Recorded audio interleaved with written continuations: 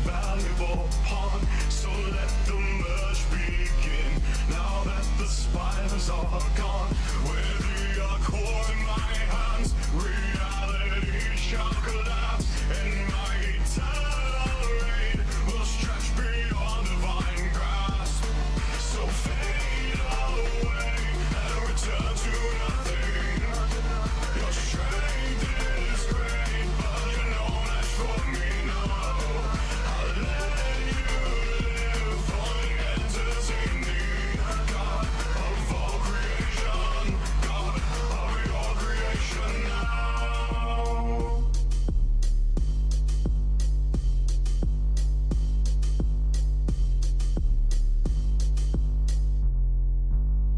I do not fear you now.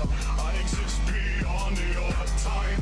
Rule over cosmic beings. One thought could melt your mind. I do enjoy your rage. Could always entertain. Erasure won't come yet. I'll just provide the stage. So fade away and return to nothing. Your strength is great, but you're no match for me, no. I'll let you live for the entertain me. God of all creation, God of your creation now. So fade away and return to nothing. Your strength is great, but you're no match for me, no. I'll let you live for the entertain me. God of all creation, God of your creation now.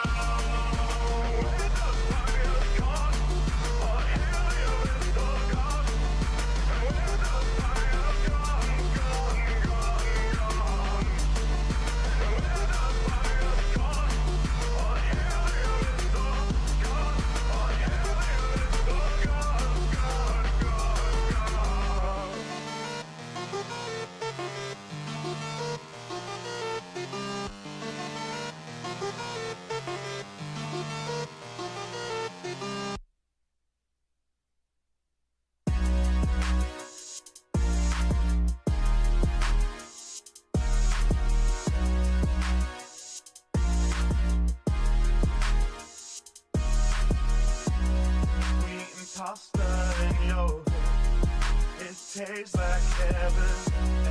We imposter and it. Alright, let's start it there. Yeah. We've ended careers before. They call us a lethal weapon. You brandish an unsheathed sword. Played hero, Roroni Kenshin. We kicked it aside of your door. Use the wonder again to step in. Where was that bravado you had a hot minute ago? Hey, we got ups, but I wouldn't say we beat. How the saying go, it's a two-way street. Get me on the pipe and you know they had a tweak. I'm just trying to lay my name, you get what I'm speaking. We entertain the masses and anywhere the weekend. There's some asshole think that he can press the lead and put the whole squad down, get out within the weekend. But we stars, boys, who continue go and see. We've ended careers before. They call us a lethal weapon. You brandish an unsheathed sword. Play hero, Roroni Kenshin. We kicked it aside of your door. Use the one who again to step in. Where was that bravado you had a hot minute ago?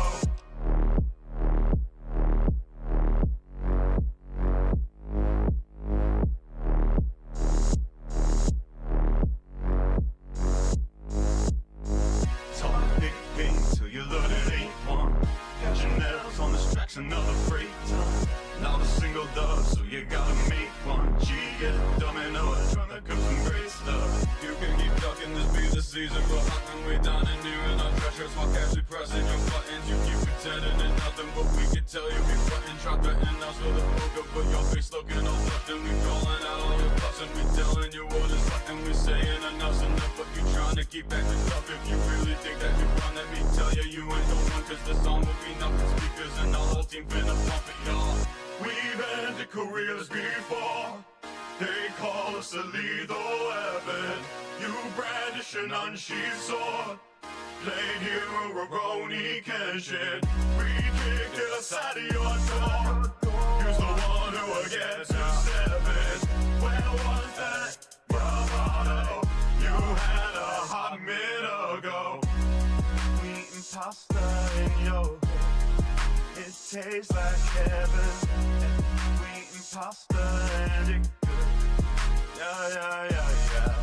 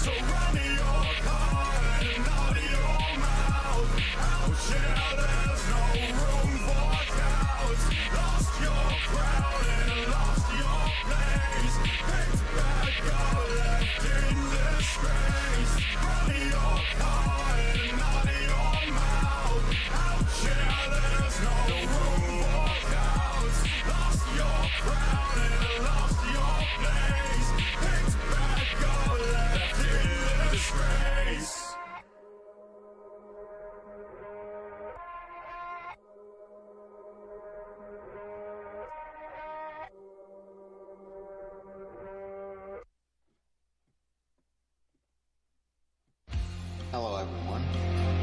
You know who this is, yet you have absolutely no idea. Of course. Wow. Somebody gonna be famous. Real famous. I sit here writing to you now with my exceptionally long penis buried deeply and warmly into my vagina butt. Isn't that neat? Julie Hunter 77 has joined the game. Call 911. This place needs to be swatted. It's obnoxious. You have a bully cabal. You don't find people being bullied into suicide on 4chan. I mean, this is ridiculous. Okay, if he says any more bad words, I'm gonna hang up on him. He doesn't own Kiwi Farm, and he died blasphemy. A little kid named Moon owns Kiwi Farm. How do they make this more and more epic every time? I'm sorry, I'm a soy-filled bitch and play your videos. If we get Donald Trump just to tweet out, I mean, you know, just a tweet that mentions the hashtag Gamergate, it doesn't necessarily matter how we use it. Man, the blue check marks are going to shit their fucking pants.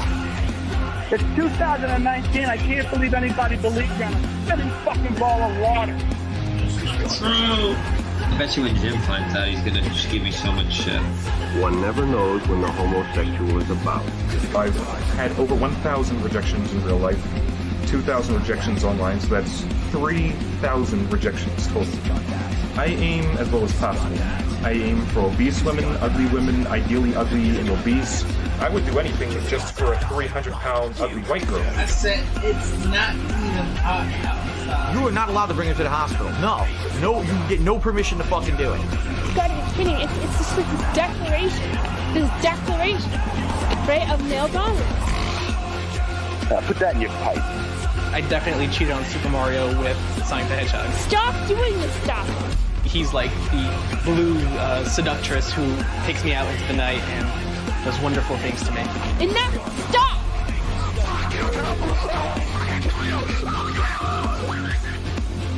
How can a Yorkshire Terrier live in the wild?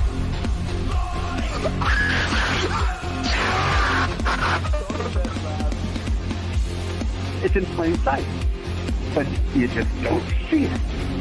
You know what I mean?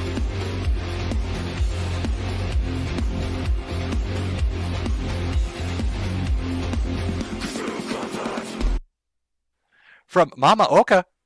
Hi, Jim. Remember that tranny I debated? He tried to cancel Kirsch.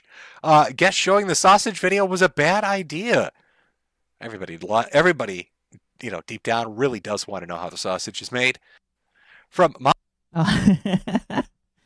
Oh, Chad, I don't think I really want to know how the sausage is made again. I'm going to be completely honest with you.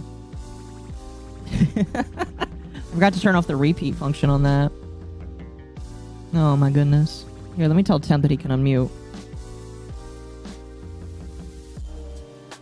I can't believe Jimothy played the Austrian painter. Yeah, that was out of left field there. Okay. That was definitely out of left field.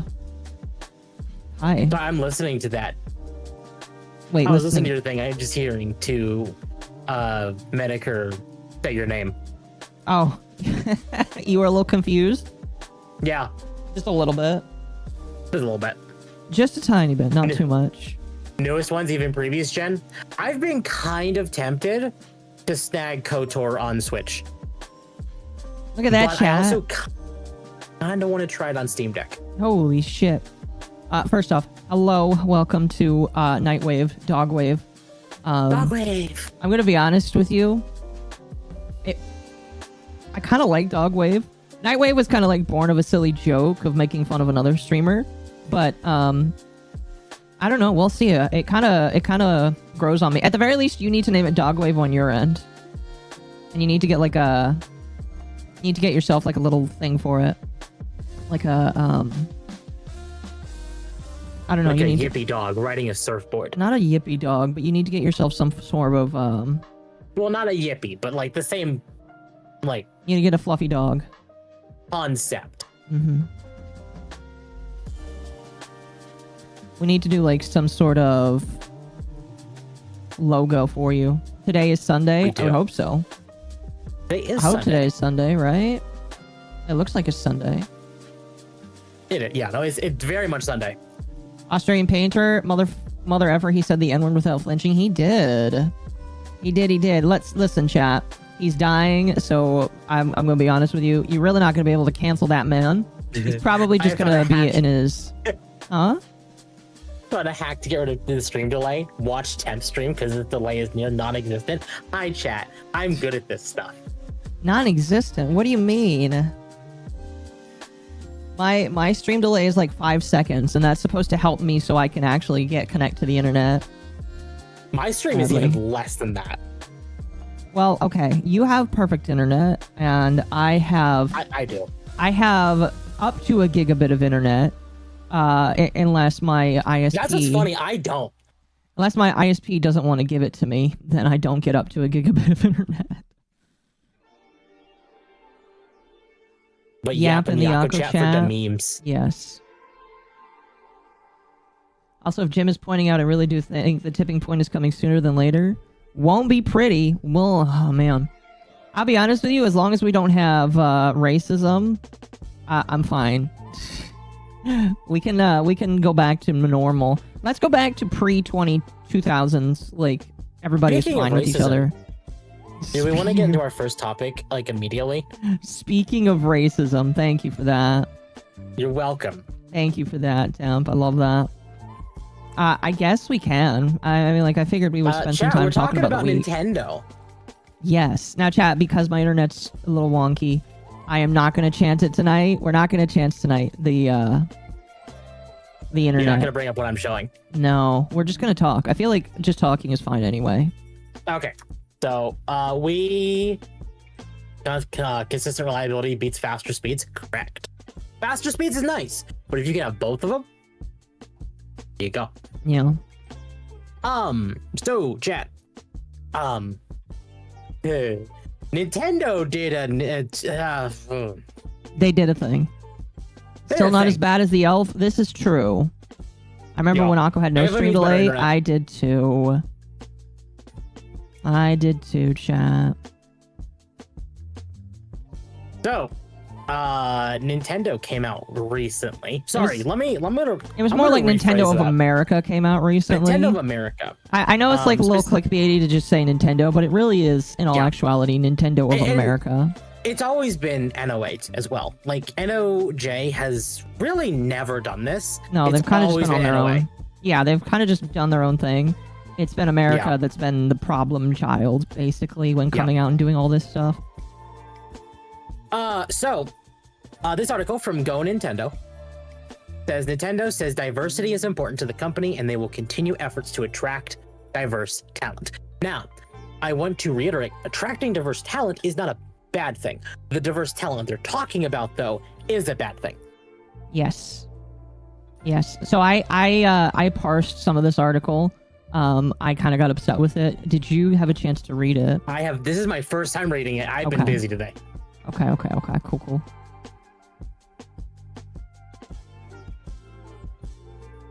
All right. So, here in the United States, President Donald Trump has made moves to dismantle various diversity, equity, and inclusion programs in the government. He also pushed for companies outside of the government to do the same. Some have followed the suggestions and closed programs or shifted their approach, while others have stood firm. I would like to point out that this isn't really true. Companies haven't like switched away from DEI. They've just decided to hide how they're going to bring it about. Yeah. That's why it's so funny to hear people say, "Oh, they're no longer DEI infest." It's like, nah, it's not really true. What Kirsha talks about with Bridge is very much in effect right now. Yeah. Oh, also, chat, look at that. Your super chats show up a little bit better. Isn't that cool? Yay! Look at that. That's awesome. James O'Keefe says, wait, did James O'Keefe have a scare of some kind? What the fuck? I did not pay attention to this. I'm gonna be real, I like James O'Keefe, but I've never really paid attention to him. That's crazy. I'm sure this is on Nintendo America. I doubt Japan wants this, if it even knows. Oh, I'm sure they know. Are you sure? Are you gonna bet? Oh, yeah. Would you bet on that? I would bet on that, yeah. I'm sure they know. I'm sure they don't. Nintendo, like Japan, is just usually, especially lately, is very much like classic cultured, if that makes sense. Classic cultured. I don't understand. Like, they don't like going with the times. Which is why it was like so surprising to see companies like Atlas, Sega, even though same company, but Atlas, Sega, Square Enix, Capcom, like try and push some DEI because it was like, wait a second. I see. Well, what you really mean is they are just behind. Yes. They're always just kind of technically behind. That's the issue. Because the old heads in Japan don't want to move with the times, which is good. And, you know, there were years ago where we talked about it, and it's like, why are they doing this? And now we look at it as like, thank you for doing this. Well, they're just like 5 to 10 years behind, which means that... But that's also the problem. Too. Yeah. Which means that they haven't hit the DEI thing in full force. They're kind of like in the Gamergate era. Yep. Now, to be fair, are they paying attention? Absolutely. But, and like, will they turn it around if they have to? Like, if it is, that's the thing is like, the yen may be bad, but if they need to do something to fix their yen, like stopping DEI, and I don't mean every company to do this, but like, if it's very clear that DEI is hurting them, they will work to stop it. Case in point, Square Enix, they were shitting money, like they just wasn't doing good. Period. Right. Don't get me wrong, I love their product, but they were not doing good.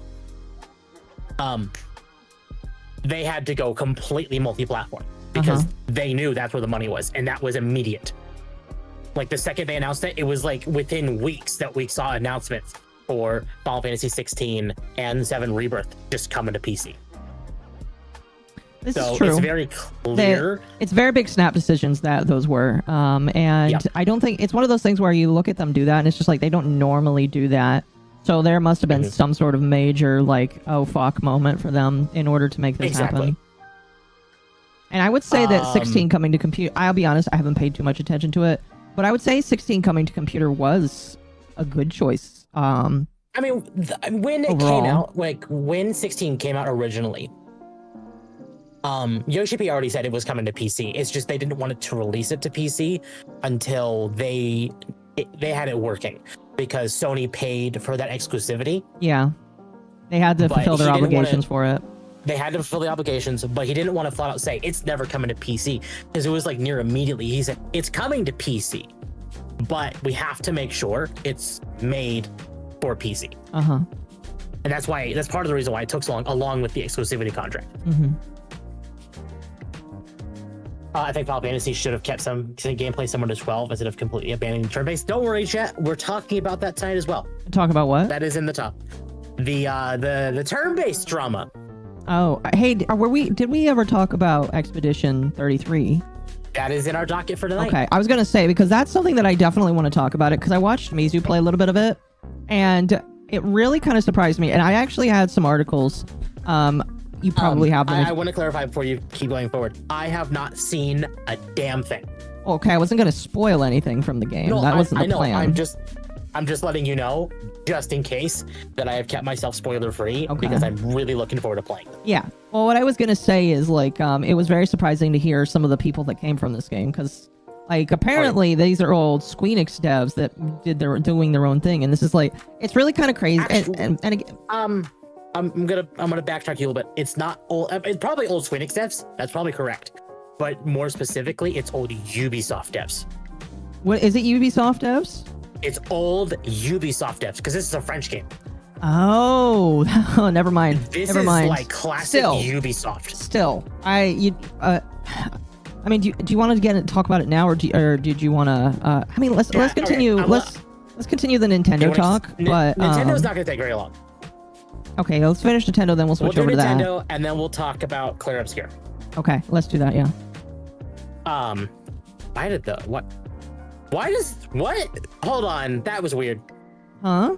I just clicked on the tagline of the article, and it just opened up another instance of the article. Oh, that's weird. Anyway, some have followed the suggestions and closed programs or shifted their approach. Now, this is in response to Trump dismantling DEI in companies, claiming they are and they're not. While others have affirmed, it appears Nintendo, at least on the American side of things, I'm glad they clarified on the American side, will be continuing business as usual. In an interview with Fulha, Nintendo of America President Doug Bowser, and yes, chat, that is his name. I've been seeing people making the Bowser jokes all over the place. Yeah. yeah, Bowser jokes are coming back again lately. I mean, I'm not surprised. It is kind of funny because those jokes were made all the time when he was in, and now they're being made again now that he's here. Yep. Was asked about Trump's push for companies to dismantle DEI programs. Bowser gave a pretty straightforward statement, saying that the company will continue DEI efforts as there's something Nintendo was pushing for even before the acronym DEI became such a topic of debate. And he had this to say, "We've always wanted to attract the best talent we can and retain that talent. We also believe that it's important for those talents to be diverse from the point of view of their backgrounds, their experiences, and their understandings because our players are diverse. So we strive to have a diversity that reflects our players in our organization. This is something that has been in place for years before people really started using the acronym DEI and will continue to be in place. It's important to us." I will admit, there's a lot of that statement there that is like, okay, I understand it. We believe that it's important for those talents to be diverse from the point of view of their backgrounds. I get that. Because it's like, okay, well, what if you're doing, like, let's say a Mario game, or no, we'll use Zelda game. We'll use a Zelda game as a better example. Okay. Let's say Nintendo wanted to do a new Majora's Mask-like game, like something that takes place out of Hyrule. It's a completely new part of like the world, or a new world entirely, but still playing Link. And it's like has some more Mexican, Indian, Italian, different like heritages. How would you do that though? Because the game is not on Earth. Well, no, but that's what makes the game fun. I don't mean like that. I'm gonna use Marvel as like a great example here. Okay. Wakanda. Okay. Wakanda is fictional, purely completely fictional. Yeah. But it still takes place in Africa. They still kind of follow that same. It's not completely fictional then. It's like pseudo-fictional in my personal opinion. And Zelda can follow the same concepts. Like you could have a region that is based on this. And they could take like inspiration from that. I don't know if that makes sense. I don't know. I just think of that. And it's just like it doesn't really make sense. They already technically do. They have like other cultures that are different from the. You're like literally saying that Nintendo could make different versions of Hylians, where it's just like they technically already do. And then they have other races that are kind of representative of different races as well. It's just like they already kind of do that. The difference is... Go ahead. What? Under that style of thinking, you are correct. It could be more like the Gerudo, or more based on like the different type use the Gerudo stuff. Yeah, no, I swapped to Gerudo because that definitely is more like accurate. Of like very much like the Amazon, like the idea of the Amazons. Okay. But fused with like Africa, if that makes sense. Okay. I'm trying to make it not sound like really racist, while it's still, in a way, will come out that way to some people. Well, you are the resident racist of the channel, I guess, so it kind of fits. Out of the two of us, I am. Yeah. Not really, though. It's just kind of a joke. You weren't supposed to be serious about that. DEI is strictly anti-white and Christian discrimination disguised as equality. Well, yes, that is very true. Absolutely very true. But I was telling it to Akko prior to stream that there is a difference between like diverse, like what there was a time when people hired in diverse circles that wasn't meant to be specifically hiring because they're in a diverse circle. Okay. Like you hired people for what they did, even if no matter like if they were black, white, Asian, Indian, whatever. If they were good at their job, they hired. And that was okay. Whereas now it's not. And I don't know quite what Bowser's saying here. If he means like they're going to keep that up. Now I'm guessing because Nintendo of America is very much like, and always been a problem for years. So I'm guessing they probably mean more specifically, this is proper DEI.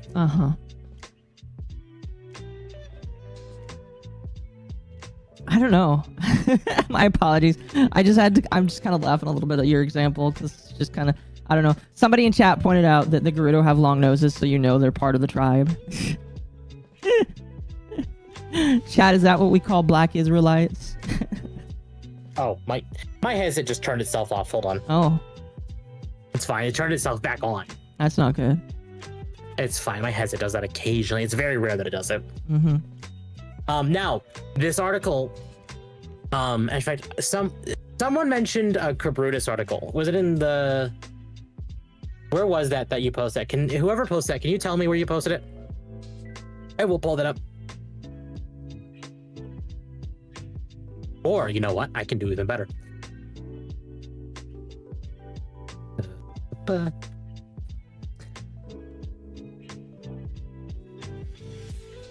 Twitter, I need you to function.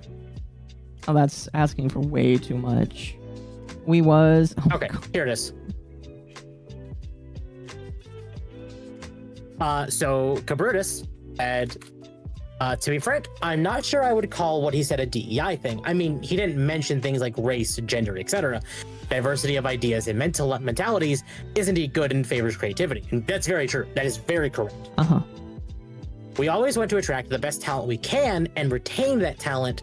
We also believe it's important for that talent to be diverse in terms of their backgrounds, their experiences, and their understandings, because our players are diverse. So we strive to have that diversity that reflects our players and our organizations. This is something that's been in place for years before people really started to use the acronym DEI, and that will continue to be in place. It's important to us. That is the thing, is where on the DEI scale is this, you know? Mm-hmm. Is it like the woke DEI, or is it like the other side? What would the other side be? Not caring about race and gender, and just like if you wanted to have that diverse hiring, you did it for a reason besides like a check marks. So like how we're supposed to hire people? Exactly. Okay. I don't know. I'm gonna be honest with you. Whenever somebody says that they wanna, the problem that I have these days is whenever people use specific words like that, I don't assume that it is a good faith thing. I always assume it will be that these people are saying that they want to hire specific demographics, and I always assume that it's the worst. And maybe that's a wrong way of me of thinking, but that's based off of however many years now that we've got all this shit going on. So whenever somebody says diverse, I don't think diverse is in a good way. No, I completely agree with that. Because whenever they mention it, it's always for the bad way. The bad reasons for it. If equity is involved, it will always be a no-go. I agree. I agree. Yeah. So, I don't know. It's weird. It is. It is incredibly weird, yeah. Now, because this is NOA, and very specifically NOA, I do believe this is like meant to be DEI. Because Treehouse specifically, if you pay attention to Treehouse content, you pay attention to the localizations of their games in America. It's not great. No, absolutely not. I mean, it's gotten worse and worse over the years, hasn't it? It's gotten worse and worse, yeah. Oh, yeah. You know, I didn't mention this, but I kind of slowly decided that when it came to the Switch, I decided that, like, even if it did go down in price, I'm not sure if I would support Nintendo now because of this. I don't know. I don't think it will ever go down in price. Oh, I think it will. It's just... You do? Well, no, the Switch did go down in price. Did it? Around the OLED. Okay, so we have to wait for an OLED version of the Switch 2 to come out in order to... But what I'm saying, though, is they could reduce the price. It's just right now, they're clearly not. I want to wait and see what comes out, because like as of right now, the only things I'd buy like a Switch 2 for right now, and the reason I'm not going to buy one is the only things coming out are like Donkey Kong and Metroid's coming to Switch 1. And the ripoff of Bloodborne, which isn't a ripoff, it's basically Bloodborne 2. It's basically Bloodborne 2. And that is from Software, not even a ripoff. So yeah, like no, that's why it was kind of a joke. And I started kind of being weird about the Switch 2 when there were rumors that FromSoft owns the rights to this instead of shoving them on Nintendo, which means they could actually release it on other platforms eventually if Nintendo has like an exclusivity contract for an X amount of time. The question is, how long is it going on for?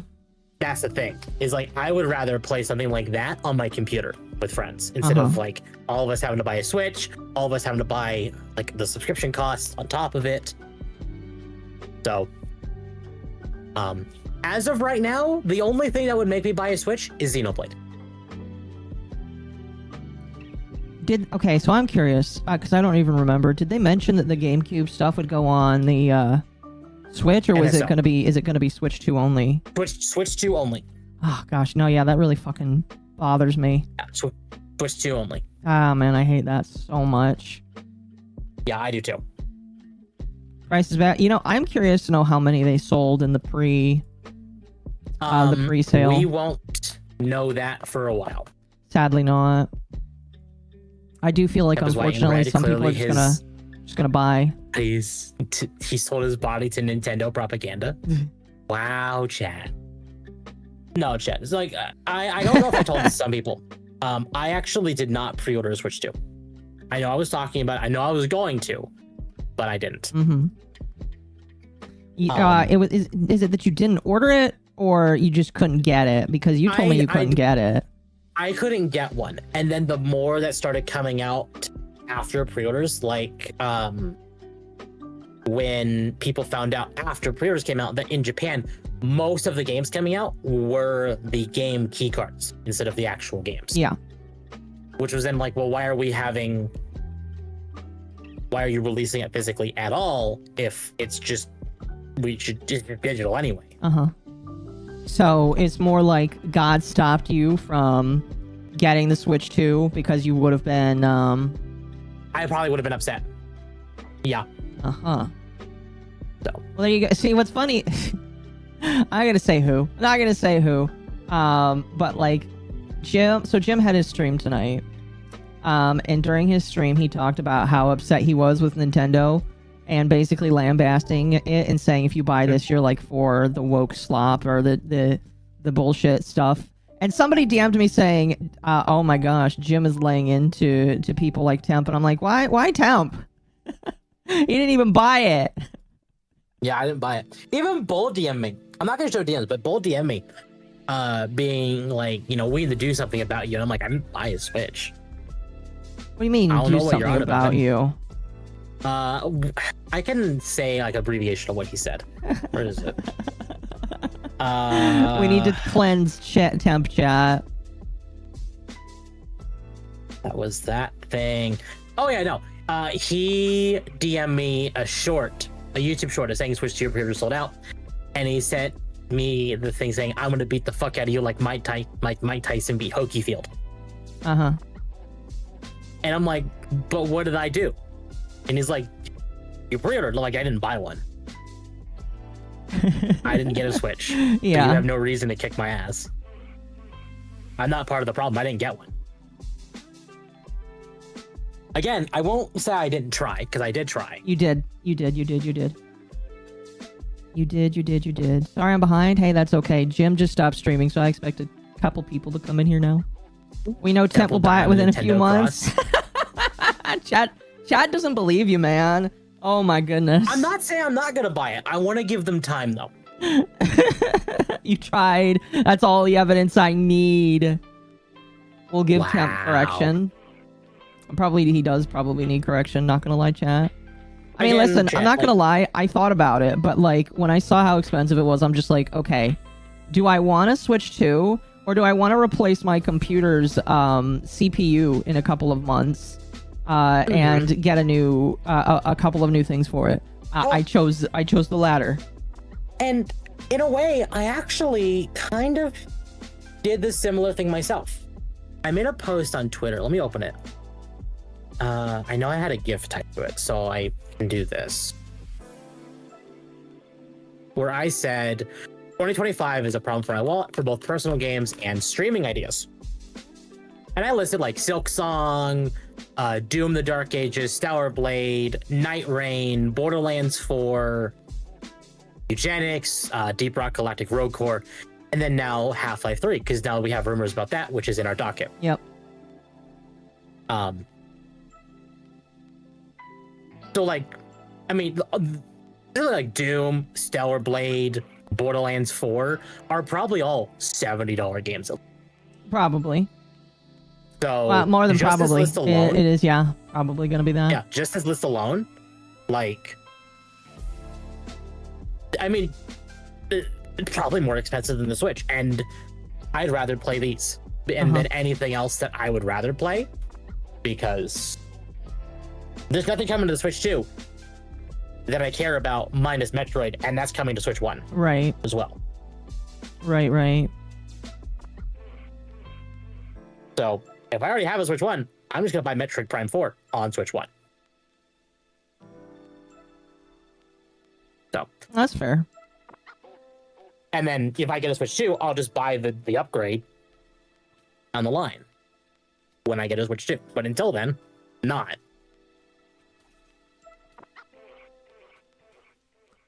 Yeah, I'm gonna fuck Randy Pitchford. I'm not gonna do that. I'm gonna be honest with you. My thoughts are, how's that emulation search going that I tasked you with?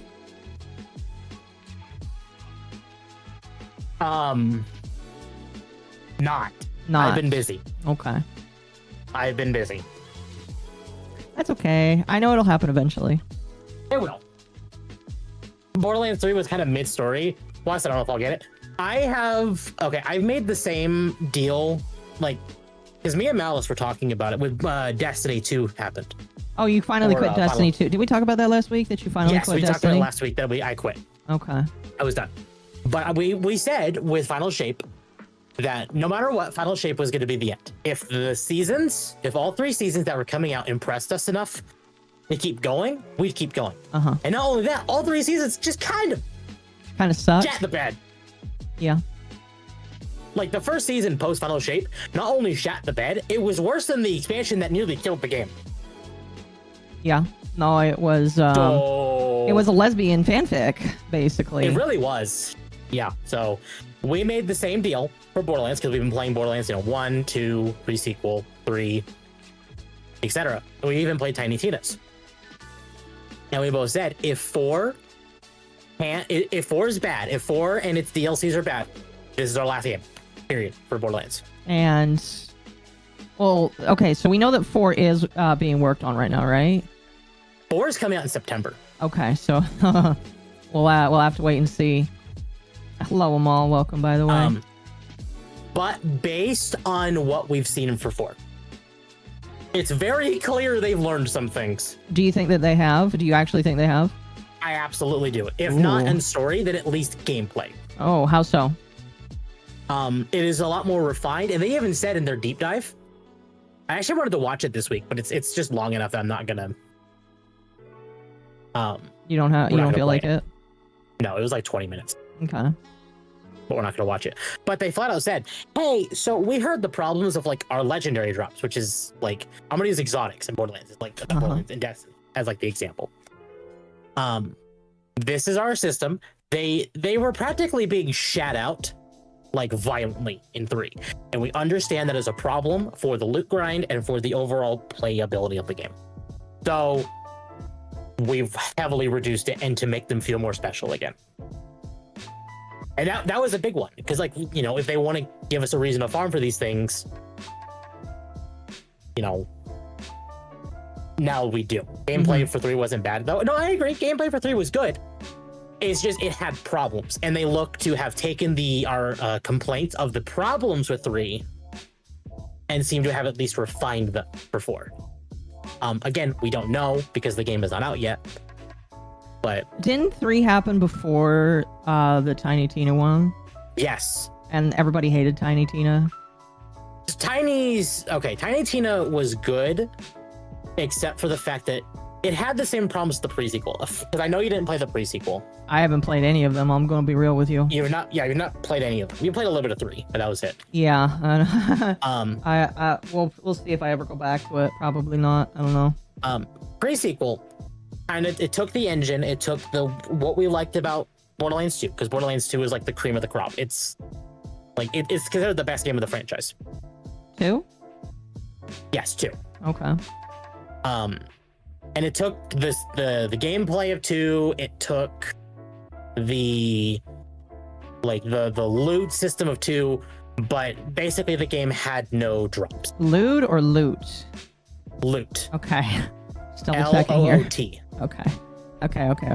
Cool. It took there was no basically farmable spots, which is, the point of Borderlands. It is a looter shooter. Yeah. You go farm this boss for hundreds of hours until you get what you want. Yep. The game, they basically had to patch in places for you to go farm these things, and they didn't even do it completely. Because there were some bosses that were one-time kills. Period. Right. And then the one-time bosses were the ones that usually had something that dropped, which was a problem. So, yeah. Mm-hmm. And Tiny Tina's is a very much the same situation. Because by the end of it, their whole point of it was, we have this endgame mode. It's basically an arena. And you need to basically play the arena for your hundreds of hours and then hope you get what you want drops. But the arena has literally everything in its pool. Isn't this one of the games where you complained because it felt like it was a streamer bait game? That was 3 specifically. That was 3 specifically? Okay. Yeah. 3 had a pretty big problem of it felt like they were balancing the game around what streamers said. Uh-huh. That's so dumb. Was bad. Yes, that is pretty bad. bad. I have a feeling 4 will do the same, but we'll see. Oh, you think so? I do, because we're living in a streamer culture still. Oh man, that really sucks. Cause I really feel like because the thing is, I know that video games are like swinging around the streamers nowadays, which is dumb because the streamers are not the majority. The majority is supposed to be the players, and the streamers are a very small portion of it. Excuse me. So to see that be the case is dumb. But I hope that they kind of excuse me, my apologies. I hope that they kind of shift away from that, because I'm kind of tired of making games that are for the gamers. I don't want a gamer game. I just want I just want something nice, Yep. And one of the problems with Tiny Tina's, and this is a problem that I know is a lot of people talk about. I don't know if chat's going to agree with me here. Because Tiny Tina's thing was based on the Borderlands 2 DLC, basically it was Tiny Tina mixed with D&D. So we had Borderlands mixed with D&D, which sounds like a wonderful mashup. It didn't work out that way. In the base game for Wonderlands, like, the story was good, the gunplay felt great, everything felt great about it. It's just the replayability wasn't there, and they did the 4 DLC problem. The 4 DLC thing they did for like 1, 2, and 3. Uh-huh. But instead of having it be different campaigns, so different stories for these DLCs, it was all additions to the arena mode at the end. And it wasn't that interesting. It didn't really feel like it added much to it. Because I remember you guys you bought it, and I was like, should I buy it? And you're like, wait and see what we think. Because you were a little skeptical of it. And then it came out, and you played it for a little bit, and you're like, ooh, this ain't good. And then you told me not to buy it. Yeah. Like, at the start, when it came out, it was like, oh my god, this is fantastic. Like, because me and Malice, we were almost drooling over how fun it was to play. Yep. But when the point of Borderlands is to go grind, farm these specific bosses, and that wasn't there, and that endgame grind wasn't there. Yeah. I I couldn't recommend it because of that. Yeah. No, I get you. That's why you never talked Divinity about it got again after like a month or two. Exactly. And that's Divinity probably got what nerfed happened as a with streamer. everybody else. False. Is like everybody played it, and then for a month, and then like Yeah, even the big Borderlands streamers just basically said nope. Yeah. No, we're that's going really, back to 2 and 3. That's really depressing. I'll be honest with you. Divinity got nerfed because of a streamer. That's right. It did get nerfed because of a streamer. I remember that. That is false. I understand why people said it once, but it's not. But Bungie even flat out came out and admitted in response to that no, they've been looking at it for months before anything was said about it.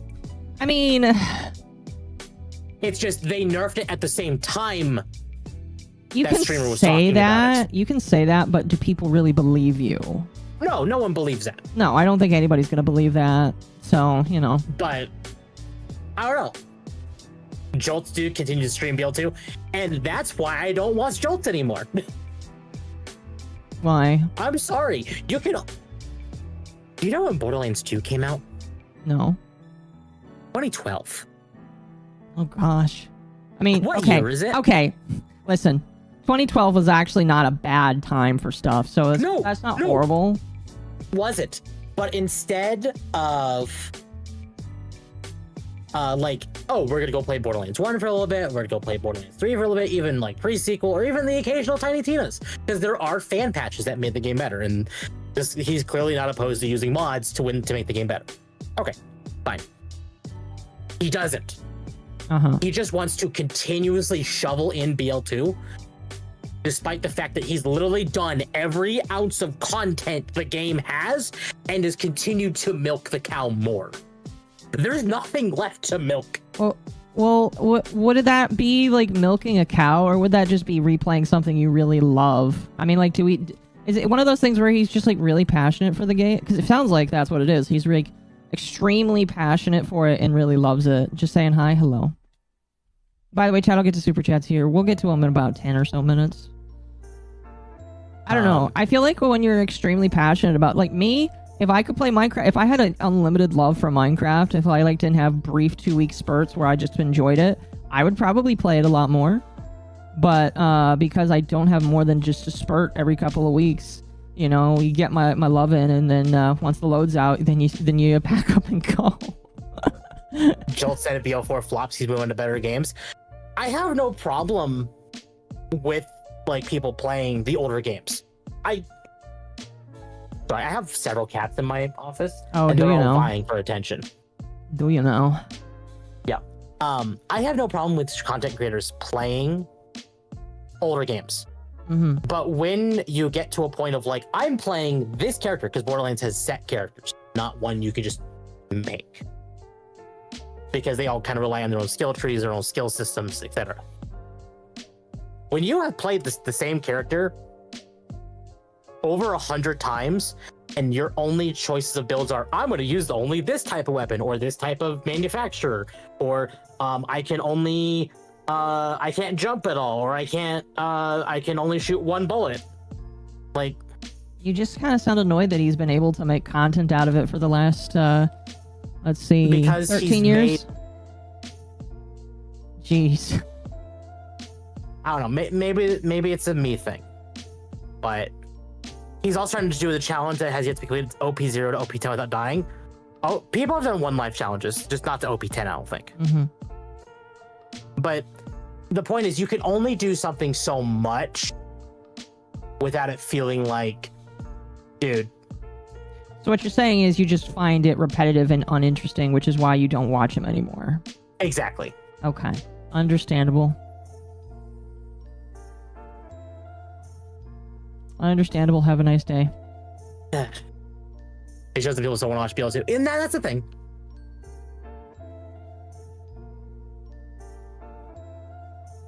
I don't know. It's a minor gripe of mine. It's fine. That's one of those things where, like, if I played Minecraft forever, would you stop watching me stream? Reminds me of Northern Lion being the Binding of Isaac guy. It works for him. Northern Lion is the Binding of Isaac guy, and I think he's okay with that. That's all he does. Isaac content creators kind of kick what I just screamed about in the teeth. Yeah. I mean, the thing Because is that Isaac is always not infinitely changing, but Isaac is always brand new. Yes. And in the case of Borderlands, like you could go, like, you know, you could map out your path. Like you hit this point, this point, this point, this point. So you get to this point, farm this thing until you get that, and then Yeah.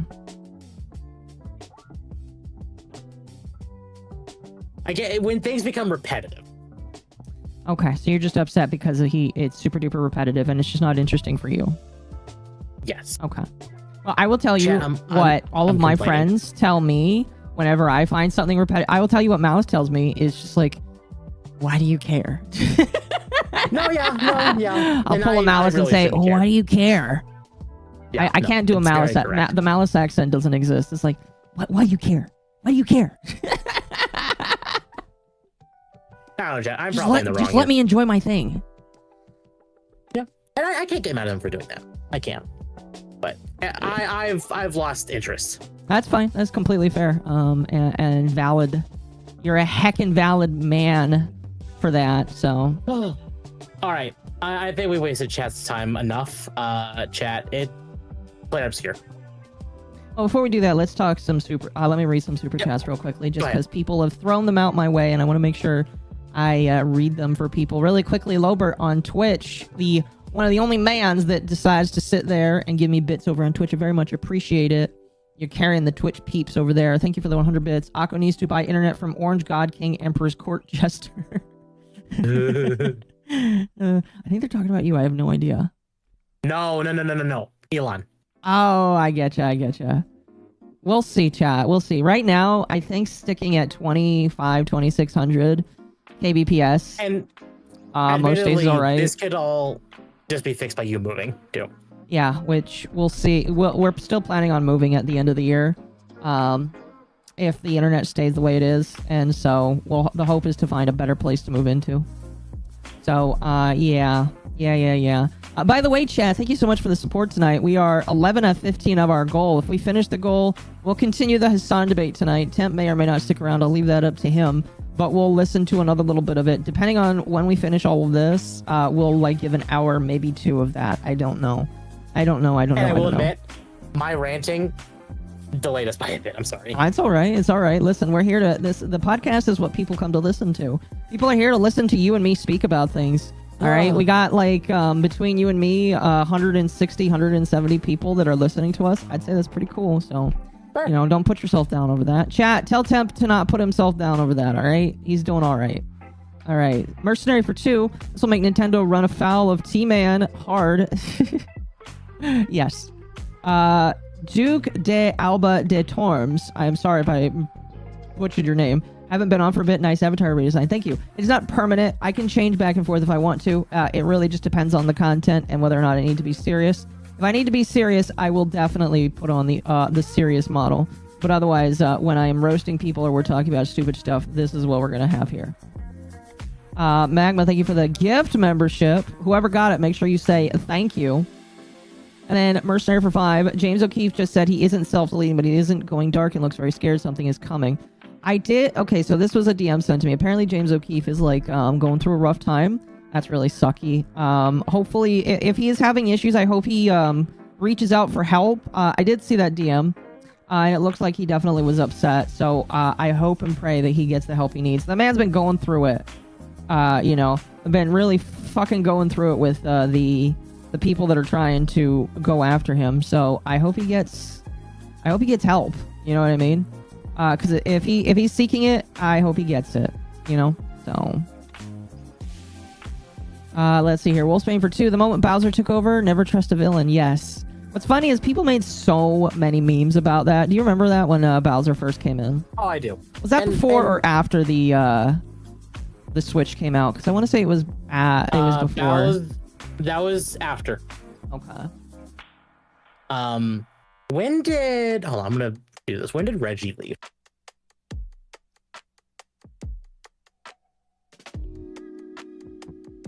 When did Reggie leave Nintendo?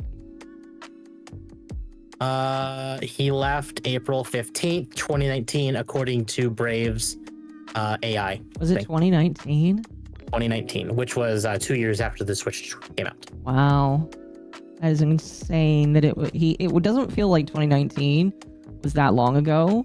But then again, you have to remember the pandemic kind of just ruined everybody's perception of time, and you realize that time is kind of like. I was talking to my father about that, and we were mentioning how like, oh, 2020 doesn't, because like we were talking about a client who had a 2020 tablet, and it's like, oh, that's not old. Wait a second, that was 5 years ago. Fuck. Yeah, it was pretty long ago. I'm gonna be real with you, pretty long ago. It's kind of crazy to think about that. It wasn't that long ago. 6 years? Yeah, 6 years, chat. Yeah. I feel, not old, but I feel like weathered as an individual. Nintendo won't exist in like 10 years from now. That I don't believe. No, I don't think that's true. Nintendo will very much be here. Yes, Nintendo will still be here. It's just in what capacity they will be here, you know? Anyway. And Chad, thank you for all the comments. And it's not like I don't like Jolts. Jolts' content is fine. It's refreshing to see something not Borderlands. And then Mercenary for 2 sent a DM of James and his message being scared. Yeah, I'll take a look at it later. That does sound... There are COVID babies that are going to kindergarten now. Oh, that is... That is insane. I have words about kids that I won't talk about because I probably know people shouldn't. will get mad at me. Okay, you gotta clarify. They're not weird words. There's just... It's not weird. It's not You can't just say I have words about kids I can't say. You can't say that, man. Okay, I'll clarify. If I ever have kids, I'm never sending them to public school. Okay, that's Simple. better. Ever. Much better. I will do it myself. Thank you. All right, moving on. Sly for 10, thank you. Not surprising, NOA is pushing DEI given that their office is based in Seattle metro area. Politics reflects the region and it truly sucks in the PNW. Yeah, I would agree. The moment that you move out of an area to the politics of a company sometimes improves. Sometimes those companies are all right and they just move out of a shitty area. I don't know. It really depends. It really depends. Public school hate? Chat, I never went to public school. Public school hate? I never went to public school either. Both of us were homeschooled. So, me and Tempa both not publicly. We both equally hate public school. And, yeah. Sorry, not sorry. We don't like public school. I've seen the shit that kids in public school, like, go through. No. Yeah. Not worth. Not worth. No. Especially what's going on to schools today. Absolutely fucking not. Yeah, if you enjoy public school, that's completely fine. I just think that it's not worth it for me and would not be worth it for a lot of people. And if you can give your kids an education, you probably should. School I went to was nice, but after 3 teachers were out of his PDFs, I'm tempted to homeschool. There you go. Not a bad idea. Never ever. Nope. Stares at Tampanako not being public schooled and homeschooled. Private it is. Now, listen, there's a lot of there's a lot of homeschooled kids that turn out to be just fine. The issue, that's not the issue. Me and Temp are very exclusively different. I mean, like, Temp was a little bit different than me, I would say. Not trying to be mean, Temp, but like he and I both had like different upbringings and raisings. And so because of that, he and I have different ways of thinking and all that kind of shit. There's a lot of homeschooled kids that are just fine that I've seen that operate just fine. So, don't think negatively because of me and Temp. And I wouldn't necessarily think that I'm a bad example of homeschooling. I just think that, like, because of my mental retardation, I'm just a little bit extra. Hello. Hello. Oh, hello. I'm sneaking in to say hi. How you doing? Good, how you doing? Good. We're talking about how homeschooling is superior to public school at the moment. Depends. Depends, yeah. What are you doing tonight? So I'm secret streaming, but Rage won't let me talk about that. Ah, fair enough. Fun. But I did it anyways, so I might get in trouble. Fair. So, I don't mean to derail you, but I have to tell you about this because if I don't, it's gonna like wear on my mind. Uh-oh. What'd you do? But I saw a Turkey Tom video pop up that was called "The Horrifying Life of a Professional Gambling Addict." Oh, I know that guy. Yeah. Boss Man Jack. Yeah, and I sat here and I've been watching it for the last... I'm 3 hours in. It's a 5.5-hour video. Yep. And just watching, like, somebody have $50,000 in an account, and they just spam click a button as it slowly goes down further and further. Yep. And it causes psychic damage. Yeah, I know. I watched this guy gamble sometimes because I was like... Because I think that this guy was first was noticed because Josh Knoll pointed him out, and everybody started noticing him. And now because everybody watches, everybody's like, "Why is this man constantly wasting hundreds of thousands of dollars on gambling? Like he could the minute if I ever go gambling, God forbid, I'll never ever do that because I never will. But if I won $10,000, I'd be like, I'm cashing out now. Thank you very much. Goodbye. Have a nice day." Chat. This guy started on one stream with $200, gambled his way up to $47,000, and then he went to, I guess, like some sort of thing where you can just spam click, like you don't have to sit down and gamble through it normally. And he just spam clicked, and you just constantly watch the money just go lower and lower and lower as he keeps losing. Yup. That would break me. Yeah, it like devastates me to watch every single time. Yeah, like it would break me to have it happen to me. It breaks me to watch it. Yeah. This entire video has just been like my brain hurting. Because it's like, you have $15,000, leave. Please. Oh, yeah. And he's like, oh, chat, if I don't keep clicking, I won't hit it big. And he just keeps clicking. Well, what would you consider hitting it? I would consider like $10,000 hitting it big, you know? Bro, I'd consider if I put in like $50 and I walked away with 100, I consider that hitting it big. Yeah. I just doubled my money. I'm happy. Yeah. If I go gambling and I don't lose money, that's a victory. That's fair. You know they say the house always wins. Of course. Well, that's why it's just like, bro, you've got 15 grand. You know that they're going to take it away in a moment if you don't walk away. And then he doesn't do it. It hurts my brain. Yeah. It has upset me to watch this today. Of course. Understandable. Well, anyway, we are reading the Supas. Oh, we just hit the goal. Thank you, chat. We're going to continue reading Supas. You're welcome to sit here if you'd like for a few minutes. And then we're going to talk about, what is it, just 33 temp? What's it called again? Obscura. Yeah, we're going to talk about Claire Obscura. And you played it a little bit. If you want... I got through some of the prologue before my computer exploded. Yeah, if you want, and if Temp's okay with it, we can let you kind of give your thoughts and opinions without spoiling story. Well, I gotta leave in like 3-4 minutes. Oh, okay. Fair enough. We'll just get back to Super Chats then. It's a good game, though. Yeah, it does look like a good game. Goal met, whoa, buddy. Thank you, chat. Very much appreciated. Anyway, back to Super Chats. Reporting that much cash on a W-2 will screw him anyways. I think the consensus was they believed he was not reporting his income. Because the amount of money getting transferred in and out of his account, there's no way he was reporting it. Probably not. Didn't he get like $1,000 a day to gamble with? He gambled $500,000 in a year. And most of that was money gifted to him, which technically counts as income. There's no way he reported it. All right. I'm gonna continue on because that's gonna hurt me even further. Chat, by the way, I promise you I will never gamble away the money that you give me. The money that you give me is going into savings right now so that I can either work on a house, work on the teeth, or work on something else other than fucking gambling.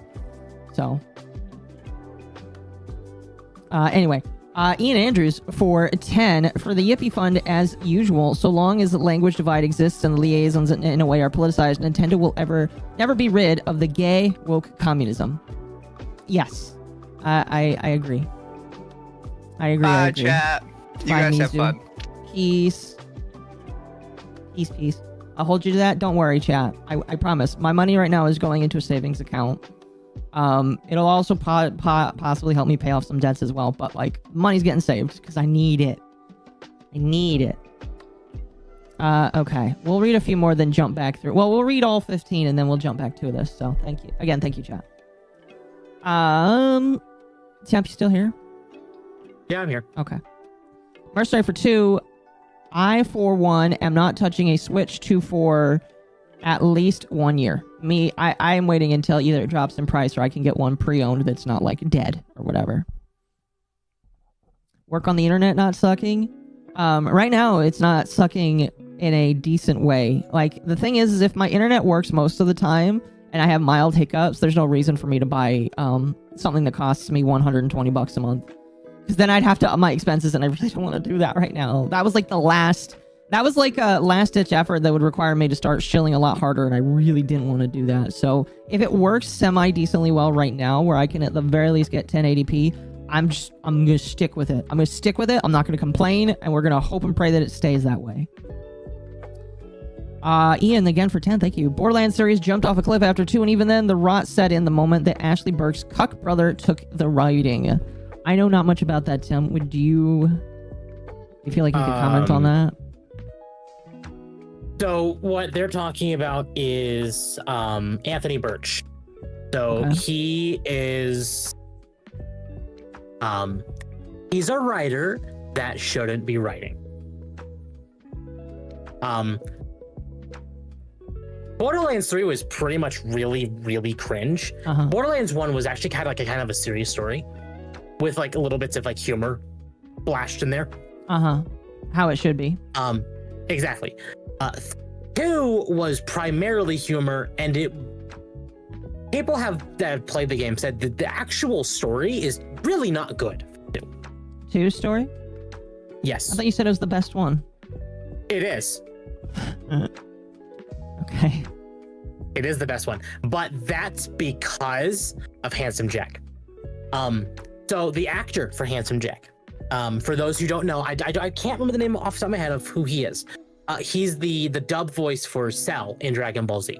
Okay. He improvised so many of his lines. One of the most infamous that he did was Infamous or good infamous? Good infamous. Okay. Is he's talking to the Vault Hunter over the radio, and he starts the conversation of, God, these pretzels suck. That wasn't in the script. He actually brought a bag of pretzels and was eating them before recording, and the mic was turned on and was recording, and he didn't realize it. Okay. And he said in the mic, God, these pretzels suck, because they actually sucked, and they kept it in. That's awesome. Like, he actually said that. That wasn't in the script. Period. That's hilarious. So, a lot of the lines from Handsome Jack are improvised, and that is why he is so beloved.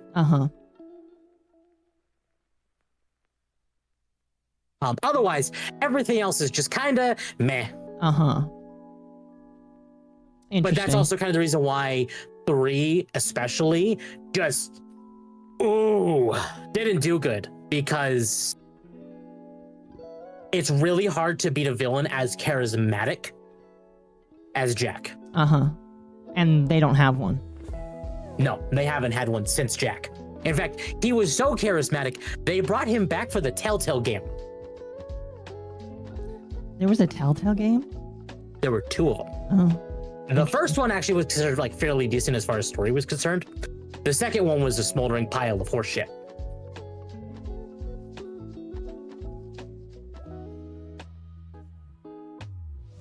Interesting. So Anthony Birch, he wrote the whole story because he came in, he basically showed Gearbox the script, and they basically gave it to him after the original writer who had actually written Borderlands 2 already. And they're like, oh, we like this more. And then Damian Clark, and I saw someone say the name, thank you, Magma, he came in and started just improvising lines, and Anthony was so pissed. Right. Because he wasn't reading his script. Well, if he had, Borderlands 2 may have been the last Borderlands game. Jack is the sole reason Borderlands 2 is so beloved. Interesting. Let's see here. Let's continue on here. We'll try and pump through some of these now. Let's see. Oh, we got a few more here. Mercenary for 2. I only played Claptrap and Pre. Only good character. Isn't Claptrap like the annoying robot one that everybody hates? Yes. Okay, understood. He's also the mascot. I see. Let's see here. And then Devastator for 10. Just given 10. Thank you very much. Appreciate it. Wolfsbane for 2. Damn Temp, Drowning in Pussy. Crazy work. And alright. And then Magma for 2. Oh no, not more Hassan. Smiley face. Oh boy. And then Mercenary for 2. No. Someone give him info. Some dark stuff. Then Mercenary again for 2. The info O'Keefe got is like what Seth Rich before. I don't understand. But thank you. And Wolfsbane for 2. Goal. Thank you for meeting the gold chat. And then Mercenary again, and the last one for 2. I once put down $6 and walked out with $5,300. Nice. Very much. That's cool. Very much appreciated. I appreciate you sharing a little bit of that with me now. There's a fox right outside my window. Nice. Nice. All right, we're going to move on now. Let's start talking about Claire Obscura. Okay. I'm going to bring up my screen chat. So, Claire Obscura Activision 33 publisher acknowledges the Barbenheimer energy of releasing the same week as Oblivion Remastered. Barbenheimer. Do you not remember that? I don't understand. When the Barbie movie and Oppenheimer came out in the same day? Oh, what game came out at the same day that they also shared? Claire Obscura. And Oblivion Remastered. Oh, okay. I get you. Okay. Because I thought that you were literally about to say that there was a game called Claire Obscura and then also a game called 33. And I was like, what? No, Claire Obscura Expedition 33 is the actual name of the game. Okay, understood. Okay, thank you very much for telling me that. So I first saw this post from Pirate Nation, who posted the IGN article, and they said this on Twitter specifically. According to the publisher of Claire Obscura, not only did Oblivion's near simultaneous release not hurt, actually helped as it boosted excitement for the RPG genre. Okay. I pulled up the IGN article so we could read it. Okay. And said, who's excited to play the latest AAA fantasy RPG made in Unreal Engine 5, coming to Xbox and Game Pass, PlayStation and PC at launch? Heck yeah, I too am stoked for Claire Obscura, Expedition 33, or Oblivion Remastered. With Bethesda finally getting around to officially revealing and shadow dropping its long rumored and often leaked Oblivion Remastered, at the time of this, it is out. And, RPG fans this week now have had a difficult choice between spending hundreds of hours in Cyrodiil or embarking on an expedition to take down the murderous paintress in Claire Obscura Expedition 33. And while it's certainly not unheard of for two same genre games to release the same week, the similarities between the two are provoking both joyful and frustrated reactions from RPG fans, as well as a cheeky comment from Claire Obscura publisher Kepler Interactive.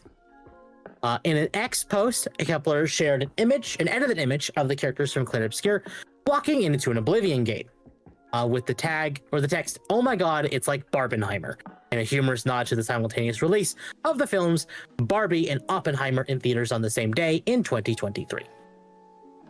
It's nice that Kepler is good-natured about it, because some fans seem a little confused, even torn on the two games coming out at the same time, unlike Barbie and Oppenheimer, which appealed to very different audiences. They did. Claire Obscura and Oblivion seemingly have a different or decent amount of overlap within the fantasy RPG audience, leading to a number of individuals questioning which one they should play first, or if they should skip one or the other entirely.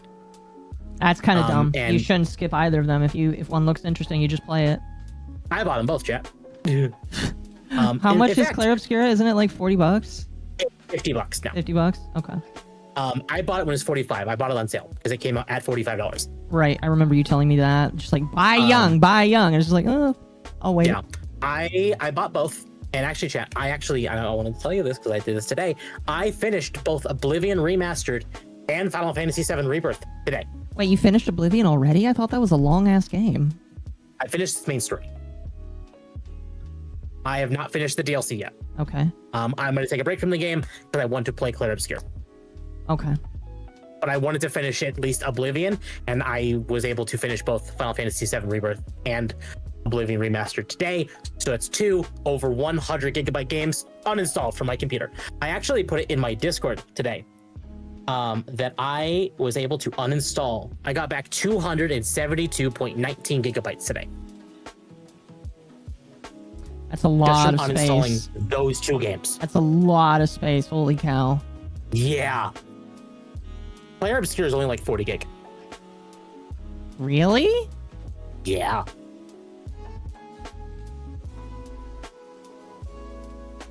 Saying 33 and Oblivion have overlap is like saying Skyrim Persona 5 overlap. I mean, they're both completely different games, but I think the thing that... They're both RPGs, though. Well, there's that, and I think the thing that people have forgotten is, like, people are dying for games like Clair Obscura.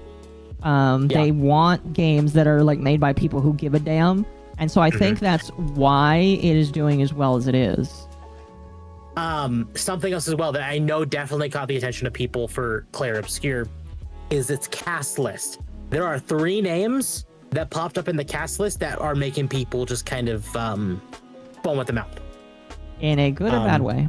Jennifer English, which is the voice of Shadowheart in Baldur's Gate 3. She did a pretty good job. When I listened to Mizu play a little bit of this last night, she does a fantastic job. Although I think she plays a small character, which caught me off guard.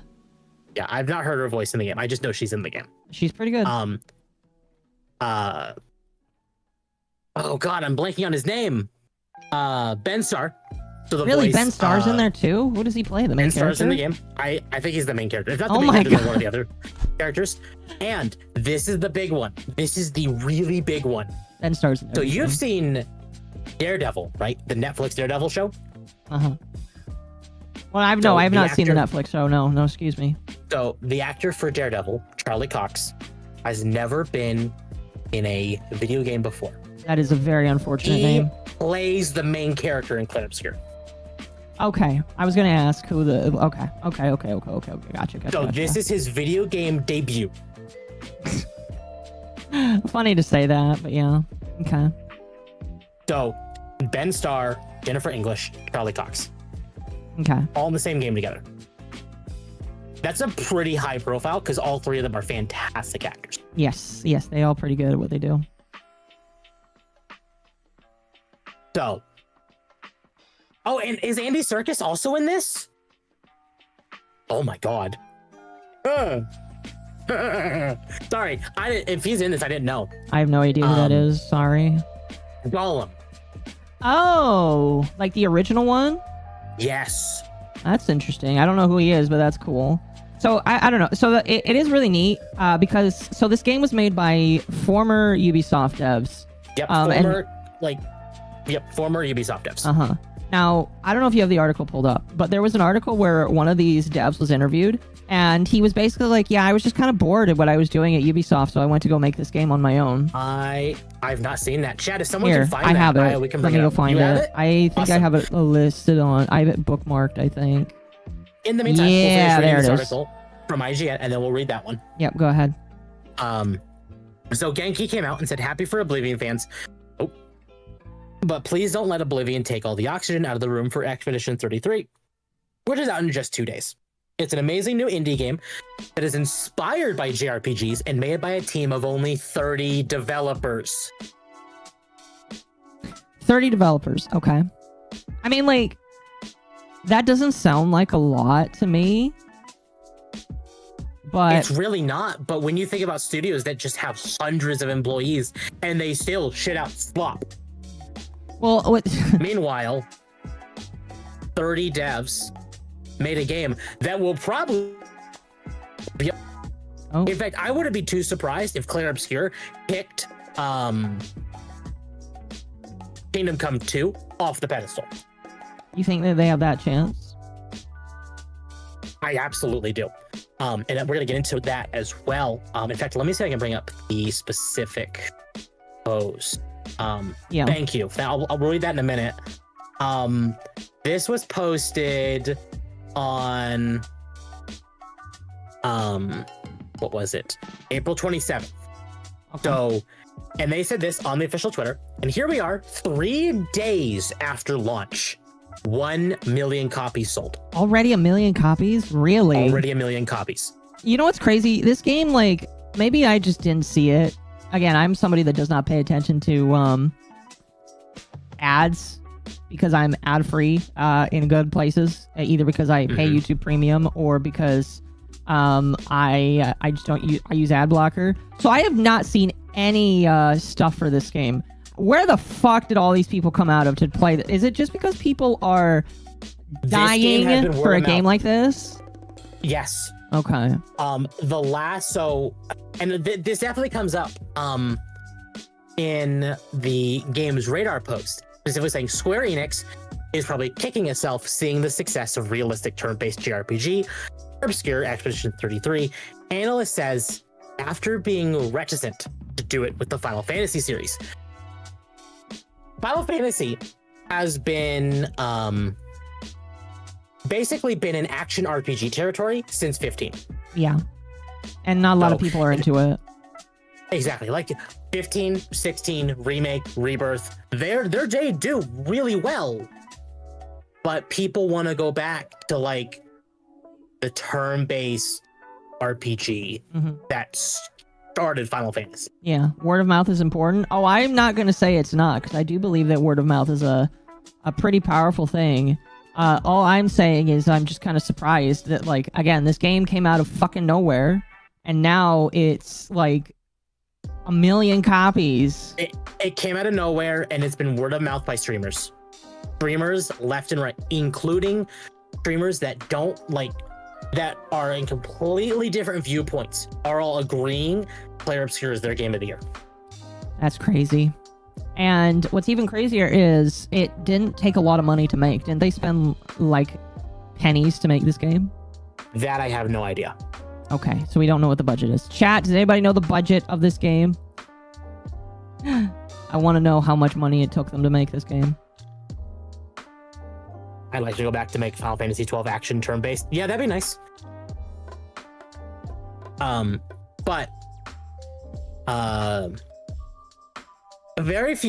few are also criticizing Microsoft, which also owns Oblivion developer Bethesda, which has heavily backed Clair Obscur since its reveal at an Xbox showcase last year.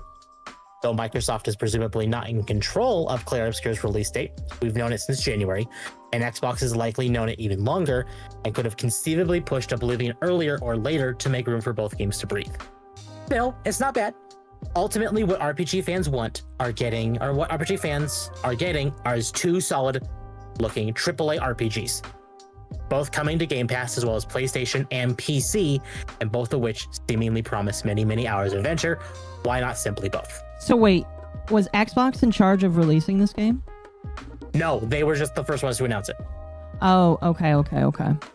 It's like Nintendo first announcing Hollow Knight. No.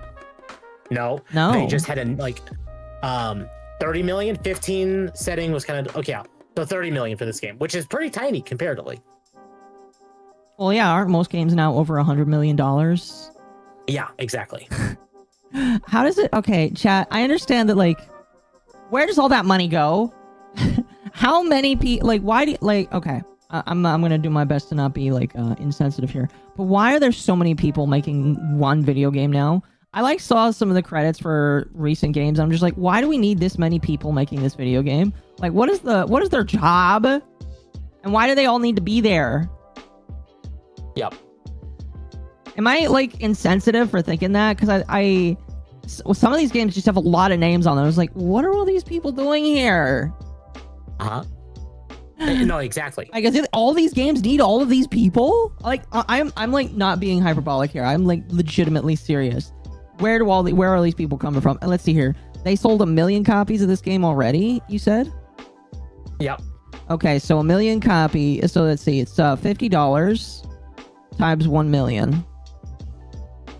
Okay, so I actually brought up the actual official... It made $50 million. Voice cast list for Clair Obscur. They made their money back, and they didn't have to do any advertising. But let me bring this over to... when did I last sit through the Minecraft credits? Minecraft credits are not long, all right, chat? Granted, they have them scroll super duper slowly, so it feels like they're fucking forever. Minecraft credits are not long at all. Okay, so this is from the official post by Expedition33.com, which is their website, on October 16th, 2024. It said, meet our English voice cast. It said, once a year, the Paintress awakens and paints her cursed number on the monolith, and everyone of that age turns to smoke, fading into nothing. With each passing year, the number falls, more are erased. Soon she will awaken Paint 33, and we will embark on our final mission: destroy the Paintress and end her cycle of death forever. So we have Charlie Cox as the main character. Yep. In fact, they even go as like Gustav, voiced by Charlie Cox from Daredevil Born Again, which is the new Daredevil show as a sequel show to the Netflix show on Disney+. Is a resourceful engineer growing up under the Paintress's shadow in Lumiere. He has devoted his life to safeguarding the city. With his final year ticking away, Gustav is ready to risk it all, fighting to defeat the Paintress and reclaim a future for Lumiere's children. Already, main character is already nail in the coffin. Oh yeah, I listened to some of its voice acting. It's not bad at all. Jennifer English, male, voiced by Jennifer English from Baldur's Gate 3. As a shy learner, eager to fly, orphaned as a child, she has always felt like an outsider in Lumiere. Her only connection is with Gustav, her foster brother. Now at 16, the youngest of the expedition, Meili sees this as her chance to escape Lumiere and explore the world beyond. Christy Ryder, Loon, voiced by Christy Ryder from Sandman, I've never heard of that one, is a brilliant scholar and mage, the daughter of renowned researchers. She has sacrificed everything to continue their work. Her one goal is to unravel the mystery of the Paintress. She cannot and will not allow the expedition to fail. Seal, voiced by Shala Nix from The Old Guard, is a calm, peaceful warrior, once a farmer and now a teacher. Seal embraces every day with joy, masking the pain of a tragic past. She accepts the cruelty of the world, yet her smile hides unspoken scars. While failure doesn't faze her, she remains fiercely committed to the expedition's success. Andy Serkis, voices Renor, is a man driven by ruthless determination. His sole focus is saving his family. But beneath that fierce exterior lies deep, agonizing loss. Renor knows that victory demands sacrifice, and he's ready to pay any price. And then finally, Verso, voiced by Ben Starr from Final Fantasy XVI, is a mysterious, dangerous stranger. His motives are unclear, but he's tracking the expedition's every move. Spoilers? No, this is just what they give as the basic. This is read. on their website. This is the very basic, bare bones of what each character, like their background. Yeah, if this is on the website, it's fine. Because again, Temp hasn't played this game. Yeah. So, hell of a voice cast. I mean, there's only two people here I don't know, which is like Kirsty Ryder and Shala Nix. But this is a pretty, like, for the cost of the game to make, it really is an all-star cast. But French President Macron, I think that's how you say his name. I could be butchering that. Just say Macron. Congratulates Clairbs, your Expedition 33 developer, for creating one of the best rated games in history. Is it really up there that fast? Yeah. Wow. That's insane. Clairbs Cure 33 developer Sandfall Interactive must be used to compliments by now. Its RPG released a little over a week ago. This article was posted on May 12th. I don't think anyone had a hat tip from French President Emmanuel Macron on their bingo card this week. That's exactly what happened, though. Taking to Instagram, Macron congratulated the team on its success, writing 1 million copies and to date, one of the best rated games in history. And yes, it's French. And yes, congratulations to Sandfall Interactive and all the creators of Expedition 33. You are a shining example of French audacity and creativity, Macron added, as translated by Google and spotted by PC Gamer. That's really funny. I'm gonna be honest with you. Very, very funny. Because French chat. Yeah. Rare French W, yes. We already knew the debut RPG from Sandfall Interactive got off to a flying start, given it hit a sales milestone of 500,000 copies sold within 24 hours. But it swiftly doubled that topping 1 million sales in just 3 days. If Macron praised it, where's the Also- trans character? Sorry, if I said 12th, I meant 2nd. That's my bad. This is May 12th. Or sorry, May 2nd. God, brain. Today's the 4th. Developed by newly formed Sample Interactive, Clair Obscur Expedition 33 is a turn-based RPG that takes heavy inspiration from a genre classics and follows the crew of expeditioners in a post-apocalyptic world where each year a giant called the Paintress etches a new number and erases anyone older than it. Clair Obscur Expedition 33 sees you join the crew that travels to the ends of the continent to destroy the Paintress. An IGN's 9 out of 10 review. 9 out of 10 review. Hell yeah. I don't know, Chad. People may disagree with me here.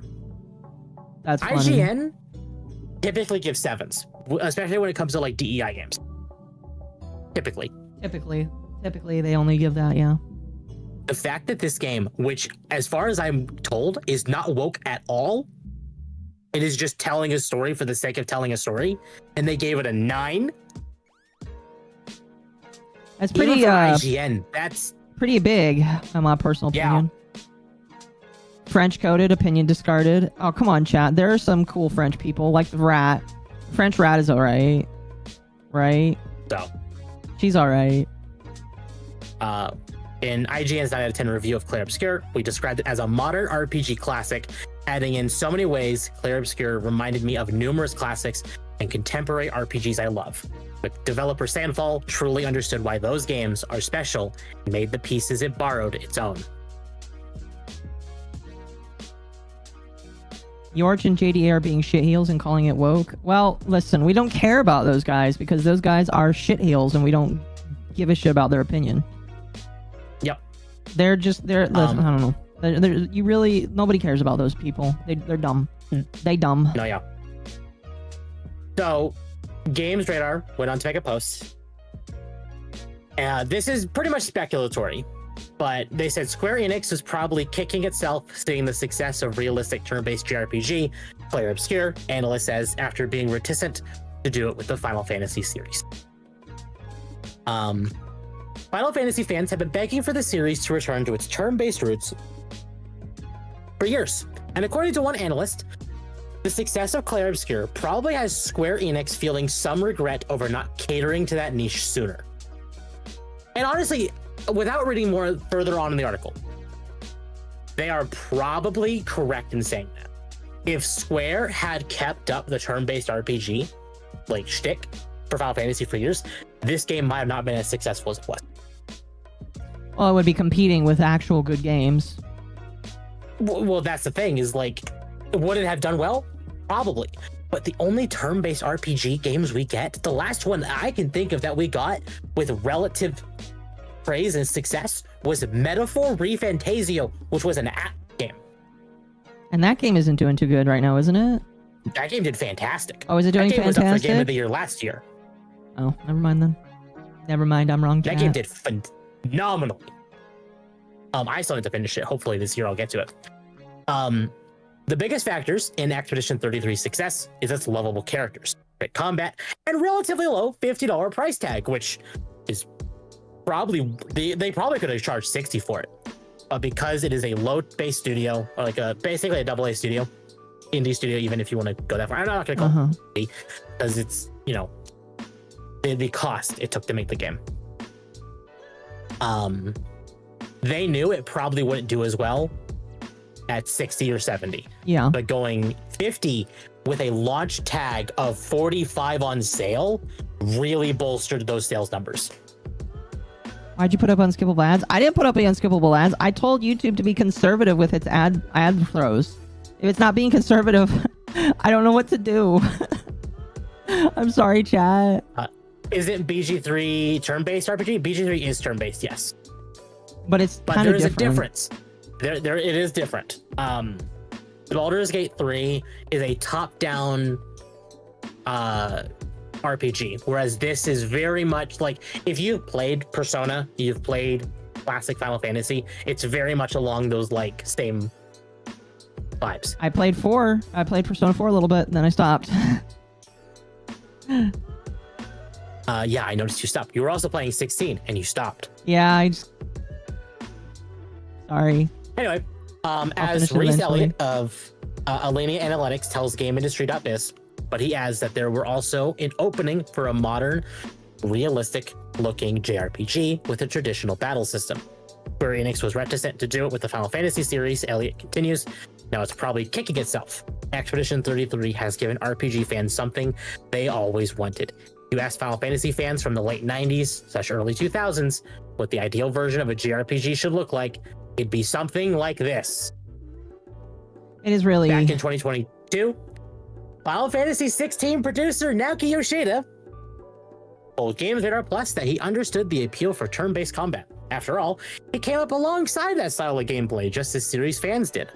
But he equally seemed to believe that action-based battles were far greater fit for games with realistic graphics. One thing that we found... Well, they said realistic graphics, not like animated. I was about to strap you to your computer and force you to complete Persona 4. There's a lot of games I just strap Akko to their computer for and just play. But if I also did that, Akko would just hate them out of spite. Yes. So I can't do that. And there's a lot of games I want Akko to play. Mass Effect that Akko will never play because that requires sitting Akko down and keeping Akko still for 5 minutes. I'm sorry. I just like, I really have been trying to finish some of these games, and I realize I just don't have... What is the last game you finished?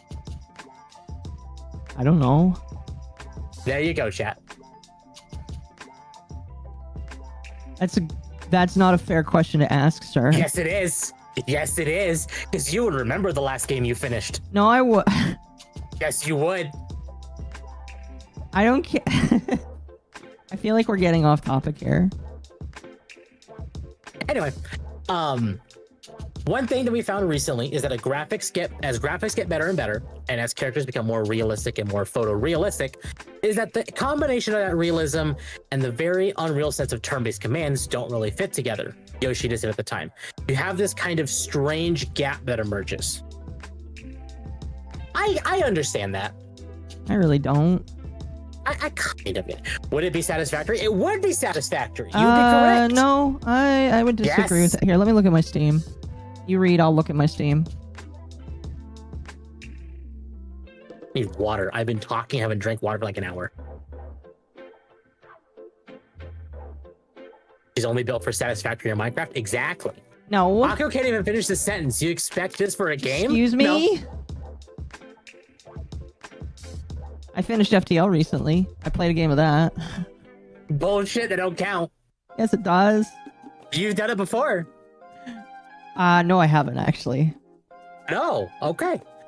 You know what? If you haven't done it before, I will bite my tongue.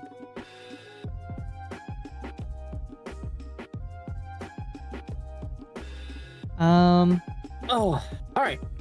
Yoshida didn't attribute the decision to go all in on action for 16 to any sales directive. But there has historically been a feeling in the games industry that action games sell better than turn-based ones.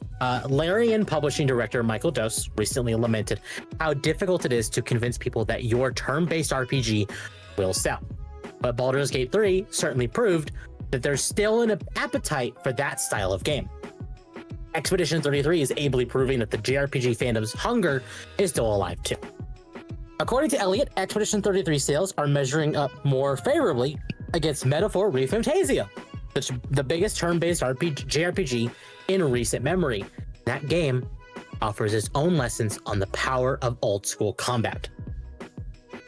One of the main selling points of a turn-based battle system is the fact that players can take their time to think about the action they should take, and then in turn receive appropriate feedback based on those choices. Metaphor's lead battle planner, Kenichi Goto, told Games Radar Plus earlier this year, noting that games where you make one wrong move and everything's lost offer their own kind of thrill. Agreed. I've said it before, and I'll say it again.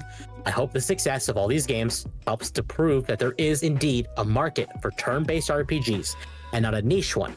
I'm as desperate as anyone for Final Fantasy to return to its roots, but in the meantime, there is still excellent games like Expedition 33 to fill the void.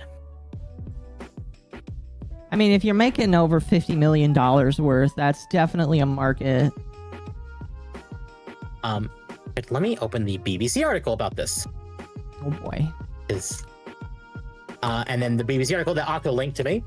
Claire Obscure, how a passion project became 2025's most talked about game. In 2020, at the height of the COVID pandemic, Guillaume Broche, I think that's how you say his name, it was like millions around the world, bored in their job and wanting to do something different. I wish I was bored at my job when I was in pandemic. I just didn't want to get fired. Working for French gaming giant Ubisoft at the time, so he left in 2020 or maybe 2021, around there. He had an idea for his own project, a role-playing game inspired by one of his childhood favorites, the classic Japanese series Final Fantasy. That would become Clair Obscur Expedition 33, which 5 years later has become Station. It sold 1 million copies in just 3 days, topped Spotify's viral charts with its soundtrack, and even won praise from French President Emmanuel Macron. But one of the most remarkable things about it is the story of how it was made. A tale of random Reddit messages, massive luck, and an unusual approach to game development. Expedition 33 is set in Lumiere, a fictional world overshadowed by a huge monolith bearing a glowing numeral on its face. Each year, an entity known as the Paintress emerges and lowers the number by 1, causing everyone of that age to vanish, blah blah blah. It's an intriguing step up from an epic tale, but the game's aesthetic, inspired by 19th century France, and its old school turn-based battles also set it apart. But the conventional wisdom when Guillaume began was that players didn't want something like that. So 5 years ago, he started to recruit people for his passion project, firing out messages on Reddit and online forums to potential colleagues. That was your first mistake, but it worked out. One of those who responded was Jennifer Svedbergian, who was under lockdown in Australia at the time. Oof. I saw a post on Reddit by Guillaume. His Australians got it really bad. Yeah, they had it the worst. I saw a post on Reddit by Guillaume asking for voice actors to record something for free for a demo. He says, I was like, I've never done that, but it sounds kind of cool. So I sent him an audition. Jennifer was originally cast as a major character in the early version of the game, but eventually switched roles to become the team's lead writer. Okay, that's wow. All right. Yeah. Guillaume eventually left Ubisoft and formed Sandfall Interactive to work on Clair Obscur full-time from its base in Montpellier, France. After securing funding from publisher Kepler Interactive, the core team grew to about 30 people. Many of them were found in a similar, unusual manner to Jennifer. Composer Lorian Tester, who had never worked on a video game before, was discovered by a post on music sharing website SoundCloud. I call this the Guillaume effect. He's very good at finding really cool people, says Jennifer. Guillaume more modestly attributes his success rate to COVID, people looking for a creative outlet, and also massive luck. It's always the same story, he says. I have a list of 15 people to contact, and I'm like, okay, I'm probably going to get maybe no one at all. And every time the first one's like, yeah, let's do it. But Guillaume does admit that he targeted people who seemed to be in line with the direction he wanted to take the project. Lorian, when we discussed the game for the first time, we had exactly the same references, he says. We loved the same thing. We watched the same things. The discussions were so fluid.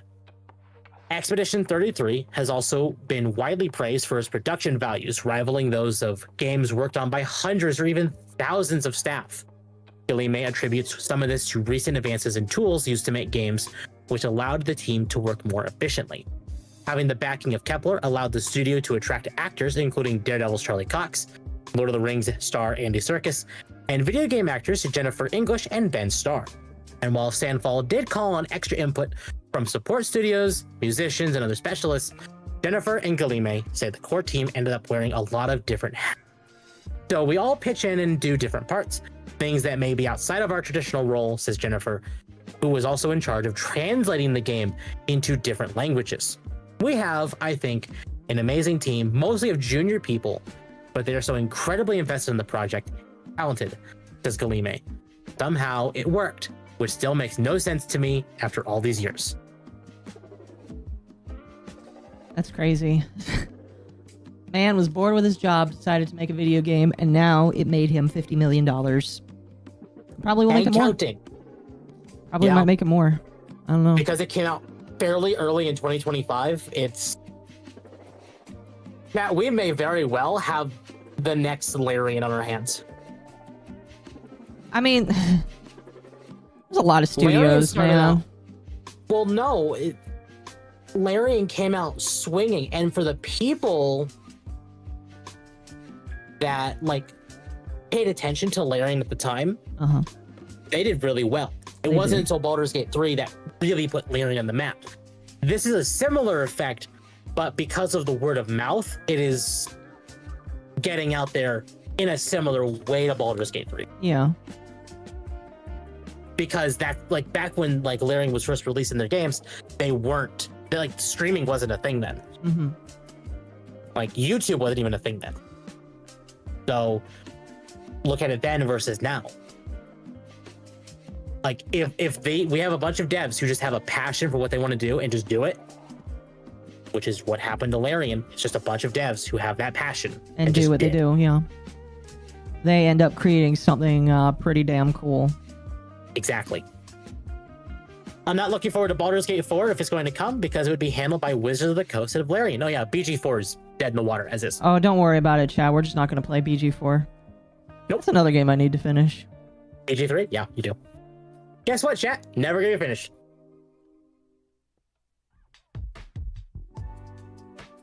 We're not gonna talk about it though. Oh yeah, here. Chat, I'm gonna make this note right now.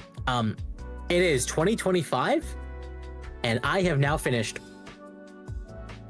6 games this Does year. that matter how many games you finish? 6. We're not in a game finishing Only contest. One of those was streamed. Technically 2. I'll count 2, because one of those is Monster Hunter Wilds, and I did stream the final boss. I don't care. Divinity literally puts them on the map. I said Divinity. What? Never mind. Anyway. So yeah, that's the story of Claire Obscura. No, Claire Obscura. Not Obscura. Obscure. Whatever. Okay. Now for the thing that some of you are probably here for, because we won't be able to get to all of our topics tonight, because I know Akko has the Hassan thing to talk about. No, we can go. We can, like, it's only at midnight, Temp. That means I have about 3 more hours before I really need to go to bed. Okay, cool. Rockstar is delaying their game till 2026. Rockstar delayed their game to May 26th next year. Why?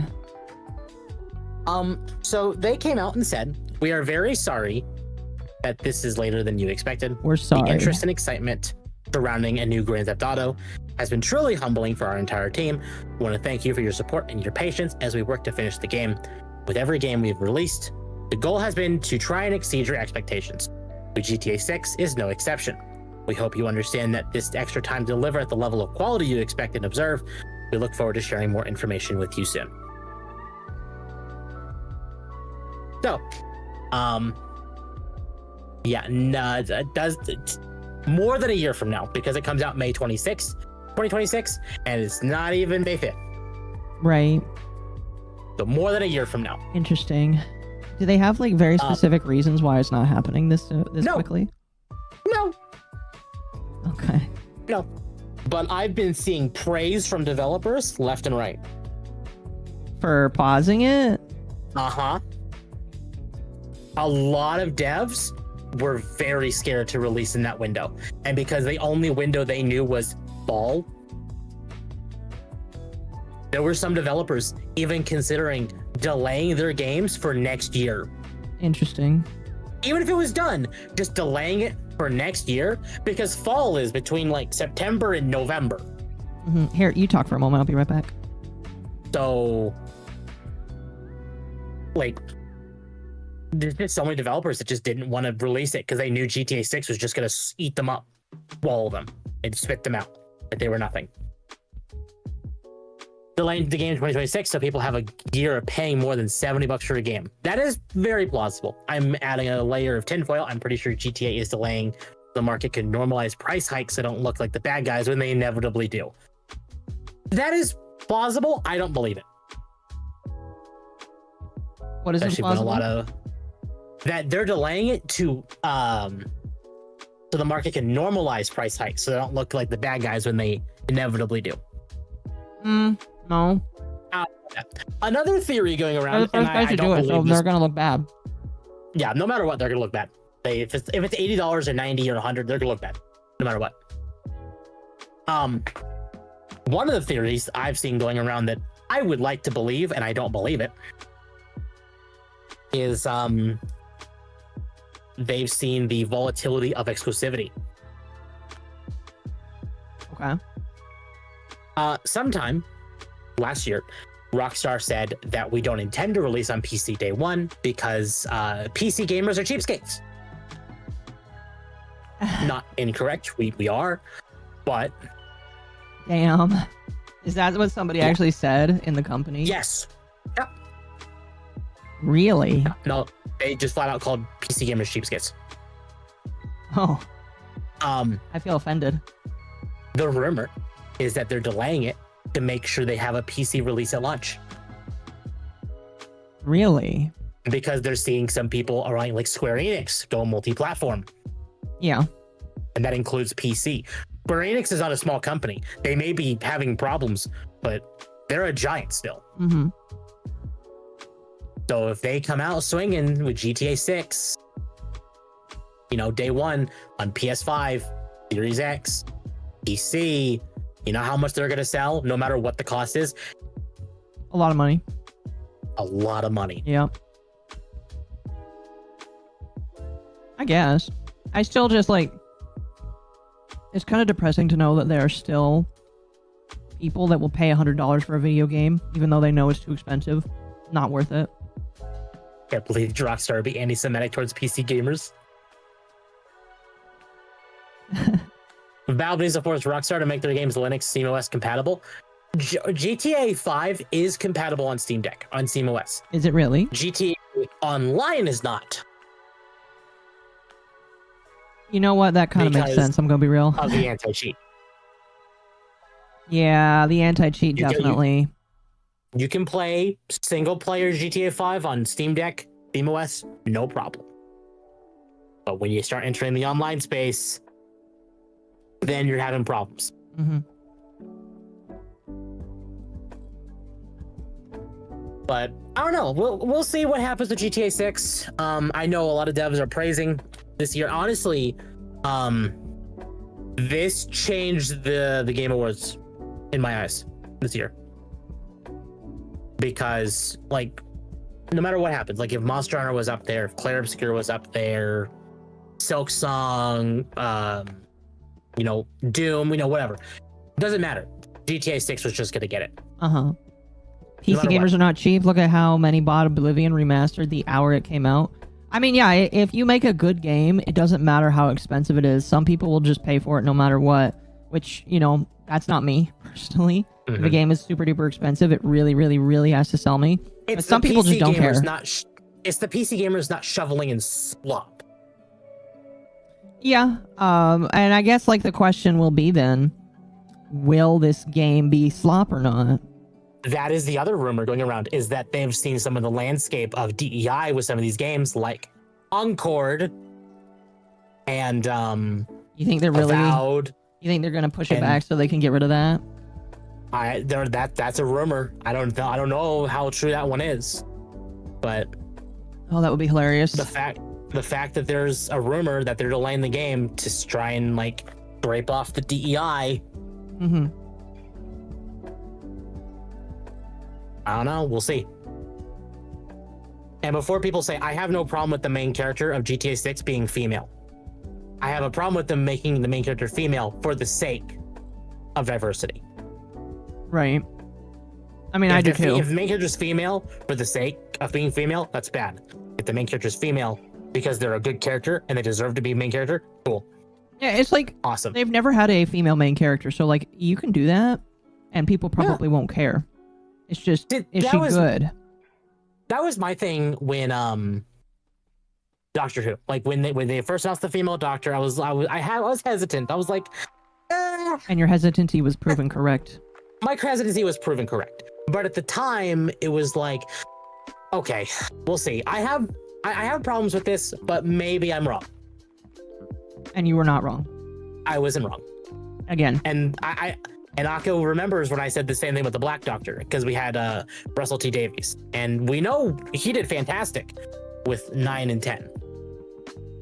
So when we had that he was returning and it was a Black Doctor, I was like, maybe it'll be good. And then the Black Doctor is like breaking the fourth wall and breaking the fourth wall, hurting everybody's feelings. Today. It's not in our docket, but apparently 9 of the 10 worst Doctor Who episodes of all time are from the current Black Doctor. That's racist, man. That's racist. Chat, you racist. Can't believe you guys don't like the Black Doctor. So yeah, we'll see. We will see what's going on with GTA 6. No matter what, we will hear about it. No matter what, we will report on it, because GTA 6 is the big news. It is the biggest of news. Mm-hmm. Well, that is until this.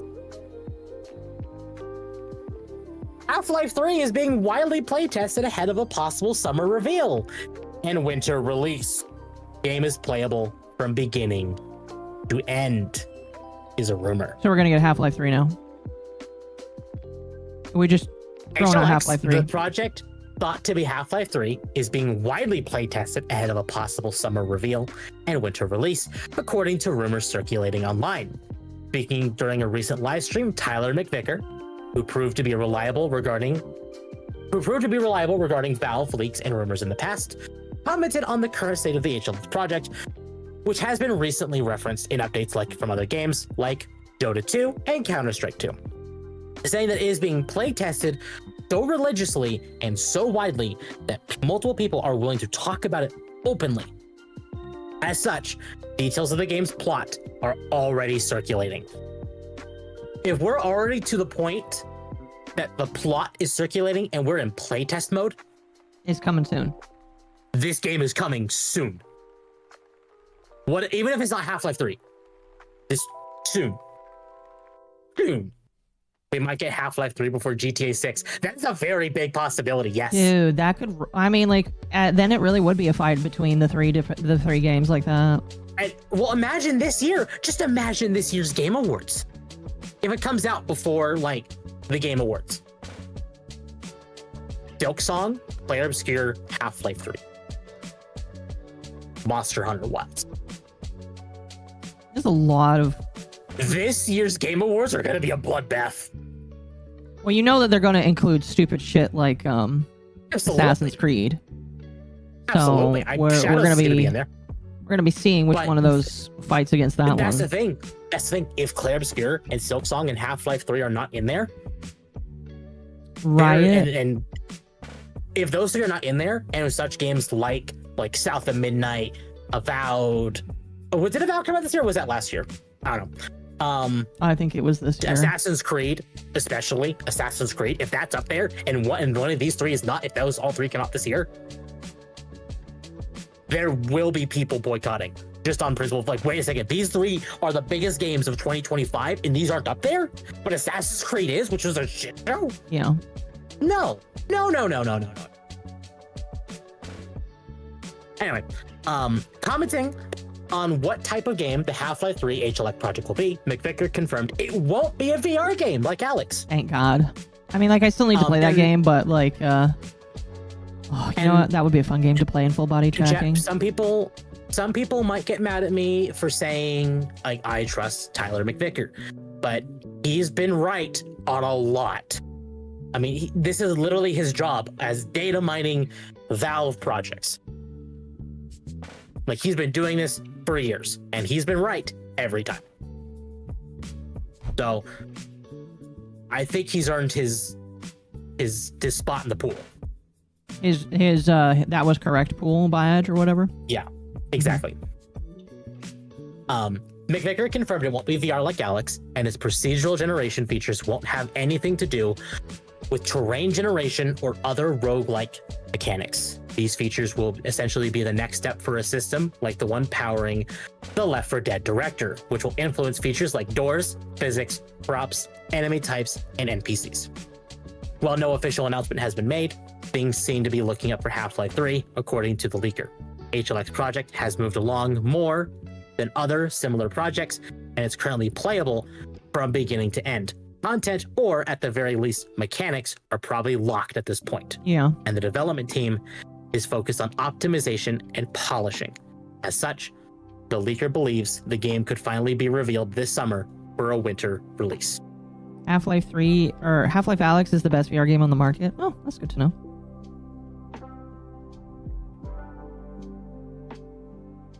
Tell you what, chat, if Half-Life 3 comes out this year, that's going to make the internet explode. In a good way, obviously. In a good way. Because if we have another first-person shooter story game that doesn't do DEI, because there's no evidence that Valve has done it.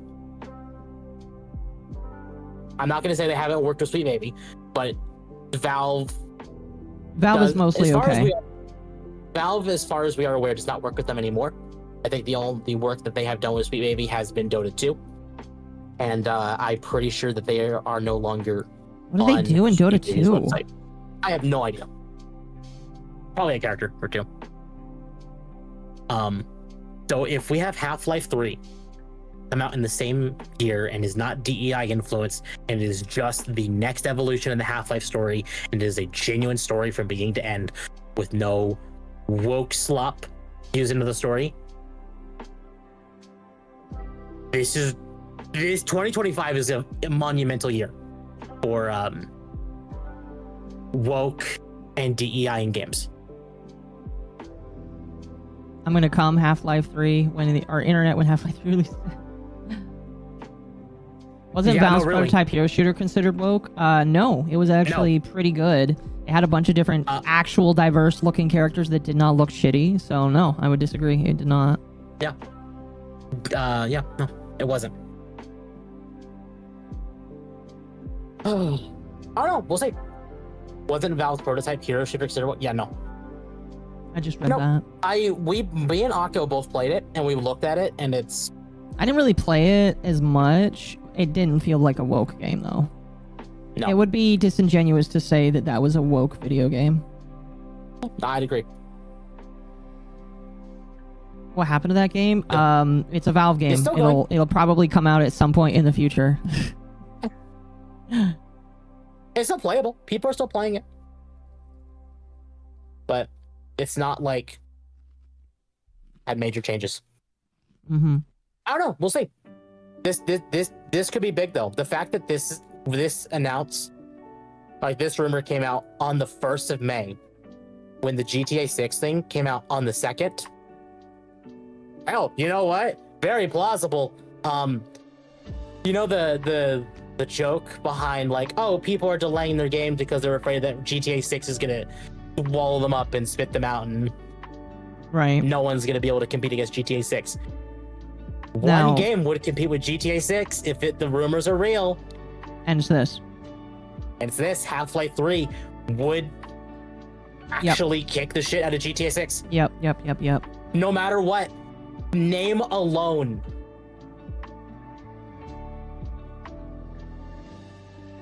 Name alone what? Name alone, Half-Life 3 would sell millions. Does not matter if it's good. Just the fact it's Half-Life 3. I don't know. I feel like if it was a DEI infused nightmare, some people wouldn't be too happy with it. I mean, I agree with that, but I think people would buy it for like the meme alone. You think so? Yeah, absolutely. I guess fair enough. So I don't know. We'll see. But yeah, like the fact that I actually believe this because they said summer reveal. And Valve is very much known to work with Jeff Keighley time and time again. That lines up with Summer Game Fest, which is what I've been saying. I forgot that Summer Game Fest was also by Jeff Keighley. Huh? It's too powerful to be stamped out. Oh man. Yeah, no, it is. Yeah. Like Half-Life is probably the only game that would kick GTA 6 in the teeth. So much violence, chat. Half-Life 3 has power, but I don't know GTA power. Half-Life has meme power. This is true. Valve does have a lot of meme-related power in some of their stuff, so, you know, I could agree with that. Well, Half-Life 3's been a meme since Half-Life 2 came out. Well, yeah, true. I mean, like, there's so many videos on the internet that exist about just, like, Half-Life 3 that, yeah, no, I could agree with that. Like, since Half-Life 2 came out, we've gotten GTA 4, 5, and we're close to 6. And now the fact that we're in an era that of Half-Life 3 could potentially release before GTA 6. Valve could probably sell it for $40 and still make a profit. If Valve sold it for $40 and not $70, there's no way they're just selling it. There is no way they're selling it for $40. I'm telling you right now, that is not happening. I think at the very least $60. Yeah, $60 minimum. Definitely Half-Life a 60 changed minimum. the gaming landscape twice. I think most people would buy it because of Half-Life 1 and 2 and not memes. Oh, I think it's both. I think it's both. Because I don't know. We'll see. You don't know. But I think this is real. Excuse I think me. this is true. Half-Life 3 was still $20 and still profit of break even. Half-Life 3 will come out and probably like I don't know. You don't know? I don't know. No matter what, it's gonna be a big event. It definitely will. Yeah, it definitely will be. God better Like- not touch Gabe until then. Yes. I don't know. We'll see. All right. So chat. Well, I guess on the note of like sales numbers, because we're talking about Clear Obscure with sales numbers. Elden Ring recently sold 30 million copies. Really? Yep. That's pretty good. Let's see. When was At that? a Like standard price, 2019? it would slap 2019? 2021. 21? No. 22, I believe. March 22. 22. Okay. Because FromSoft has kind of been working in like an annual release kind of format. Their Elden Ring came out in 22. Armored Core 6 came out in 23. Shadow of the Erdtree came out in 24. Elden Ring Night Rain is coming out I need this to year. finish that too. And then the new game, the Bloodborne Light game, is coming out next year. Wow, they really do put out a new game every single year. They must have multiple teams. Yeah, no, they do. Do you think the DEI stop will affect the newest Pokemon game? Absolutely. It's Nintendo. I'm sorry. Nintendo was over a long time ago. I'm waiting for the next Nintendo Pokemon game to be in South Africa. So I guess chat, Portal 3 Half-Life 3 bundle for 90. For 90, people would still buy it because it's two massive titles It's for two Valve. games, $45 each. Yep. Saw them both for 50 a separate or 45 each. People would definitely buy that. I'd buy it for 90, absolutely, because you know what? They're both probably fantastic. Some Valve dingus. has not given us Oh, go ahead. any reason to not trust them. Victor says some dingus said that popular or claiming Souls games aren't popular. That they carried an entire company.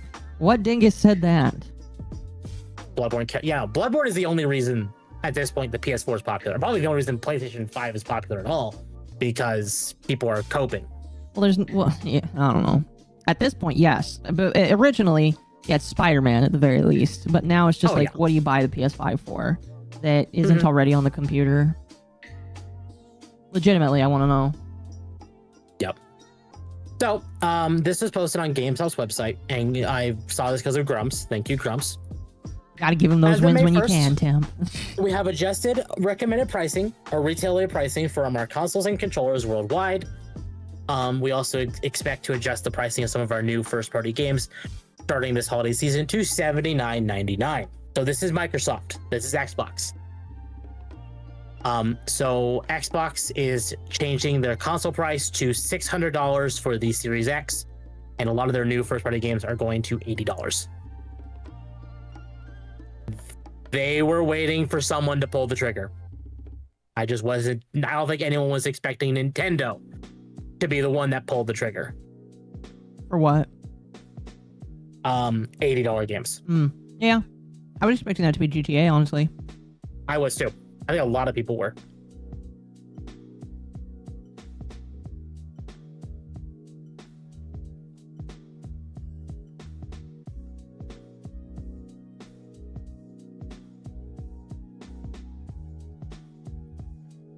All right, let's see. I guess I don't know Grumps, because he worked on WoW. He had a specific note about this. WoW is introducing a one-button auto rotation. They're making it easier to play WoW. We would have never done this in the original. What happened to retail WoW and the player base since I left? This is the stupidest decision I have ever heard of. I'm assuming this is Grumps saying this? This is Grumps saying this. Okay. We used to talk about how over-automation in gameplay ruins the experience. Has the game gotten so complicated that this is now necessary? How is this fun? How is this enriching interactivity and gameplay? So the single button assistant increases the time between using abilities by 0.2 seconds. Faster rotation of damage spells using the single button assistant. That sounds so fucking lame. They're adding journal mode to WoW.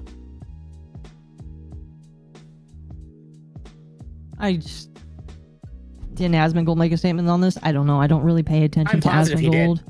Asmongold kind of has a comment for damn near everything, it seems like. So probably. Well, he's also he played WoW. Yeah, WoW is like his main thing, isn't it? WoW is his main thing, yeah. So, if anything, I would be surprised if he didn't. Right. It's for disabled people, and I say that respectfully. I hope that's the case. I do. Because, for disabled people, I get it.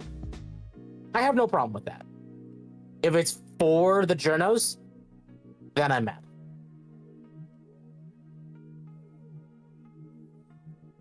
I don't know. Maybe that's a wrong take.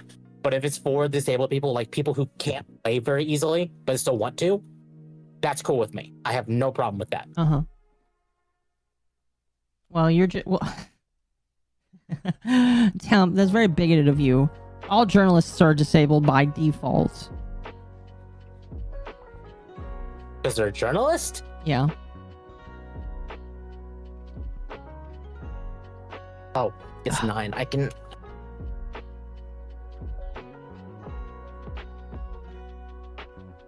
Am I wrong, chat? Please tell me I'm wrong. If I'm being hyper bigoted, let me know if I'm wrong, but I don't feel like I'm wrong.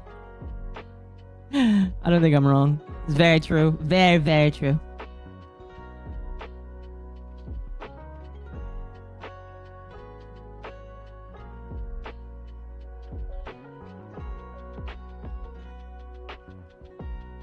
All right.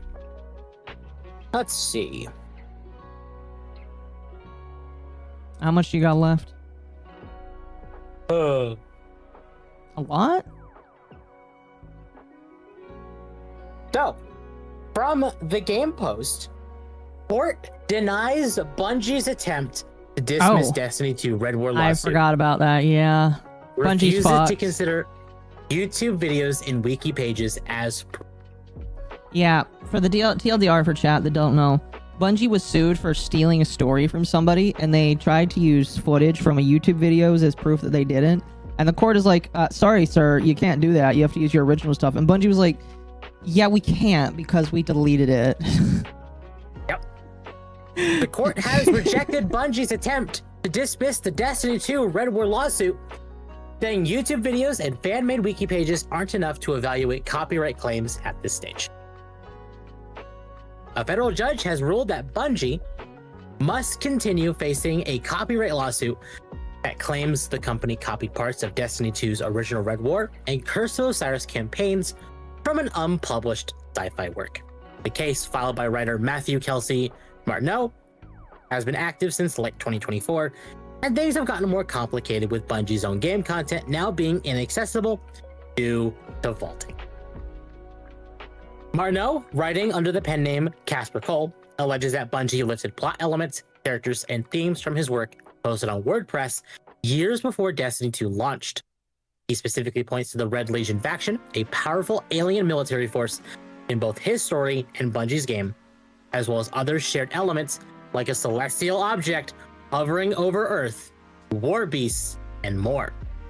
Bungie responded in late 2024 with a motion to dismiss, calling the allegations vague and unsubstantiated.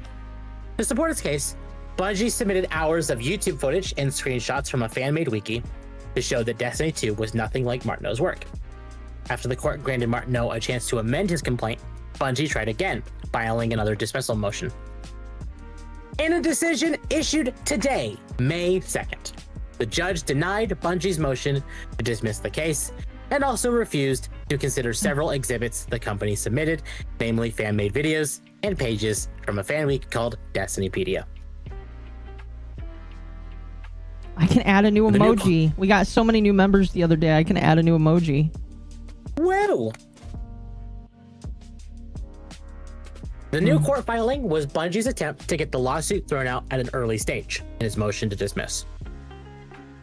Bungie included links to fan-recorded YouTube videos and summaries from Destinypedia to show the content Martineau was accusing it of copying, since the original campaign was removed from Destiny 2 years ago and can't be accessed anymore.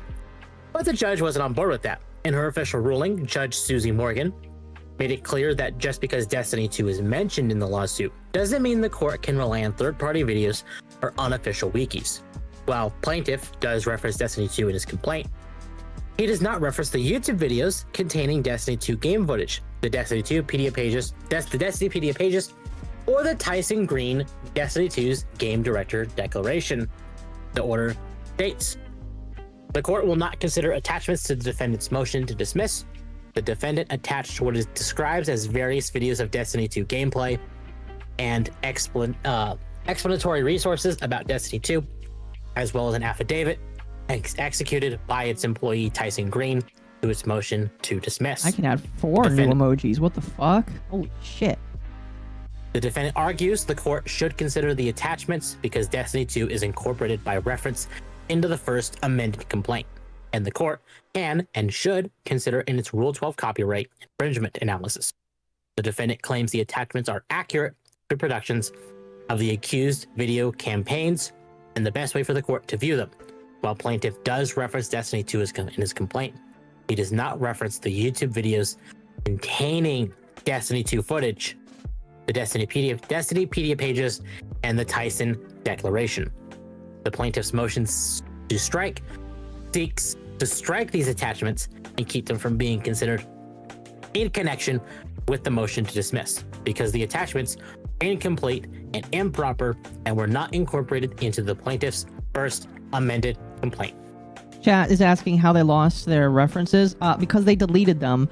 This is something that is very poor planning on Bungie's side. This is why I'm never playing Destiny ever again, and why you should never play Destiny ever again. They deleted their store because back then they were like, we have to shave off some of the game because it's getting too big, mostly for console players. Actually, I think it's entirely exclusively because of those people from console players. And they did this, and then I don't think they realized that they deleted the game for themselves. For some reason, they deleted it without making any backups of the original data of this game. So you can't actually play it anymore. And what sucks is, I'm pretty sure that if you just buy the game raw, like an old copy of the game, like I don't know if they ever had physical, like once you update it, you just can't play the old shit anymore. Yep. So, by the way, chat, I assume we're almost done. How many more stories do we got? Destiny, Crunchyroll, and Chrono Trigger. Okay. After this, we'll read Supas because we haven't read them in a while. Bungie archived the original code that comprised the Red War and Curse of Osiris campaigns, known as the Legacy builds. Game director Tyson Green. The declaration reads, however, the Red War and Curse of Osiris legacy builds can no longer run because their outdated code is incompatible with Destiny 2's underlying operational framework, which has evolved considerably since Red War and Curse of Osiris were retired. As a result, Bungie cannot feasibly provide the court with the original Destiny 2 game as it existed in 2017, including the accused Red War and Curse of Osiris campaigns, in any operable or reviewable form. Nor will Bungie be able to proceed the accused campaigns in operable or reviewable form. This matter proceeds to formal discovery. The judge emphasized that Destiny 2's campaigns, like Red War and Curse of Osiris, are no longer available, and Bungie admitted there's no way to play them or review them in their original form. Because of that, the court couldn't do the usual side-by-side comparison to determine if there's actual copyright infringement. Bungie's solution, fan-made videos, just wasn't good enough.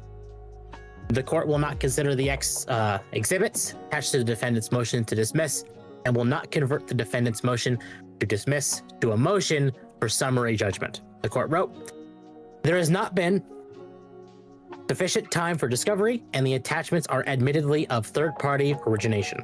Their authenticity has not been established." Bungie F themselves. I mean, like, they kind of F themselves in more ways than one, because again, it's just like, why would you delete your shit? It boggles my, I don't feel like I need to ask it multiple times, but it boggles my mind that they deleted their old game. Like, why would you do that? Why would you just delete your old video game like that? What possesses you to do something like that? I just don't get it. Like, I don't know if Dunderstruck is the right word, but like, I'm out. I don't get it. Oh. This case is markedly different from those defendant sites, unlike the Gottlieb development, Rucker, and Valerie. Even if the court had access to Destiny 2, a side-by-side comparison in this case would require the court to compare completely different formats, a collection of short written works, and a video game, rather than compare a brief movie scene and a copyright for a pinball machine. Like in Gottlieb development, or compare two books like in Rucker and Valerie, it appears the defendant is asking the court to compare a collection of short writings to 1 13+ hours of third-party originated YouTube videos of Destiny 2, and 2 several third-party originated online Destinypedia pages. This case is distinguishable from Randolph 2 because of the length of the Destiny 2 videos and the 13 Destinypedia pages defendant submitted, and the fact that this case involves adult science fiction works, while Randolph 2 involved less complex works made for children.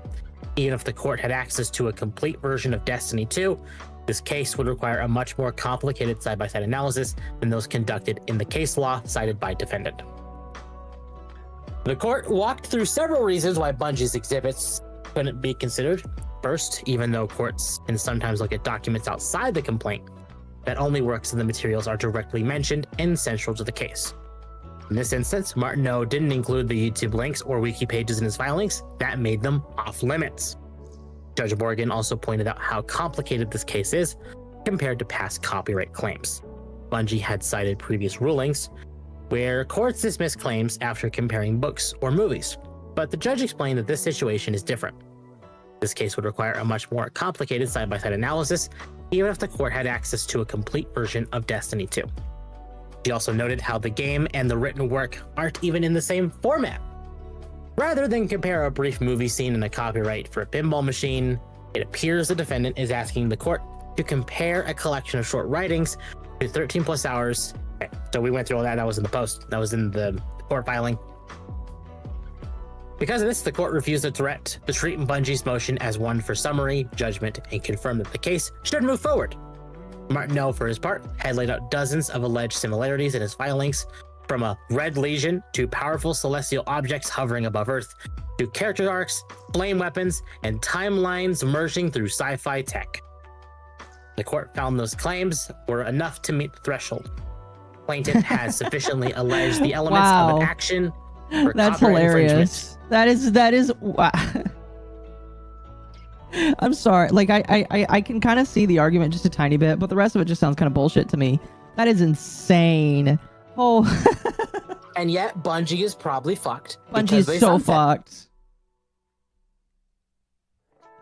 Sorry, I finished what you were saying. I'm sorry for No, that was it. I was done. They even listed the full 16-page document. I might send this to Ava. Heck, you know, I will. If oh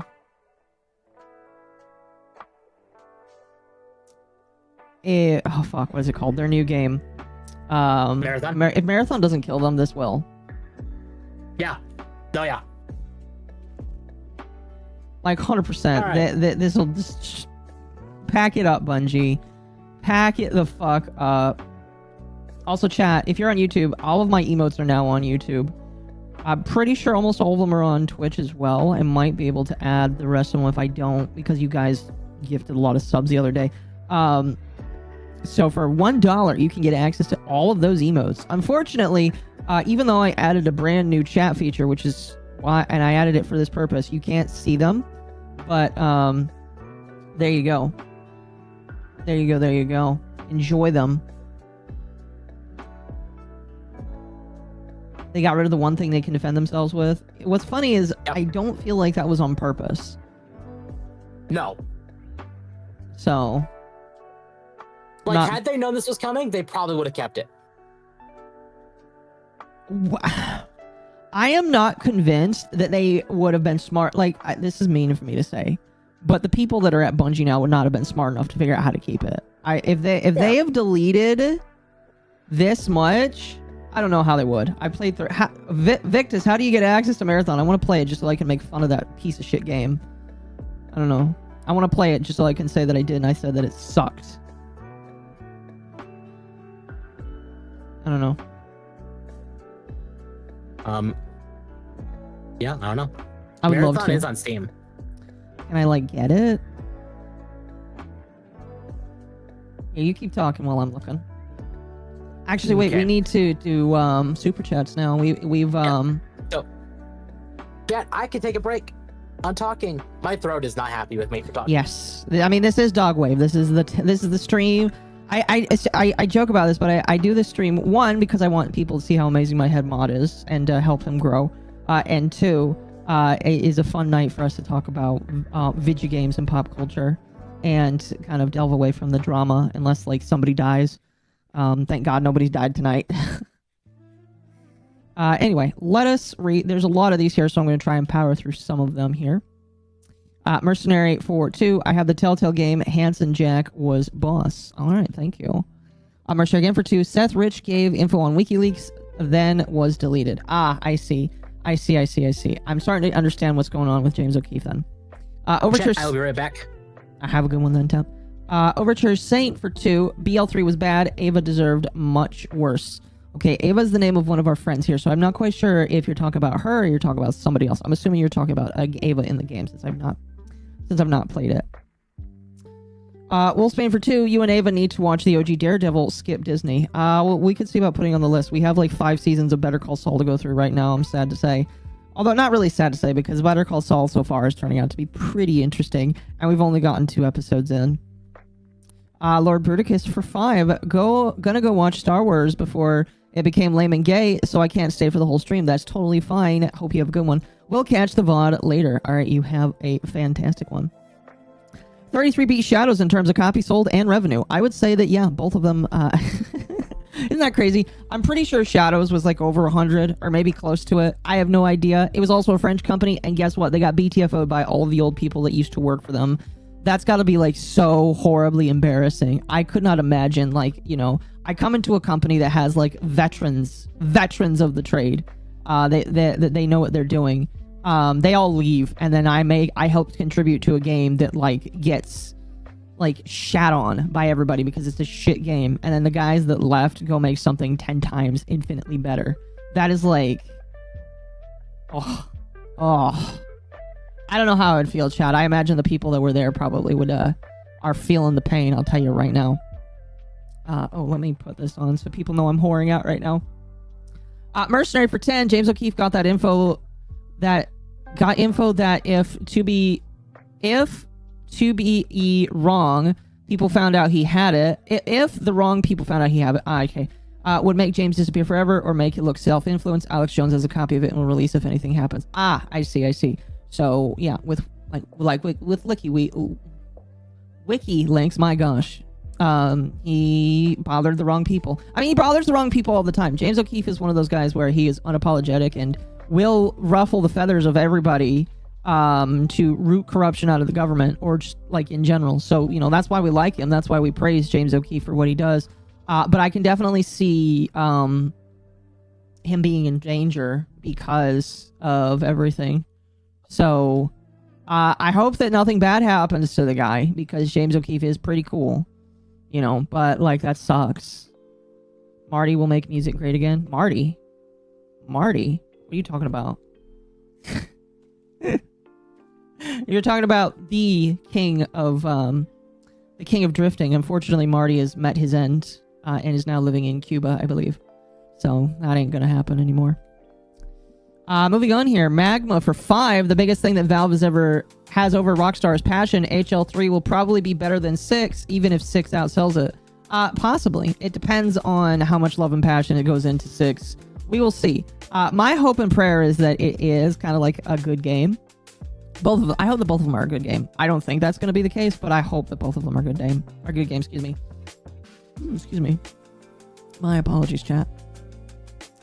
Fast and for 5. Dr. Freeman, I think I will transition. Prepare for extraordinary consequences of cataclysmic proportions.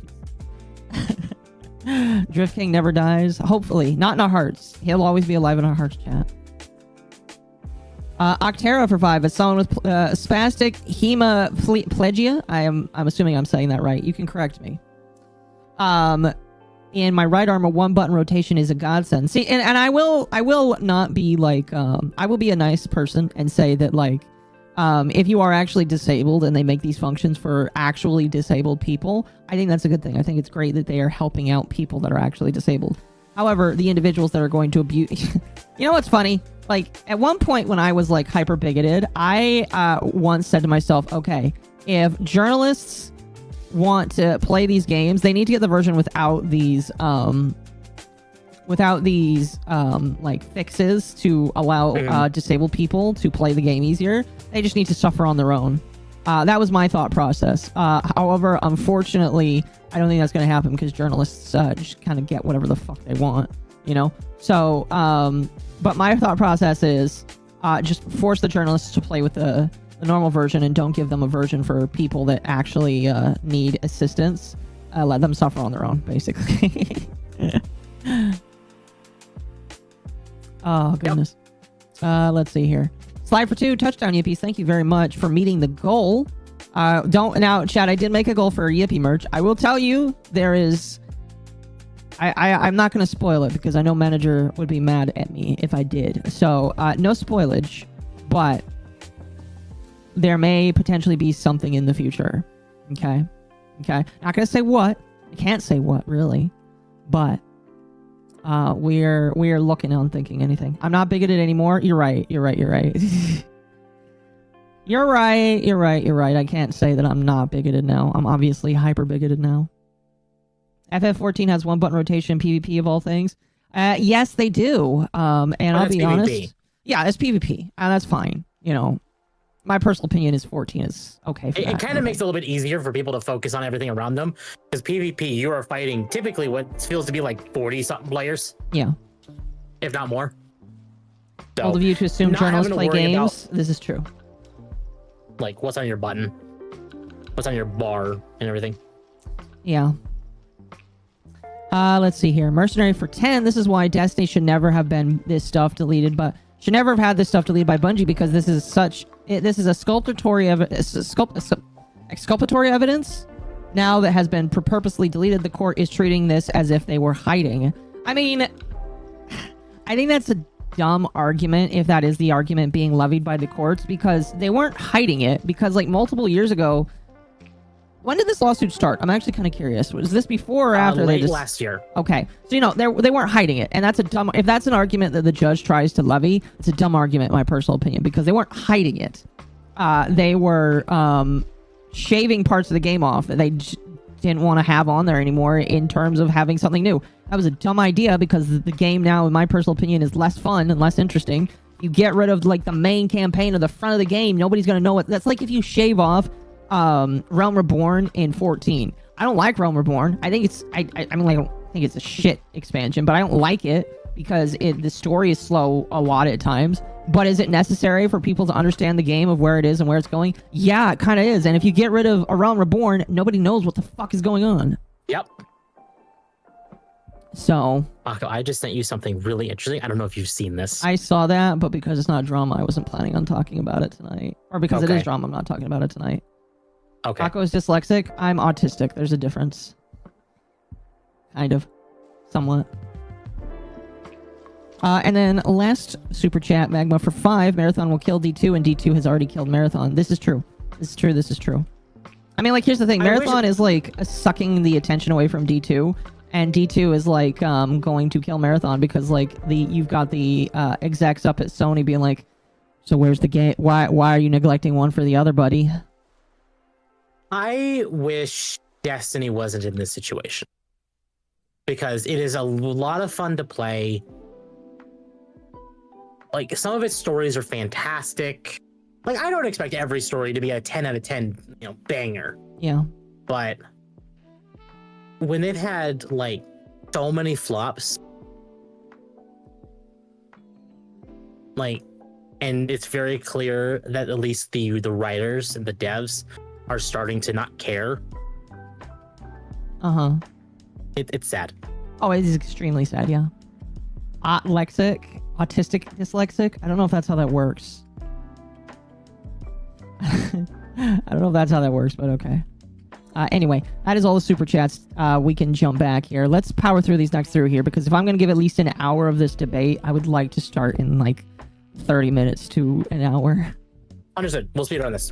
Apparently, Yuji Horii confirmed a Chrono Trigger remake during an interview at Comic-Con Naples. He then said through a translator, "You have heard nothing," after apparently realizing what just happened. Oh, he accidentally confirmed it? That's hilarious. Now, there's another thing that says, that there was the footage from the event is out, and Horii himself never actually says anything about a remake of Chrono Trigger, like at all. It was all the interpreter. Sorry to burst everyone's bubbles, from Gematsu. Oh, so the interpreter ball busted people then. We'll see. I would not be surprised if it was development, because Chrono Trigger is like, it was a Toriyama project. Isn't that like a cult classic? Yes. Yeah, like a lot of people really love Chrono Trigger. Yeah, exactly. So we'll see if it's real, but I mean, I'm assuming a lot of people will be really happy if it was, so let's hope it is. Yep. I mean, I'm so sick of remakes, man. Remakes, remasters. In its defense, this is a very old game. Yeah, but can't we just make another one? They have. None of them have been able to have the same success. Oh, well, fine.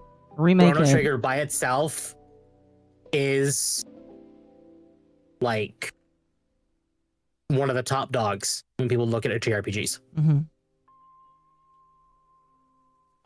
It was the RPG? Okay. Yeah. People are asking when it comes to this to do it in the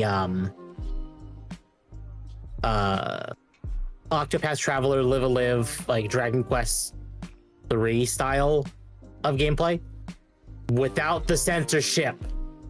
Where no censorship, please. Yeah. Let me pull up. Doubt that's that you're gonna get that though. No, yeah, it'll be censored.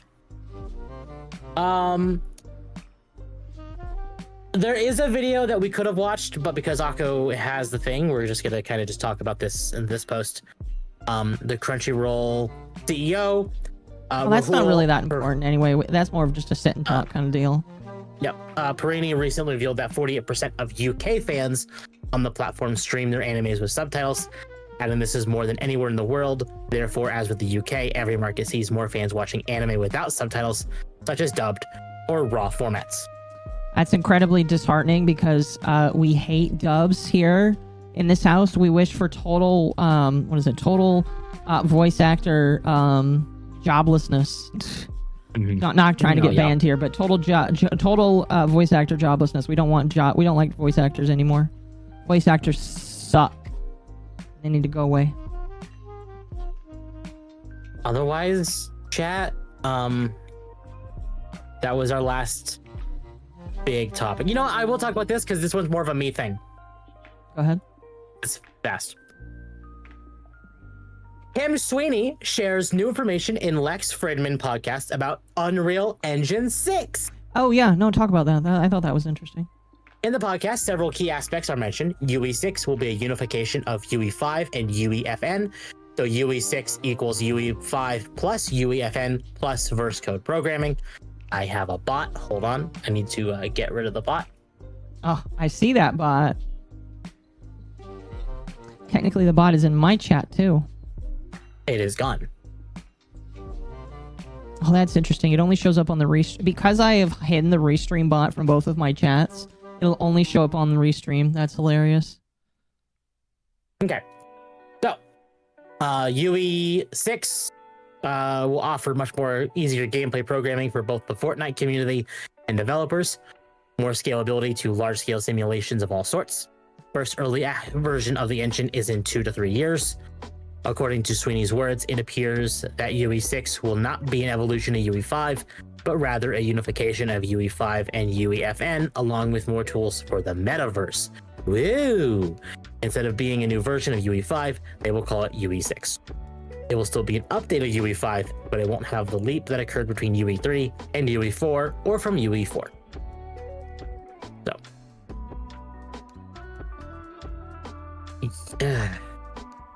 Chad, I have mixed opinions about UE5. I've been fighting with it. Oh, you too?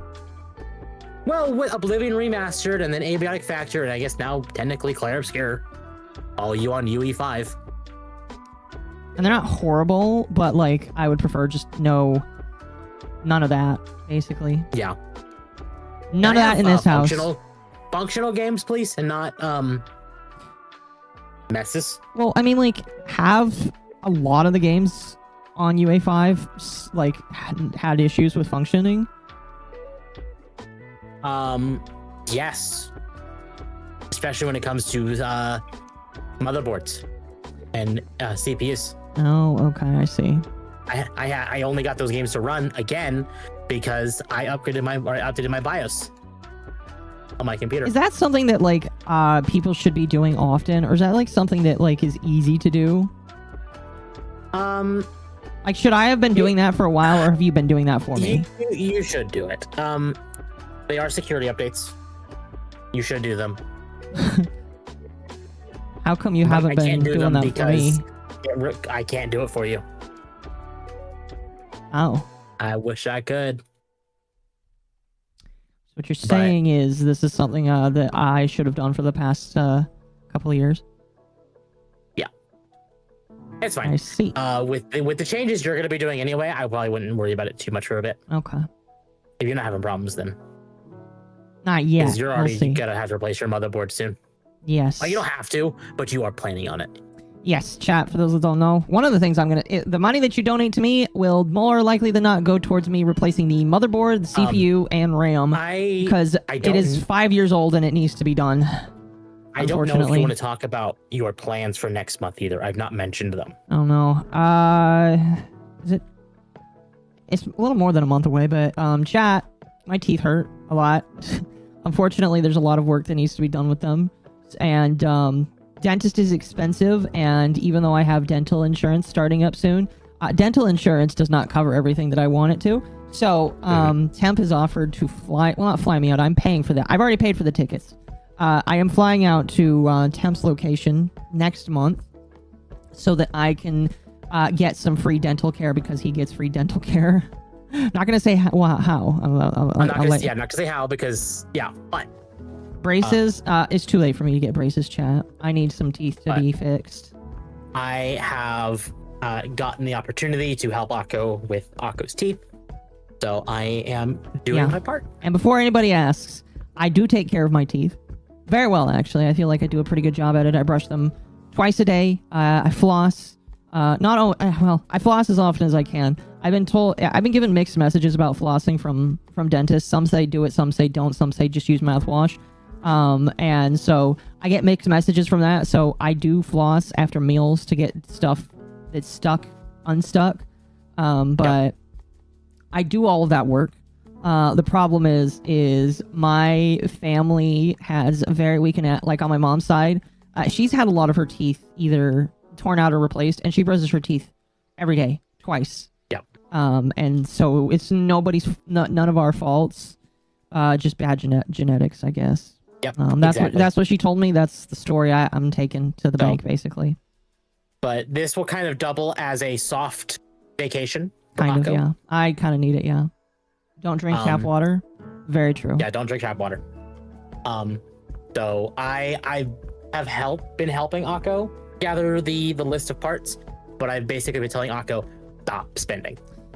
Well, I mean, like, I haven't really been spending a lot of money right now anyway. I've been, ever since, like, I moved, I've just been in a saving binge, and YouTube's been very helpful because I've been able to save money to actually, like, take this vacation and not worry.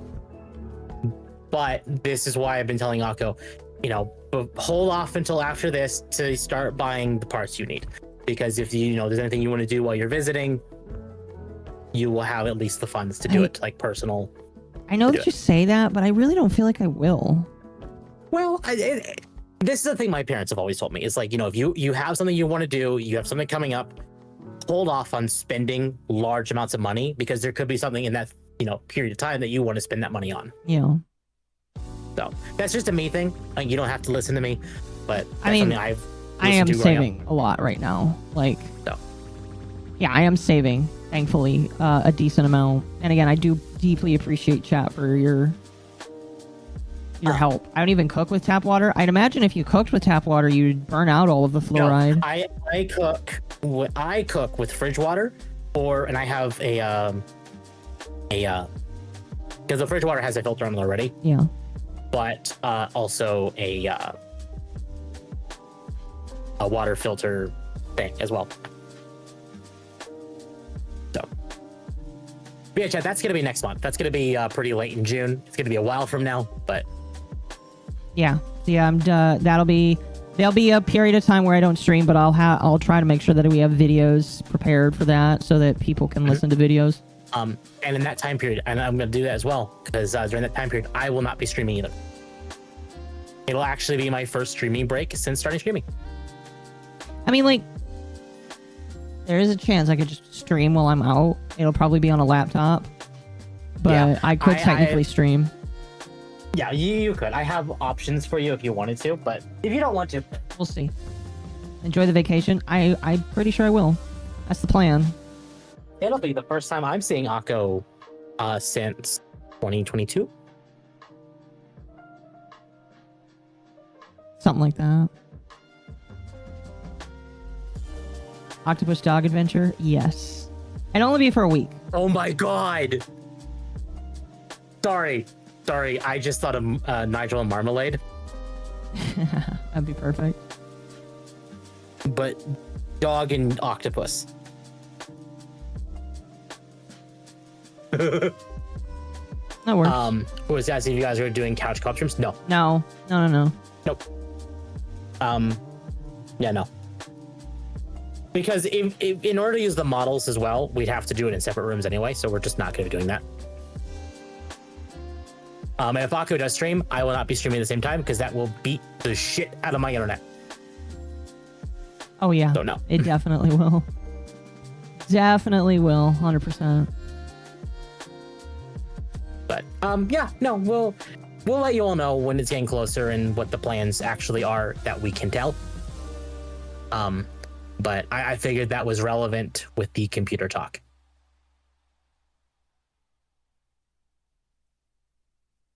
Yeah, I would say so. Akko's going to temp force him to play Mass Effect. Octodog Traveler, I'll get the rope. Oh no. Now, chat, for those that said don't use a toothpaste, don't worry, I buy special toothpaste. It's actually toothpaste that helps rebuild enamel or some shit like that. I don't know how true that is, but like it's supposed to be quote unquote helpful with rebuilding the enamel in my teeth. So. And chat, that is actually the last of our topics tonight.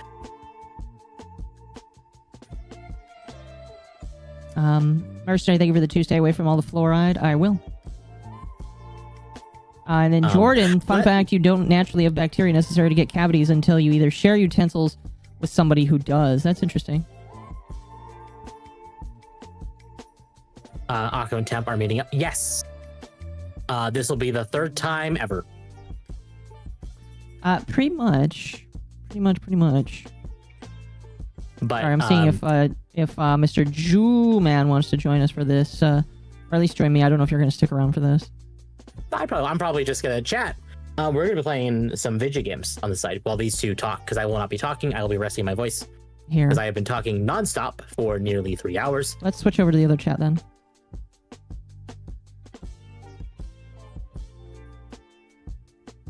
There we go. Yeah. What brand? Hold on. What is it called? Let me go grab it. We are probably gonna game chat. What I'm thinking, we might play Isaac, because Isaac has been quite popular for when I stream.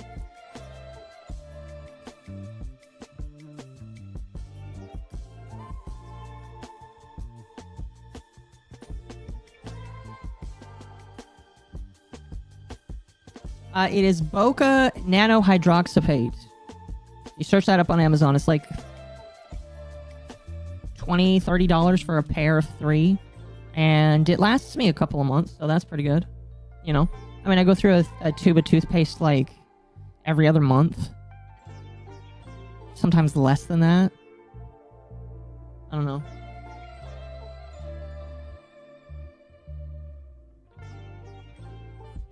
All right, we have this debate pulled up. I told Bull he could jump in if he wanted to. I'm gonna tell Gator if he really wants to jump in, he can.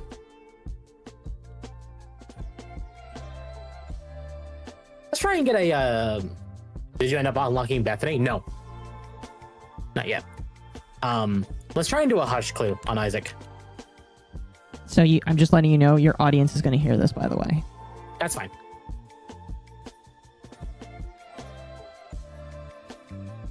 Okay. Want to say really quickly again, Chad, thank you so much for the love tonight. It's very much appreciated.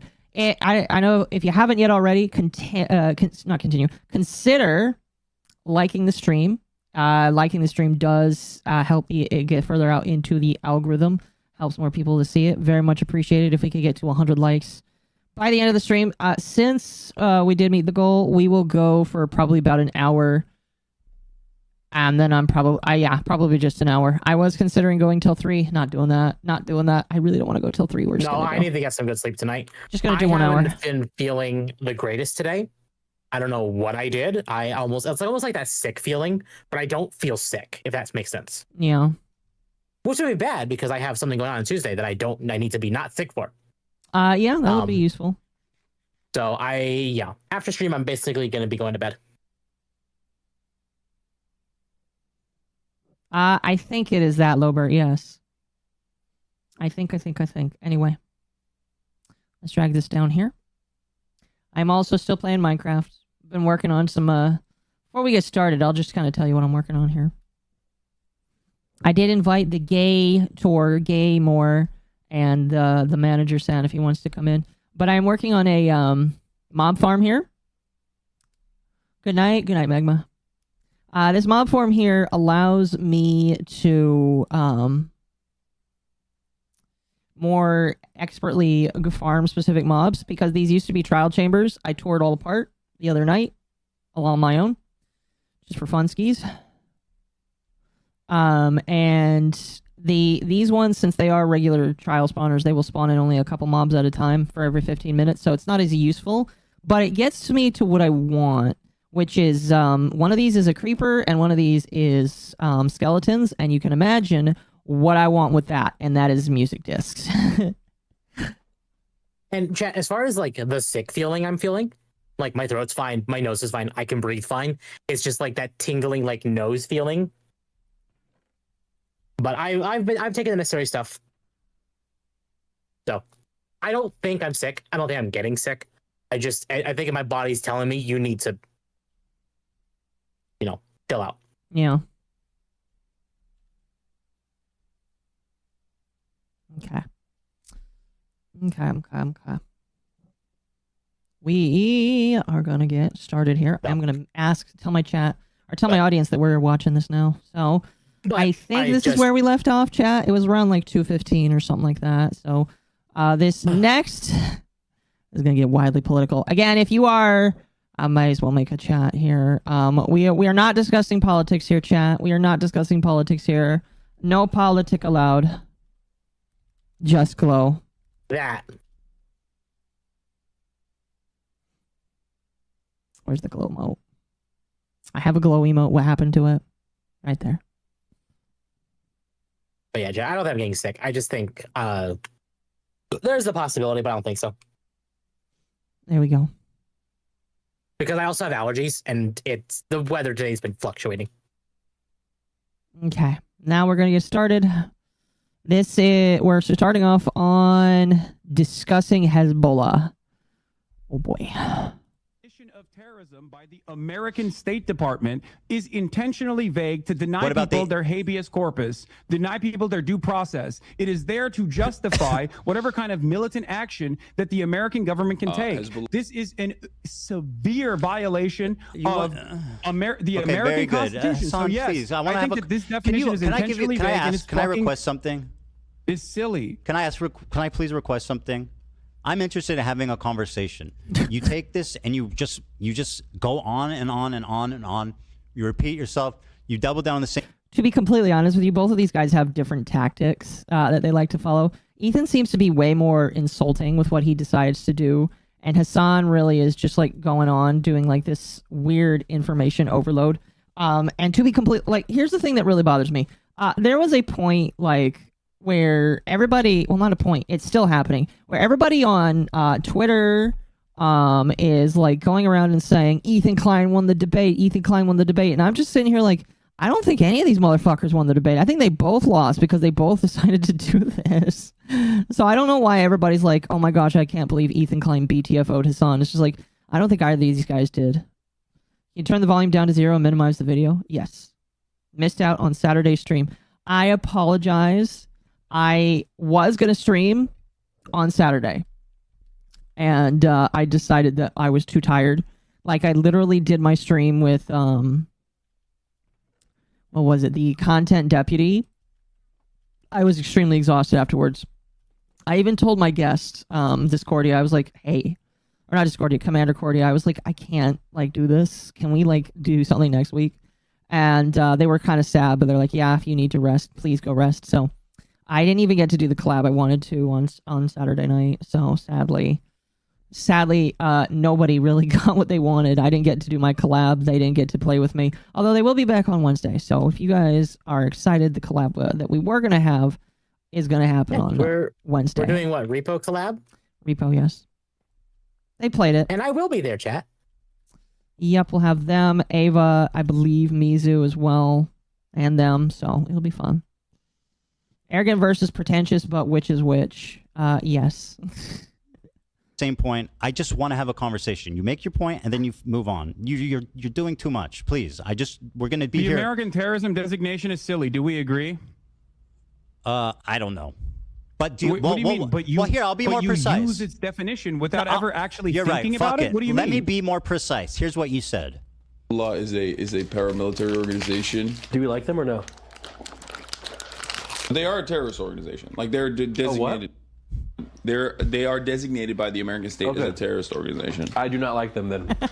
Well, I love how he again, politics aside, I love how he's like, oh, they are a terrorist organization, and then his buddy's like, oh, then I don't like them. Then I don't like them. Period. Paco, we have the bull. Oh, hello.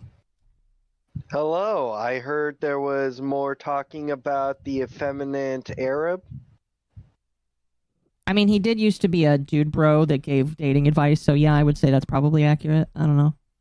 Yeah, and then, he got too much estrogen in his system and then decided to dress up in a maid outfit. Damn. I mean, that is like a femboy thing to do, so I don't know. I would go too hard on that, but how are you doing tonight?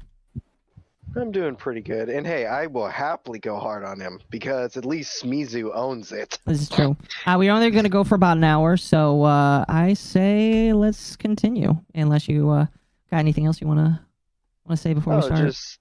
I was just going to say it has been quite interesting how people have been seeing the debate. And oh dear God, it is fucking great. Okay, have you listened to the whole thing? Happy. The whole Hassan versus Ethan debate? Yes. Yeah, I told you I was watching it while at work, and I wanted to blow my brains out listening to it a second time. So, who won? Who do you think won? Okay, so if you're telling me I have to pick a winner, I'll say Ethan. But in reality, this was a no one won. No, I agree. They are so shit. Both I agree. of them lost. No, I 100% agree. I think that there really isn't a winner because Ethan is like too harsh, too fast, too just trying to get all his insults out, which, you know, he does have some legitimate reasons to be upset and angry at Hassan, but he like lets his rage direct too much of the conversation. And it does not allow for him to actually have a legitimate, like, good debate. And with Hassan, it's just like Hassan doesn't know how to debate, so he's just going to throw out random things trying to use them as ways to prove his point. And, you know, that too, he is a liar. Doesn't give a shit about women. No, yeah, that is also correct. Yes, Hassan is definitely a liar, so, yeah. You call a Turk an Arab rage? What the fuck? That is a fatwa. Call him right there. Well, he is Jewish, so he's going to get things wrong sometimes. There's already fatwa on me. I can't have double the fatwa, can I? All right, let's continue. Like, I like what you like. I don't have an issue with them, let's just say. What did you mean by that? You do not have an issue with Hezbollah. Okay, yeah, thank you for asking. Exactly. All right, let me explain. I do not have a single issue with the way that Hezbollah has defended southern Lebanon. Me neither, I do not have a single issue with Hezbollah as a form of militancy trying to incur penalties on the genocidal state of Israel. Because if you recognize that it is a genocide, then what is the expectation from other parties involved in the region? The very fact that other countries, other countries are not also up in arms is ridiculous, considering that Israel is a belligerent force that is destroying everything in the fucking region because it has an underlying exterminationist policy. And you agree with that because it's a genocide. You said it's a genocide. No one else has a fucking belligerent stance. No one else is a belligerent at all throughout the entire fucking region. You know, the Middle East, it's the most peaceful region, guys. Didn't you know this? I will say, when people are highly religious, they are definitely going to have a more belligerent stance on things. That's just how kind of it goes. Yeah, and just the fact that he says this shit, it's like, motherfucker, you literally were hanging with terrorists. You are a self-admitted propagandist. This is such a clown show. Oh, it definitely is. It definitely is. I get. You know what's really funny is I think you were there the other night when I had like a person who said they were from Palestine. And they're like, oh, I love Hassan and what he's done. And I'm just sitting here like, how can you love what he's done? He's lied multiple times about you, your people, and your cause. I don't understand how people can be okay with what he's done. It's just like, I'm sure that there's like an easier way to have a conversation about those people, but he does not like, it's not a good conversation. He's not the one for the conversation. There's probably somebody better for it, and it is not Hassan Piker. I'm telling you right now. No, I'll put it to you this way. If you are from the region and you're saying that you're backing Hassan, my brother in Christ, you do not realize. Oh, it's not brother in Christ. It's not brother in Christ. It would be sorry, Allah, I think. In Allah. My Habibi in Allah. You are going to be backing the person who is actively going to make people hate you more. How did you get on there? Like there is going to be legitimately people who see Hassan is like, you know, advertising for these people and are going to be like, oh, well, just on business, I hate them because Hassan. Yeah. Like, what the fuck? Same with, like, Israel. Like, I'm sorry, I would not want Ethan to be a spokesman. No, I agree. Ethan is not a good spokesperson for Israel. He's way too emotional in it. And that clouds his judgment. Yeah, if either of these idiots endorse something, I think it's a safe bet to walk the fuck away. Go in the opposite direction. Amen. Yeah, I would agree. I would agree. Much to everyone's anger, Twitch is enabling him. Well, Twitch has got people on the inside of it that are okay with enabling him. That's why. Also, Yeah, Magma, I thought you said you were going to bed. I don't want to keep you up. Magma's too addicted. He's addicted to the drama. That's fair. I don't want you to get late for work or something, Magma. So make sure you get some rest. Nah, he's a military monkey. He's used to this. Oh, fair enough. All right, let's continue. So what is the expectation? Please, this conversation is becoming impossible if you don't just stop talking for a minute and allow me to respond. Okay, now respond. Thank you. Hezbollah, when it was first founded, I think was a noble thing, right, of defending Lebanon from the IDF invasion, and they were successful in sending them back to Israel. Now, since then, a lot of terrible shit has happened, right? And you sat there and you said, I do not have a problem with them. So do you not have a problem with what the Hezbollah did in Syria, mass murdering civilians on the behest of Assad? Can you find a single instance where I've actually said I have no problem with Hezbollah's actions in Syria? You said I don't have a problem with Hezbollah. No, that specifically. You know what's so funny? Do you feel like that is the entirety of my conversation? Because I have talked about Hezbollah's actions in Syria, as a matter of fact, and I do have a problem You're with that. precise with your words, right? I don't think that harming civilians You literally is in any way, said you shape, don't or have form. a problem with them. That encompasses you don't have a problem with what they did in Syria. You have rocks for brains. You are so Coomer brained. You can't fucking pass this through your head.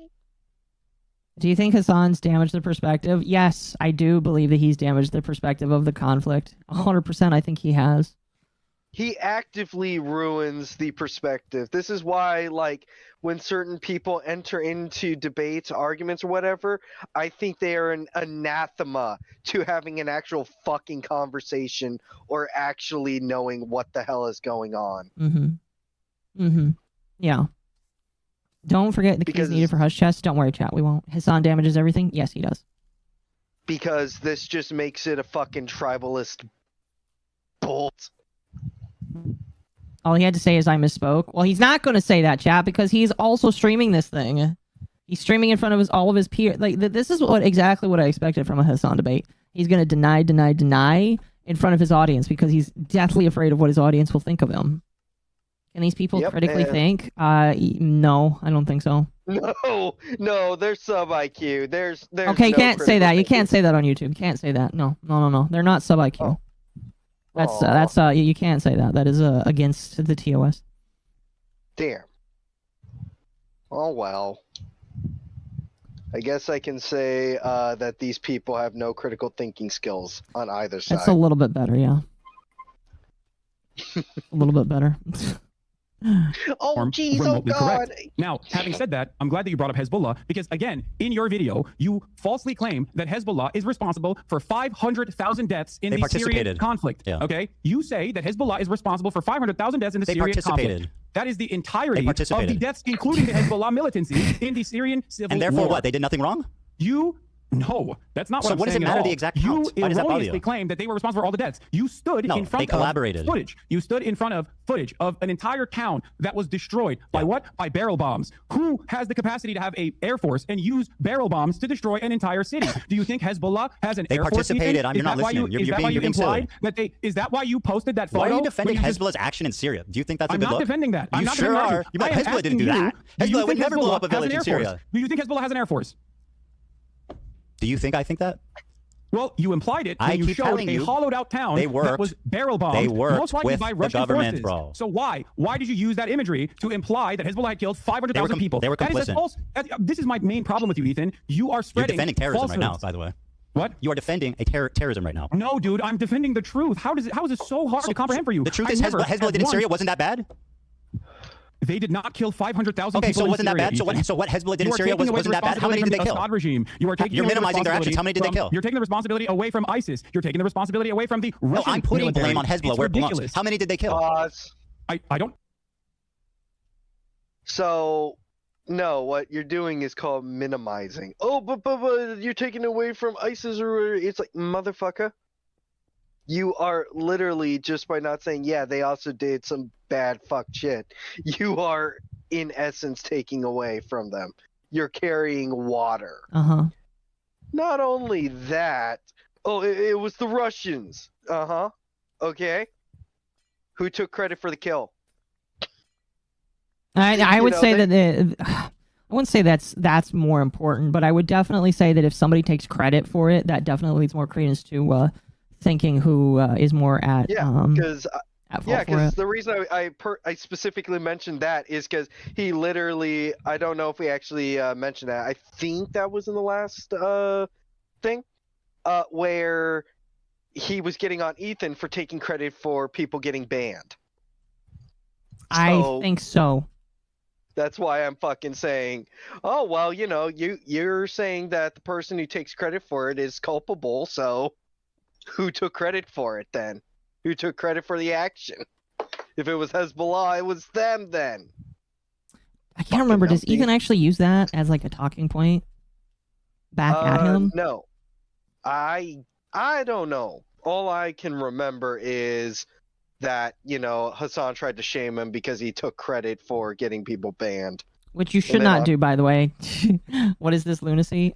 You know what, chat? Your guess is as good as mine. Ethan is slightly less bad in this scenario. Yeah, I can agree with that. Pretty much. I can agree. Holy shit. I've never noticed this before, but now that I have, this is just odd to me. Uh-oh. Have you noticed, Akko? Isn't Hassan's head a little too small for his body? I feel like everybody says that, and some people have pointed it out to me. I know there's this disease that mosquitoes have. I can't remember it, but like that's very mean. It creates small heads on people. It's very mean, Bull. I can't endorse this. You're letting your Semitism get too deep in there, man. You can't. No, I'm serious. I can't remember what it is. I know someone's gonna tell me in chat what the disease I'm talking about is. I wonder if he has it. Or, it just buzzed right next to his head and... Oh, that's mean. Hassan has Zika head. What is Zika? Oh, never mind. I know what that is. Never mind. Oh, yeah, the Zika virus. Thank you, chat. That's mean, chat. That's mean. Probably not. He's a Zika off, baby. That's super duper mean. I can't co-sign that, chat. I can't co-sign that. All right, let it keep rolling. Yeah. I don't even know the exact number of how many they killed. I believe it's like around 2,000. Yeah, we're only 5 minutes into this. Inappropriate. I have no issue. Did they collaborate with Assad? They did. Yes, they did. And so, what is the issue here exactly? You said you have no issue with them. I think that's a problem. I think I've described it numerous times at this point. I have no issue with Hezbollah's militancy against a state that is conducting a genocide. That much is very clear. You didn't say any of that. You said I do not have a problem with Hezbollah. You're lying. As a matter of fact, there are plenty of instances where I have talked about Hezbollah's militancy in Syria. When you're done lying, I'll explain. Wait, what? When you're done lying, I'll explain. You didn't say Wait, what? You said you were talking to a normie. You were talking to a normie who didn't understand anything about the conflict, and he said, "How do we feel about Hezbollah?" A general question. How do we feel about Hezbollah? Your answer was, I don't have a problem with them. Let's just say. And then, by the way, Hassan, you start trying to minimize their inclusion in this fucking wanton slaughter of Syrian civilians. Wait, what?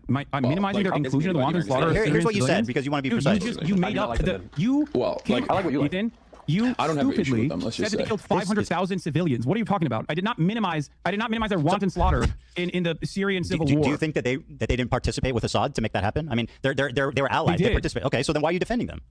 I'm not defending them, Ethan. I have already described to you that I'm critical of their actions. You are misquoting me. You are misunderstanding. I'm verbatim repeating what you said, you liar. I'm having a conversation directly with you, so I don't understand. How can you lie to people? Like we just watched the clip. The arbitrary number that you put there because you don't do enough research. No, that number was based on the totality of deaths. My claim was that they participated in it. You were not critical of their actions in this clip. Why did you put so you're telling me you've never claimed that Hezbollah has killed more Muslims than Israel? I just noticed he does the Hassan does this thing where he like stumbles or is like, that is when that is like an actual moment where he is actually caught up and he can't really respond. I just noticed that. I don't know if anybody else did, but like whenever he does that, you can tell he's been caught up in something that he can't really easily walk back or defend. Refute. Exactly. He can't refute it, and so he's desperately looking in Discord for anyone to give a good retort for him. Oh no, not Discord, just his chat. That's all he needs is just his chat. Oh, I'm sure he's got Discord open. He's got little gremlins helping. So I don't know when I think I did say that, and I think that was wrong. I was incorrect. Yeah, you said that numerous times. You actually said you ChatGPT'd against AB when AB was like, I don't think that's correct. Yeah, by the way, I that's something I looked into, and I was actually wrong about that for sure. Okay, don't you feel like this kind of misinformation is somewhat? Don't you think that saying stuff like that is going to make people infer that you might be more pro-Israel than you let on? Yeah, because it doesn't work like this, right? You're not just like clicking a box and you're like, well, I said it was a genocide. What more do you want from me? Okay, you did. But then you spend all of your time criticizing responding people to harassment, who are offering analysis and not justification. Can I flip it on you a little bit? Actually formed. You're upset. Can I? Hassan, you're doing it. You're doing it again. I'm not doing anything. I'm talking, hoping bro. to explain to you something so you recognize that you're wrong, as you've done twice now. You don't need to explain anything to me. I understand now. your point. Don't you? So you're accusing me of being irresponsible with my words. Don't you think saying you have no issue with Hezbollah makes people think you're pro-terrorist? I don't care that people think this. It's ridiculous. So are people there we valid go. for thinking? I don't care if people think I'm a pro-terrorist. There we fucking go. That needs to be clipped and shipped. I'm pretty sure it was. That shit. I bet you it was already. Oh, 100%. I want that all over the fucking place. Hassan, I don't care if people think I'm supporting terrorist Piker. Holy fucking I support them, but I don't. I'm being hyperbolic, even though I like them and I think that they're pretty like luffy, but I don't support if you ask. Yes. Yeah, pretty much. Pretty much, chat. You're pro-terrorist when do you believe the State answer, Department's designation for answer the terrorism question. is valid? Is it reasonable for people to think that you are pro-terrorist when you say I have no problem with Hezbollah? Do you believe the State Department's designation for terrorism is valid? You answer my question, and I'll answer yours. Are people valid? Ethan, and you rely heavily on your audience not really understanding the terms that you are using. Let it be noted you are when dodging. you say, oh, Hassan defends terrorists, okay? $5 for Pyro Ronpa. This is stupid unstoppable force meets stupid immovable object. Can we get Bull to say something racist again for donations? Oy vey. That was Jazz, not Bull. Well, Bull said something racist too, but he said it in his own language, so YouTube wouldn't pick it up. Fair. And I don't know if Aka wants me to. Listen, we've already the chat has already been extremely generous tonight. I know, but if chat's wanting, I don't know. Maybe we need to set a goal for hearing me say some interesting words. My only worry is I don't want to make it seem like I'm begging for money. I don't know. It's not begging. Dumb ass. Hello, it's not begging for money to be like, okay, if you want me to say some fuck shit, we set a fucking goal for it. That ain't begging, you idiot. Begging is, oh, please give me money for no reason at all. I'm being a dancing monkey for my bananas. I have to bully Akko to get Akko to understand how this works. I'm tapped out. Ask me next weekend. Yeah.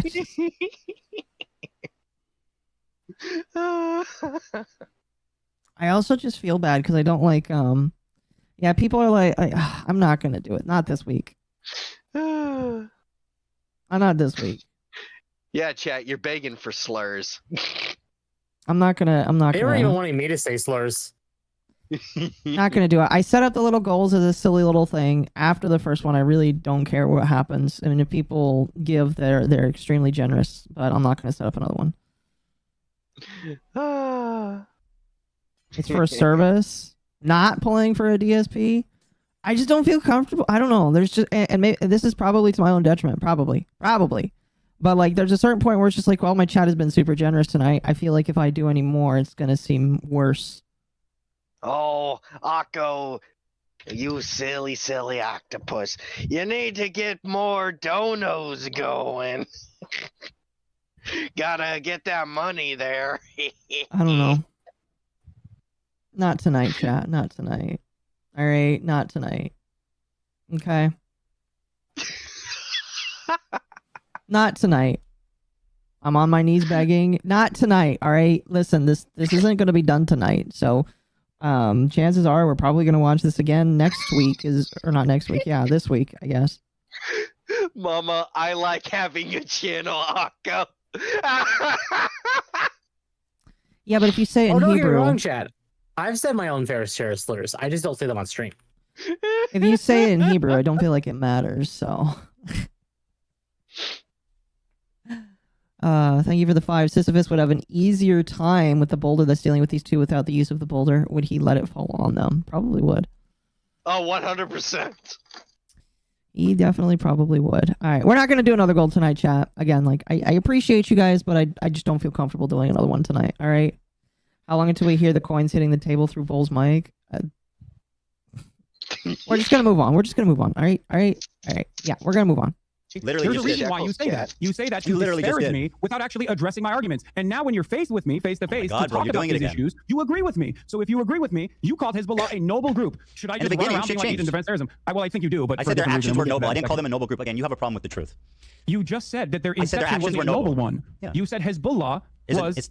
It's different from saying Hezbollah is a noble organization. But I really need you to answer this. Isn't it reasonable for people to assume you're pro-terrorist if you say stuff like, I have no problem with Hezbollah? Just answer the question, yes or no? I don't think it's reasonable for people to assume that I'm pro-terrorism because I think people are going to assume that regardless because I am people can assume I'm Zionist, but it's okay for people. It's okay for people to assume I'm Zionist. Yes.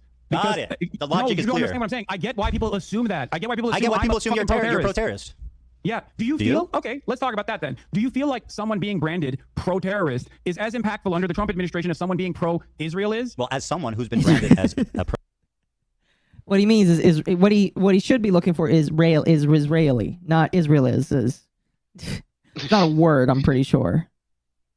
Israelite in MySpace, it is a horrifically fucking it's resulted in the unbelievable, unprecedented. I've been on the internet for 10 years, right? I've been through all kinds of controversies, all kinds of shit. I have never once in my entire life, Hassan, experienced the amount of harassment, the organized, psychotic campaign to try to ruin my life, all of my employees' life, my family's life, their family's life. This is your community acting in response to what you're saying about me being pro-Zionist. So do I think it's worse? In my experience, it's much worse. My community that's done any of these things that you're talking about. Okay, Hassan, can I ask you a question? Why the fuck were you browsing H3 Snark the other day and pulling clips from that? I don't know. Someone fucking sent me a clip in the chat. Okay. And so you shit and pissed about me pulling a meme from Destiny's subreddit. I have never even pulled the subreddit up, but you're on stream browsing H3 Snark. How do you explain that? Ethan, your entire subreddit is a Snark subreddit dedicated to me. What the fuck are you talking about? That's literally not true. I don't have a single issue at this point. What are you talking about? You have personally moderated your own subreddit to turn into this, by the way. So many people that have criticized you from your own fan base. Projection. Oh yeah, he basically confirmed it, but then just said, "Yeah, but you do the same thing. No, you." Mercenary thinking for the 2. Every other word out of me is a slur in Espanol. Oh goodness. Also, chat said that you should get a swear jar so people can donate for me to say swears. A swear jar. I'll think about it. Well, I gotta say, I got a friend who happens to be Jewish. We laugh at a funny mustache man jokes all the time. Hey, that's pretty good. That's what you should do. Exactly. That's what you should do. Exactly. Like, you see, like I kept telling you, Akko. Me, the younger generation, we're fucking chill with this shit. Because we don't let it define us anymore.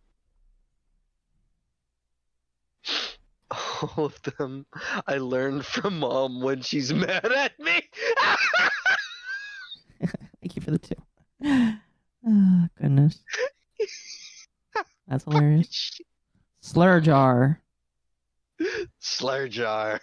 I'll think about it. I don't know how I'd implement it. It would have to be like one of those things where like it would have to be extremely high. And again, it would only have to be in Hebrew.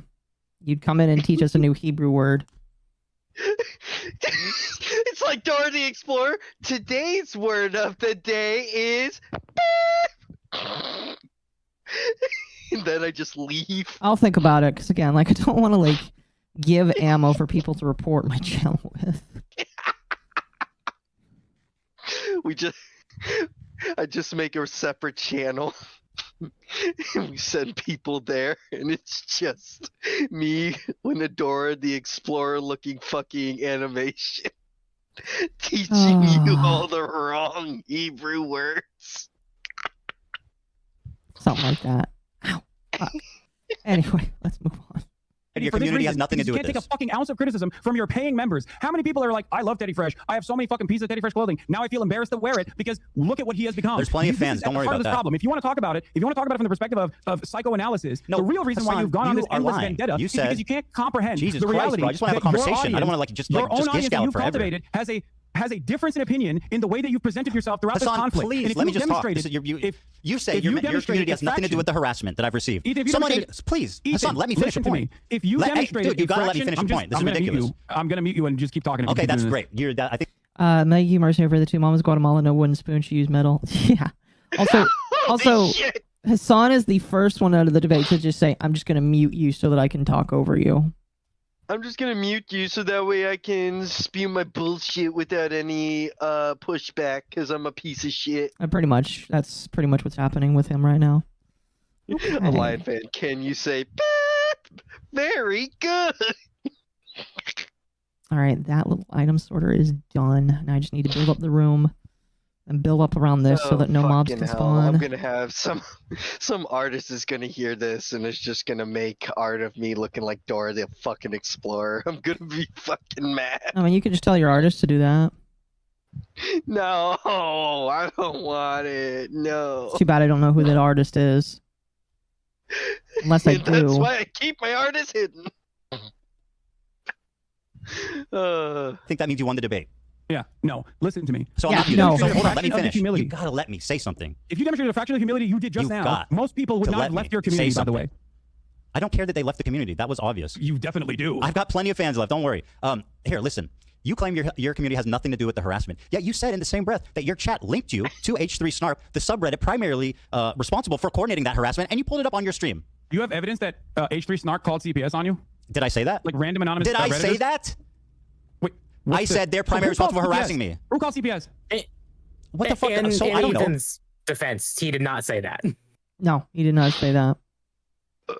Oh, God. What's funny is this is a main defense that iDubbbz used during his content deputy, and it's just like, obviously, no, the Snark subreddit didn't do it, but the Snark subreddit did a really good job at, like, trying to convince people to do it, because a lot of them were just like, call CPS, call CPS. A lot of the Snark subreddit was doing that, so it's just like, they probably didn't do it, but he has a good idea of who could possibly have done it, because all of those people decided to come out and, like, harass him and harass his family, so, you know, like, I don't know. He probably could like go. I don't know if he could figure it out. I personally don't know, but like he probably has a good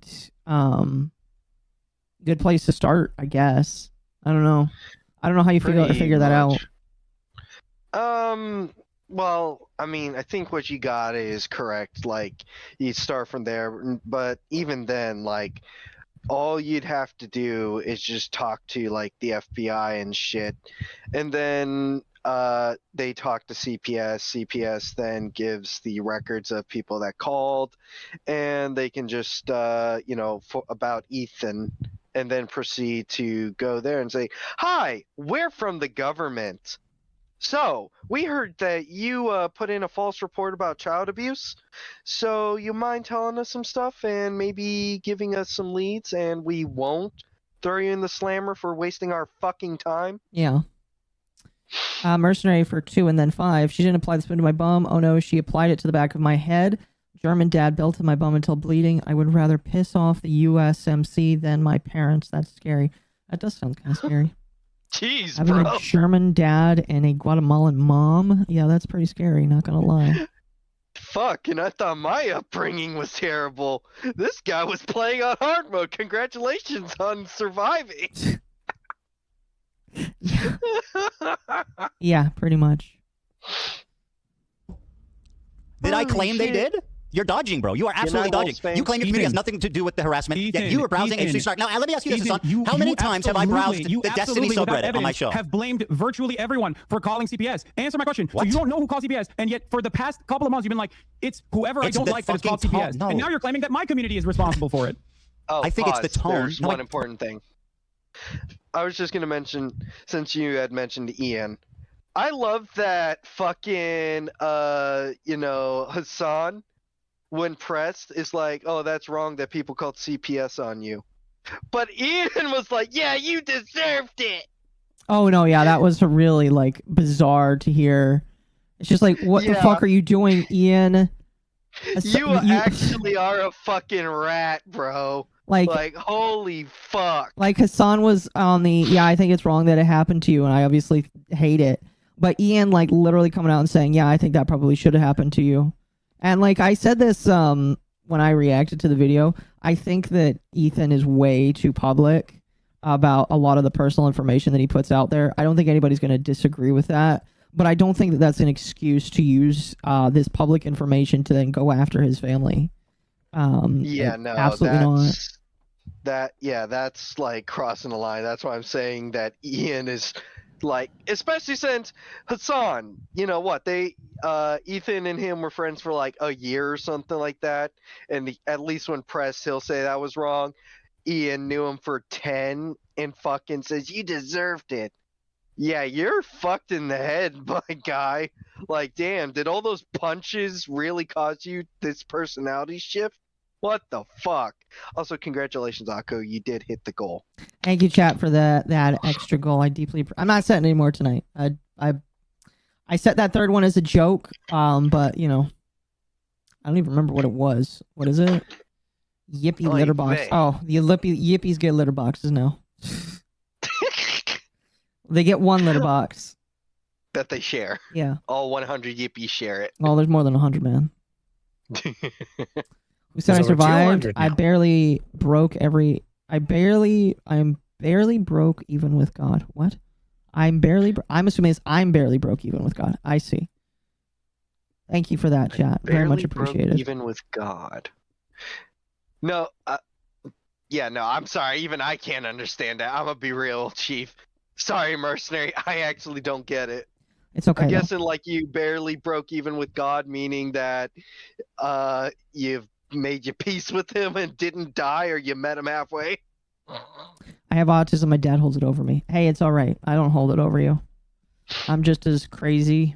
So, you know. Anyway, let's continue.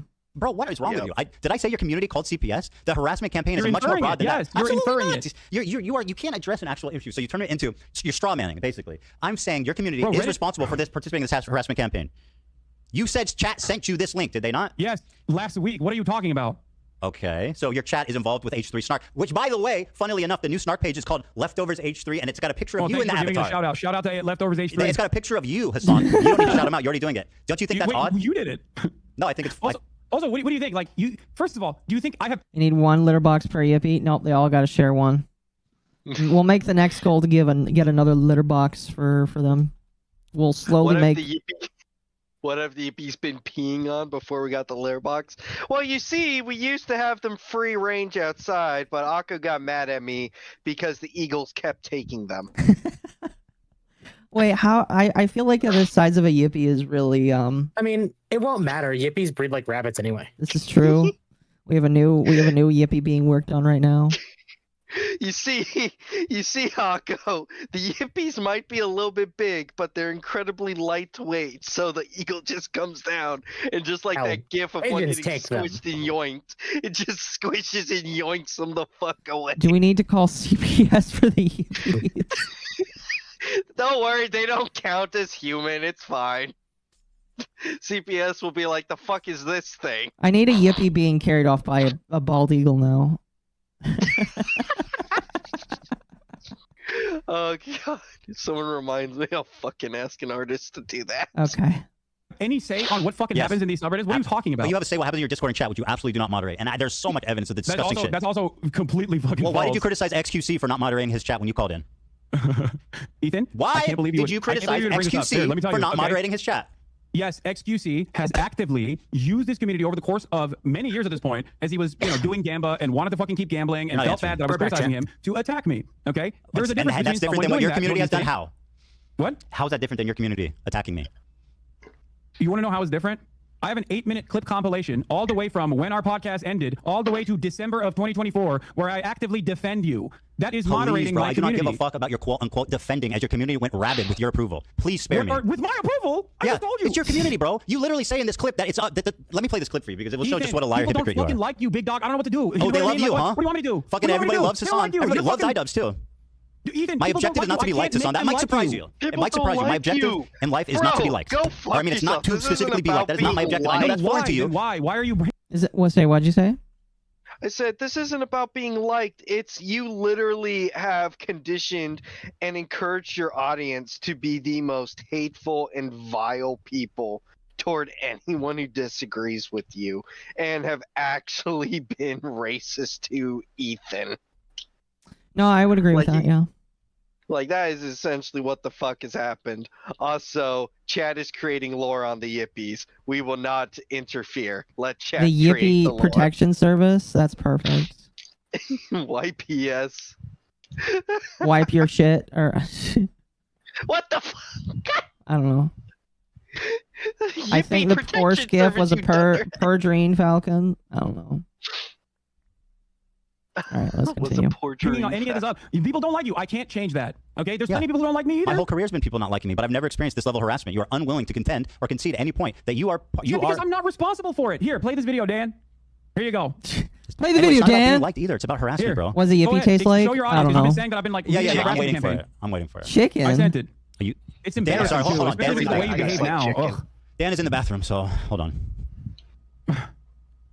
You okay? My argument with you in that conversation where I said there's not anything I can do was literally because of the way you were presenting yourself. In the conversation that we had, you inferred that JVP was akin to capos. You said that from the River to Sea Palestine would be free. I'm not gonna let you stump me again. Another pathetic terrifies fucking Jewish lie. people. Holy shit. You literally fucking posted about a pro-Palestinian dude on Twitter saying that he would be thrown off of roofs like fucking Hamas is ISIS. If you say all of that, hold walk the like a duck, phone. most people are going to not think that you're a chicken. They're going to think you're a duck. Okay, I'm not going to get stunlocked by these insane accusations. I never called them capos. That's what you said. That's part of the harassment campaign. You put those words in my mouth, and now it's something that I still hear. I have never called them capos. Wait. So you haven't, as recently as a month ago, still called them token Jews and that they are completely off base with the rest of the, Is that the same as the movement. Do you have a problem with like levels? It's all or nothing. Is calling someone criticizing someone to be a token the same as calling them capos? Why would you call Jews who are standing against genocide, which you also recognize as a genocide, Can I play this? This is the token clip. Jews Here's that what are you not said. representative of the broader movement? Well, they're statistically You also not. called Matt Lieb a capo. Matt Lieb's a disgusting human being who platformed Bad Empanada, who's like you. So you do have a problem. You do have a problem with Matt Lieb specifically. Jews Yes. that you don't like, and you are quick I have to a call problem them with Matt capos. Lieb, who's platforming Bad Empanada. Yes, clearly. Is there, you don't like Bad Empanada. You understand. A year ago, you were talking about how crazy he was. But I'm not. But suddenly, when he here's starts the talking difference. about me, Here's he's the your best difference, friend. Ethan. Interesting. Yeah, you're right. You're right. I think Bad Empanada is insane. But you know what I also And all of a always sudden, say? you love his videos. Why is that? Bad Empanada. Why do you love his videos suddenly? Before you pledged never to watch his videos on stream. Why do you love them now? Oh, because he did not want me reacting to his videos. That is insane, pathetic, bold-faced that's lie. what it is. No, he said. You literally told. Oh my god, dude. I have. Okay, first of all, let me play this clip of you criticizing XQC. Okay, wait. You can all these other dishonest hack. What? I was just gonna say, what a dishonest fucking hack. Oh, also, I gotta upset you, Akko. Uh-oh. Yippee jockey. Oh. Yeah, it's just like something riding a yippee. Yippee jockey. La la la lava. Yeah, yippee. Chat's going Where was the crazy yippee with JFK assassination? Good question. Oh, creeper. Oh, man. Oh man, I heard that, Akko. You ain't slipping that one by me, you little shit. All right, let this retardation continue. Sorry, Holy I got fuck. these, need to let these spawners spawn this Hold on, you stuff asked for this. in. Here's what you said. Because it's Oh, not we supposed can to just be murder released I think before. all these other content creators actually, watch.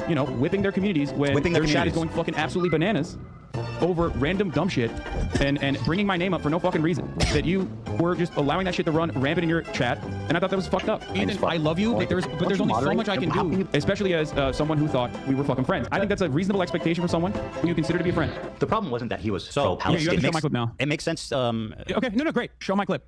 Sure. Show my clip that I sent Dan. Yeah, no problem. But you.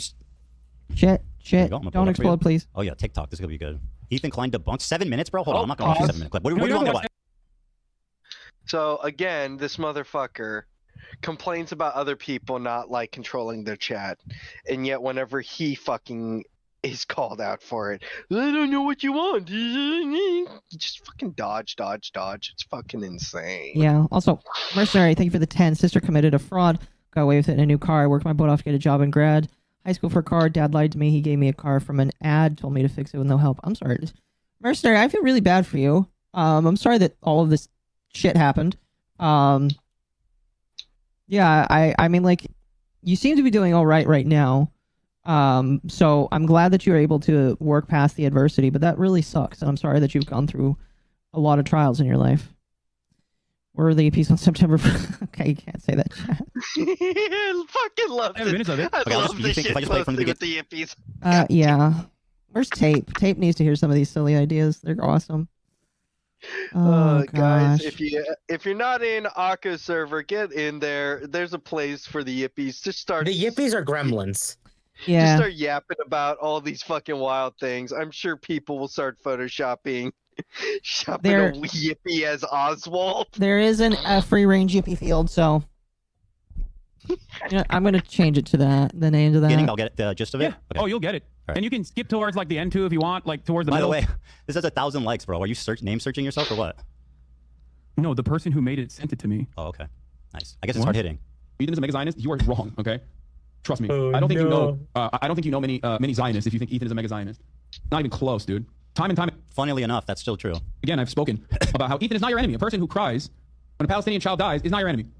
Okay, he's not. I've said these exact words over and over again. The problem is that your community is obviously unhinged, and if you don't defend me, my community is going to get mad at you. It's Check definitely just an memes. optics play, which, by the way, you never Keep stuck playing. to. Shut up. Keep playing. Let me guess. It's more videos of you defending me? Keep playing. Oh. Enough. I told people in this community and people everywhere that will listen to what I have to say that you have to choose who you're actually angry at. There are people who are so loud and so Not proud America's about the ethnic cleansing campaign bird. the Palestinians are experiencing currently. Go yell at Not them. You've been the shitting on not yours, the members only stream. bald I don't care. eagle. Bro literally shot on you yesterday and his coworker for saying we were riveted to see sorry, dog. I don't care. And memes. I do not. I mean, I've watched a minute of it. I really don't give No, a fuck. not the bald eagle. It's 7 Come on, we minutes watched a long, bro. lot of your Spare clips. the Keep going. audience. This is about you. Go on. What are we going to glean from watching longer Keep of it? playing. Keep playing it. This is just November 1st. Nah, I don't want to Go to finish the it. middle. I know what it is. You Go talk to the kindly middle. about... Okay, here, I'll go to the middle for you, okay? You think I'm not moderating my fucking community? You think absolutely I'm are not trying not. to get people No, to stop yelling about you at that Okay, point? let me go to the middle so you can have your thing, and then we'll move on. And it frustrates me to no fucking end. I've told you this time and time again in this time frame. Just like I kept telling you, Ethan is not your enemy over and over again. That's why I love iDubbbz. Yippee, People no. that actually changed course, recognize their mistakes. Okay, I mean, yeah, we get the idea. It's fine. You're the best friend ever. Must By be the way, blind. Whoa. In the server. My turn. Well, I was no, yes. Well, You were we're just all screaming, play the video. You told me to just shut up. moderating my Hold community the and phone. claiming that You screamed to shut up and play the video. So I'm going to ask you to return the favor at this moment. You claimed that you didn't watch. Here's what you said about Bad Empanada. You lied to me and said you don't watch his videos because he asked you not to. Magically, when he started talking about me, you became his biggest fan, and you watch his videos on your stream regularly, which has resulted in an explosion of his popularity. Here's what you said about him a year before this conflict. Video on Make the sure, stream. by the I'm way. just letting you guys know. If you think I'm gonna fucking watch a YouTube essay from a dude literally openly antagonistic towards me watching fucking YouTube videos, you're out of your fucking mind. Okay? You think I want him to write like 700 hours worth of new YouTube essays about how I have wronged him? I don't want that. I don't want that at all. Okay? Day genocide propaganda will come. Thanks for watching. That's in the clip. Free Ethan, you keep Palestine. doing this thing. Thanks for watching. Yeah, go support this. I played the clip. Just chill out. I said I told you why I wasn't watching that. Oh my God, Hassan, you're talking over the clip. You need to let it play, okay? You're making. Yeah, I don't really like what Ethan's doing here. You think I want him to write? Ethan's just kind of skipping past. Like, I understand that, like, Hassan is probably not going to work what Hassan is doing, but Ethan just needs to let it play, because otherwise it just looks like he's trying to hide from something, and that's not good either. Yeah, I very much agree. Also, Lion Fan said, "I'm glad we moved on to yippee lore rather than debate." I agree. We just have random like wonk wonk going on in the background while y'all just discuss and craft lore for yippies. I am perfectly fine with this. Yeah, pretty much. Bro, it's just a minute. I mean, here's the thing. I was willing to be done with the debate, but you guys wanted to watch it, so I was like, you know what? Fuck it. We're gonna watch it. Chat wants to see it. Suffer, chat. So, I mean, maybe we'll hold a vote once we're done with this section for tonight, see if you guys don't want to watch anymore, but you guys voted for this, so that's why we're watching it. Or the Yippies nerd in Chernobyl? Good question. You can chill for a minute. If you hang Thanks on, for watching. I got Free a Palestine. bit. Hang on. Thanks let for me do watching. the bit. Yeah, go. Huh? I said I got a bit. Let me do this bit first. If you want us to stop the torture, maybe if you send a few subs, we'll stop the torture of this video. Don't have a coffin fit there, Bull. I'm fine. There we go. I would move that light, but it's you connected needed to to the play wall. merchant music to make it even better. Bull is just the Crypt of the Necrodancer merchant. Yes. I'll have you know, I Fuck, I voted love no to this. I'm enjoying the lore. Fair enough. I didn't vote support chat this because I'm dipshit not paying that attention anyway. I do appreciate, regardless of my disagreements with him. That's you now. On his optics and the ways that he conducts support him. himself with regular frequency. Link to his Because page. ultimately, his product, his YouTube essays, as a standalone entity, is always solid.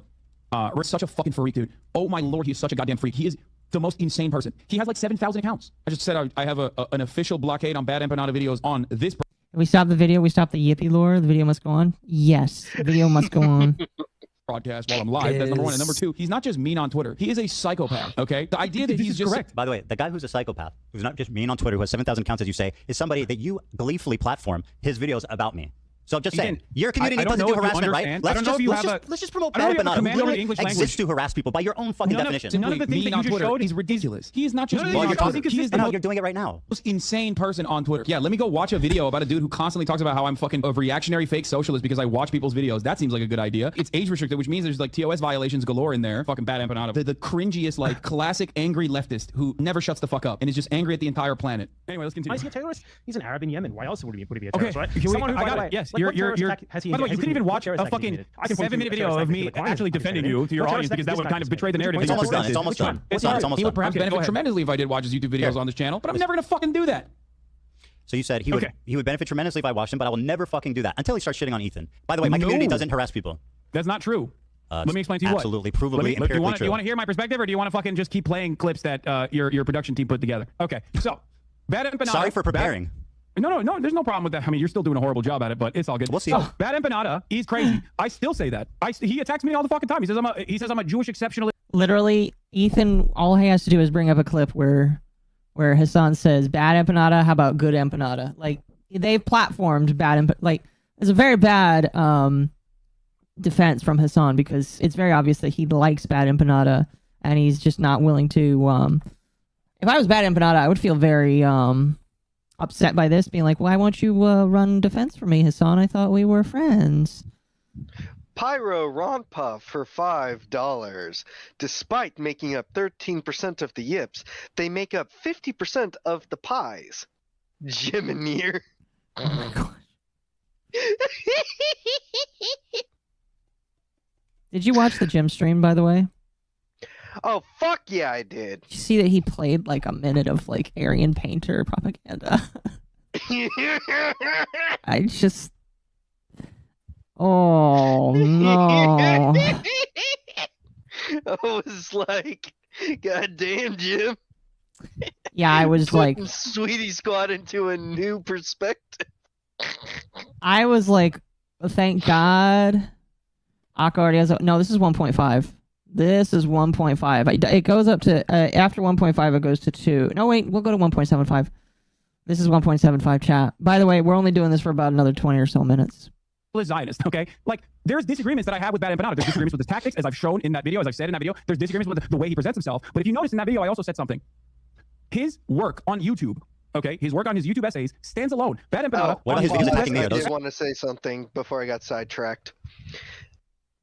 I just love the sheer fact that... And again, I haven't actually watched Bad Empanada because, you know, I actually like having brain cells. But... And that's rich coming from me since I like drinking booze. It is. But I'm surprised that motherfucker hasn't, like, Ethan hasn't sued him. You want to know why? For slander. He lives in another country that is kind of untouchable. What country? Where does he live? Oh, Canada. Not Canada.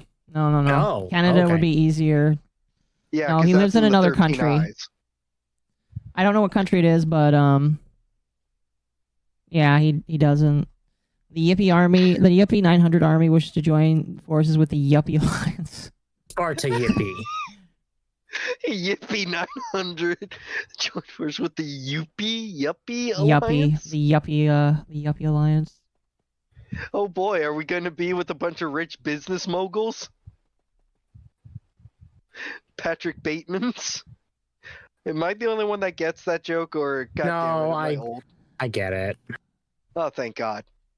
Yeah, but you're an old hag. Yeah. Sorry for 5. Dad only now is understanding how hard he made it for me. He realized how much I slaved away doing 13 hours a day. Well, I'm glad he understands at least. With minimal pay without break. Yeah, that sucks.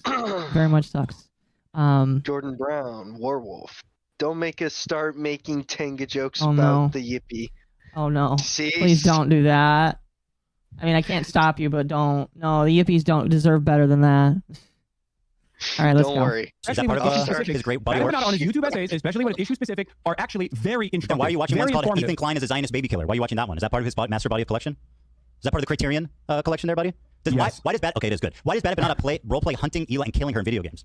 Have I ever said that I think that's appropriate? I think no, of course not. But what you are doing is endorsing this guy. Do I agree with you that Bad Empanada is crazy and also does crazy shit because he's a fucking scraggly internet troll who is, once again, as a separate, you like to compartmentalize Israel proper from doing a genocide. I like to compartmentalize the content that I'm consuming from a guy who I do think is doing well-sourced, well-researched YouTube essays, who also happens to be a fucking freak. Ethan Klein is a Zionist dog, by the way, I want to kill his wife. The reason why that blockade ended... I'm going to be honest with you. If the guy is a freak, I would kind of start to write off some of the things he would say.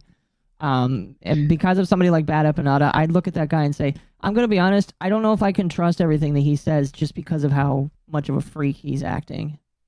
Yeah, also, apparently he's in Argentina, which is not a part of the 13 Eyes, so that explains why he hasn't been sued. Yeah, pretty much. That's why, if people are curious.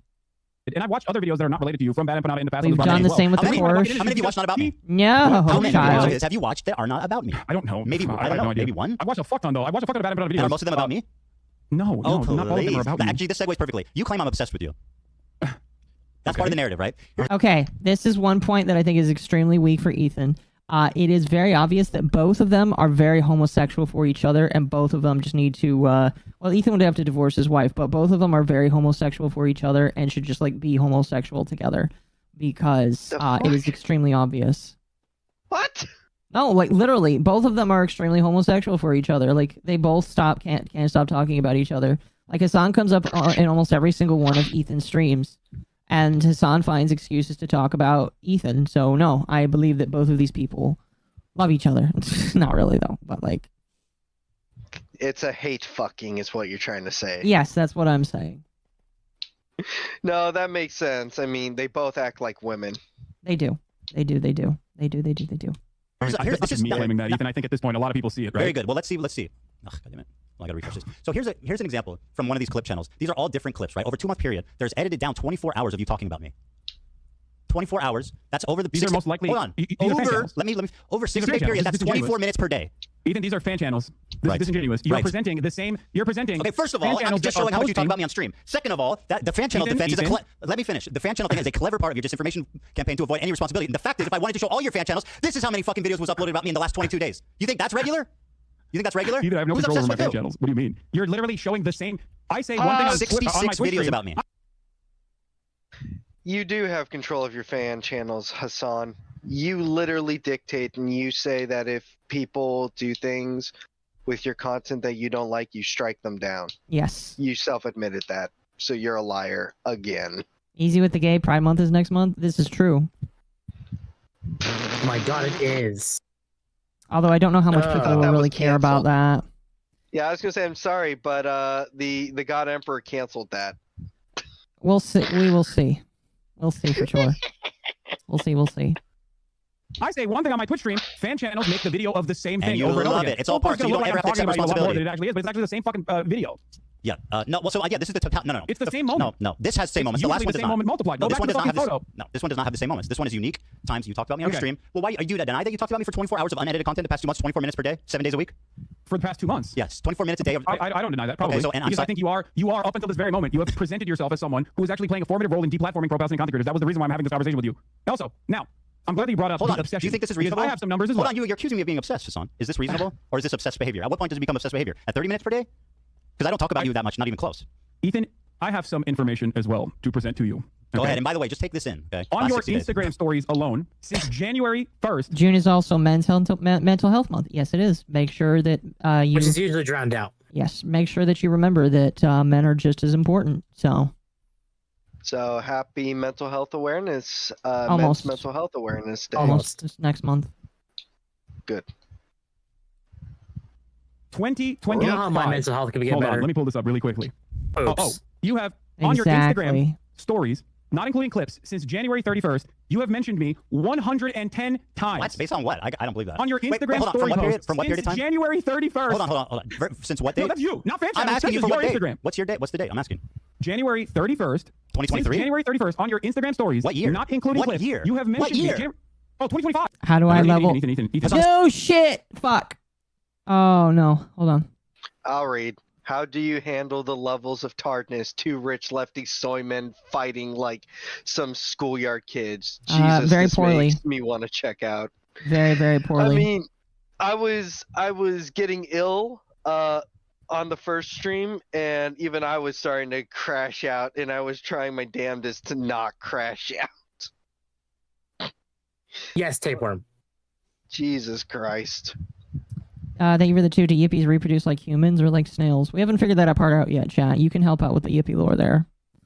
I was gonna say, what's it called? Not death of the author, because oh wait, no, that can be the correct word, where it's like, it's up to people's interpretation. Yes, we can say it's up to people's interpretation on how the yippies are born. Yes. Everybody can share in the yippie reproduction ideas. I do enjoy the one where someone just said that they fucking stare at each other long enough, and then a new one spawns. All right, let's continue going. We only got 10 more minutes of this. Let's see if we're not even we've only gone through like 24 minutes of this, so. All right. Bully, extort people. There are anonymous extorters. Be sure to like the stream. Let me answer. Are you just going to fucking okay? You want to make this interview unwatchable? Is that your goal? Yeah, kind of, right? So let me talk. These anonymous posters, okay, were showing pictures of the front of our office, organizing to meet there. They were, I know you haven't seen it, but it's true. They have documented, I have proof of them faking a post saying I was banning people wishing Ramadan. That was supposed to start, that went viral in your community, was picked up by people in your community, leftist Twitter, TikTok, etc. It was an outright lie. It was defamation. And by the way, fuck yeah, those people should be held accountable. When is this where I've talked about you, Ramadan, whatever the fuck? I'm explaining the context, dude. You're accusing me of something. This moment. What are you talking about? Bro, you're unreal. I'm explaining the context. How's that weird? You accuse me of something, I'm explaining why. Because you're saying that I'm responsible for this when I have no fucking clue. No, I'm not. What you're talking about. I only saw the litigation. Hassan, is it ever okay to sue a random Redditor for a reason? Is there ever a good reason? There could be. Okay, very good. Well, they were fucking. Do you think? Okay. About this great. instance, It's not that crazy. Then. One of the redditors that you sued. I didn't sue anyone. Not only did you sue for copyright infringement, Hassan, you are absolutely. Hold on, you're lying. So in the process of suing them for copyright infringement, your lawyer demanded such insane things. Your only option to avoid litigation. You provide our office with all correspondence you've had with the moderators of H3 Snark. You provide our office with all correspondence you've had with other H3 Snark users. You provide our office with all correspondence you have had with Reddit. What does that mean? Do you know why? You provide our office with information regarding the identities of H3 Snark moderators. Do you know why? What does that mean? And then your I'm lawyer trying to says, tell you. You just asked me what does it mean, bro. If you do not or cannot satisfy all 5 conditions, TEI will sue you for copyright infringement and misrepresentation. Okay, so first of all, does the lawyer think that you can make people dance? All right. If they do you want to have a claim? conversation, or do you want to just talk uninterrupted? I mean, that's what you do every day. Let's have a conversation. Okay. All right. Sure. Do you know why we sent them that letter? I don't. Well, I mean, do you think that the context might be important? Sure. Okay, so then what the fuck are you doing? I'm listening. I'm waiting for you to explain. Well, just like you didn't explain why you had 110 Instagram stories, by the way. Which was shocking to even you. By the way, these people were committing continual copyright infringement. They were posting clips with the stated intention, Hassan, of stealing views from us. This person, we took down the DMC post, and they erroneously. Views from you how? I'm sorry. Do you want me to respond? This person. Stealing views from you how? Starting to lose my voice again, so You're I'll probably be cashing out soon. So if I remember correctly, one, as he's going to say, that they did it to intentionally steal money from Ethan, which, okay, you are acknowledging what you're doing. And then two, it was paywalled content, which, again, unlike regular YouTube videos, that is an offense. Yes. Because it's paywalled. Yes. So, like, chat, technically, if you straight re-upload my content, I can copy strike you. I probably won't because most people think that that's fake and gay and wrong. So more likely than not, I probably just won't unless it's extremely egregious and you specifically say that you're doing it for the purposes of keeping me from making money. But other than that, like if it's just YouTube stuff, it's up there for free. And I'm hoping that you watch ads or I'm hoping that you watch the original content. But if it's paid content...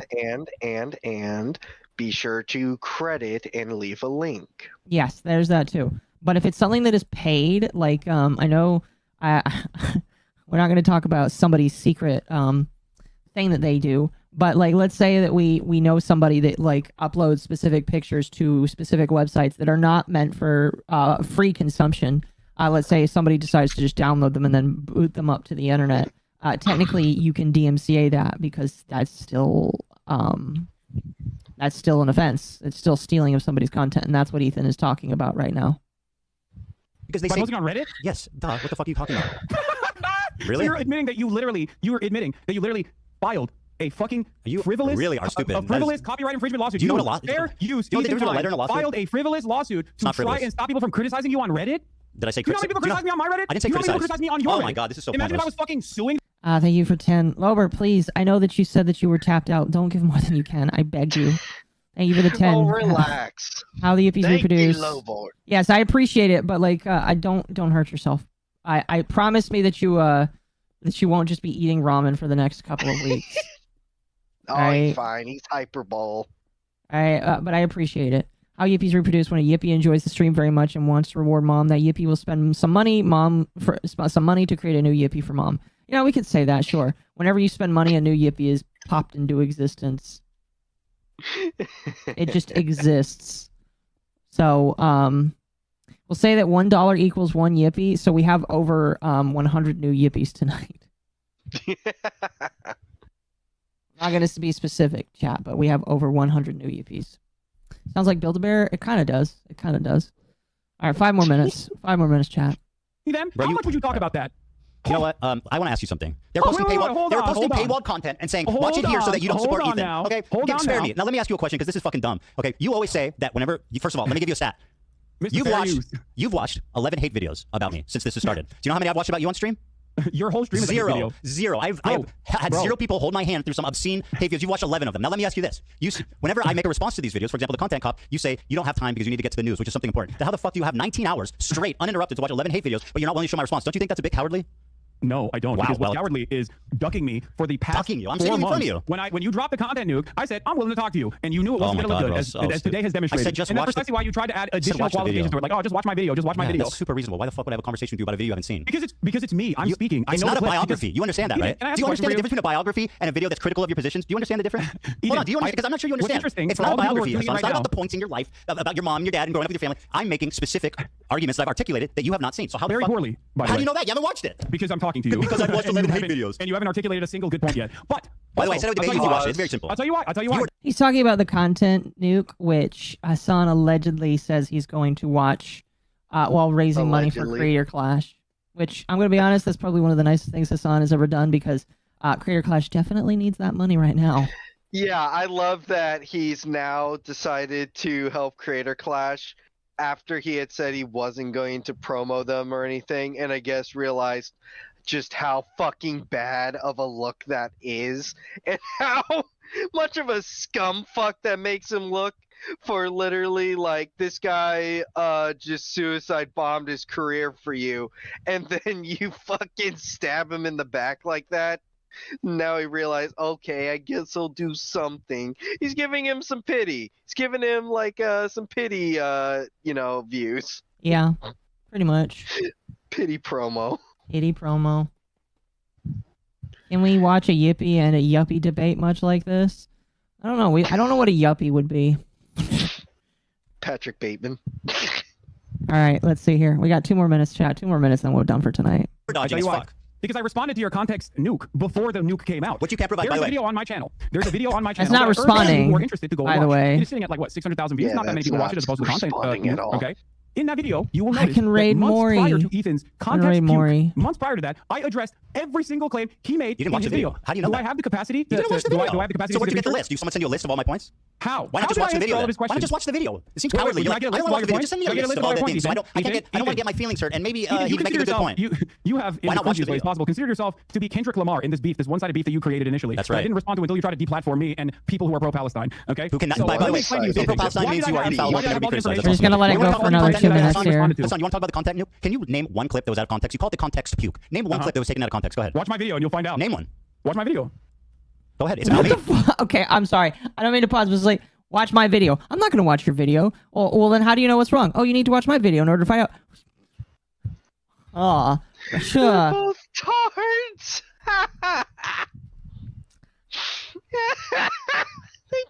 Like I said, they both deploy the same tactics. Mirror. It's a fucking mirror match, chat. It's a Mortal Kombat Cyrax mirror match. I was gonna say Mario Kart mirror match, but yeah. Fucking shit. No, I'm kidding. I'll show you. Okay, so one of the best examples that we were initially going to get to, and then we went on a long, drawn-out sequence over what's that sexual assault, is that one of the clips that you used in your context nuke was the claim that I deny rapes happen. It was from I showed evidence. That wasn't out of context. That was an opinion. At the time, that thing that you clipped, where me being like, rapes happening do not change the dynamic for me, which was about. We talked about this, bro. Can we please talk about something else? It's exhausting. That argument, quite literally, why are we going over this again? Defending the likelihood of rapes happening, Ethan. Do you feel like that was an appropriate way to show that was a rape denier? Bro, it literally wasn't out of context. What else do you have? I showed you. I showed you that wasn't out of context. How was it out of context? How was it out of context? Because that was an argument that I was having with a chatter who was saying, why don't you deny that rapes have happened? And I was saying, there's a likelihood that they might have happened because rapes are actually commonplace, sexual assault's commonplace in conflicts in general. And that is how we're going to end it tonight. We're leaving at 2:58:44. We're rating... Hold on, you said you do a poll before you end the stream. We're doing what? Yeah, you gotta do a poll. You said you're gonna vote if people wanted to keep watching this cancer in next stream. Yep. Should we do the poll, then you can leave. Be sure to like this video. Be sure to comment. Be sure to share it with your friends. They might think you hate them because it's Hassan versus Ethan debate. I should have done this earlier, chat, but if you like the content, subscribe, hit the bell, all the fun stuff. All right, chat. You vote. Vote. No, please stop. More suffer.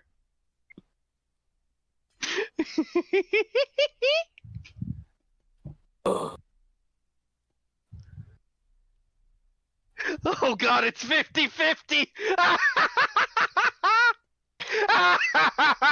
30 votes, 50-50? Good lord. Suffering must continue. This cannot continue. Neck and neck, chat. Any vote can tip it.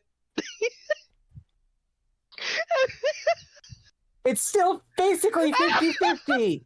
Oh my god. More people still wanted to suffer. Sufferin's pushing it. Sufferin's running away with it. Uh-oh. Oh god. People who want the suffering to stop, you better catch up.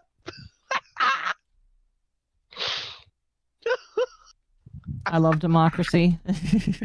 I love democracy. Long live the Republic. Oh, no, please stop is trying to come back, but they can't seem to make up ground. Oh boy, Suffering just gained another %. Oh god. See, chat, if you vote for Suffering, just know that the only one that suffers is me. I mean, you guys do too, but like, I suffer more. Just remember, chat, you too can be an NGO and then tip the balance with enough shekels. The yippies reproduce like Halo Flood. Oh my gosh, that's terrifying. Oh yeah, they just smother a person and reuse the biomass. I love that.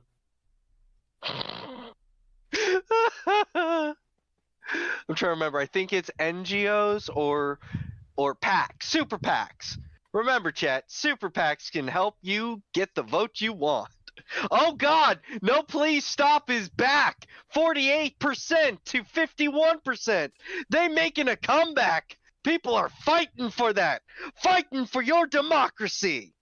Oh God, now Suffering is taking it away again.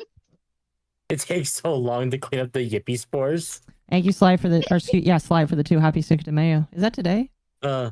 I sleep now. Thank you all for the stream. Yeah. Actually, I'm thinking about sneaking off to Portland to go to Cinco de Mayo. I want those stuffed churros. God, those were so delicious. Also, I wonder if they'll have wrestling again. Oh, good. We have the creepers spawning again. So, chat, for those that why isn't the bull on the bed? For those that do not know, this is my trial spawner for creepers. Mostly so that I can get gunpowder, but also so that I can get music discs as well. The way it works is every like 14 minutes, 6 creepers will spawn, and then these dudes will spawn as well.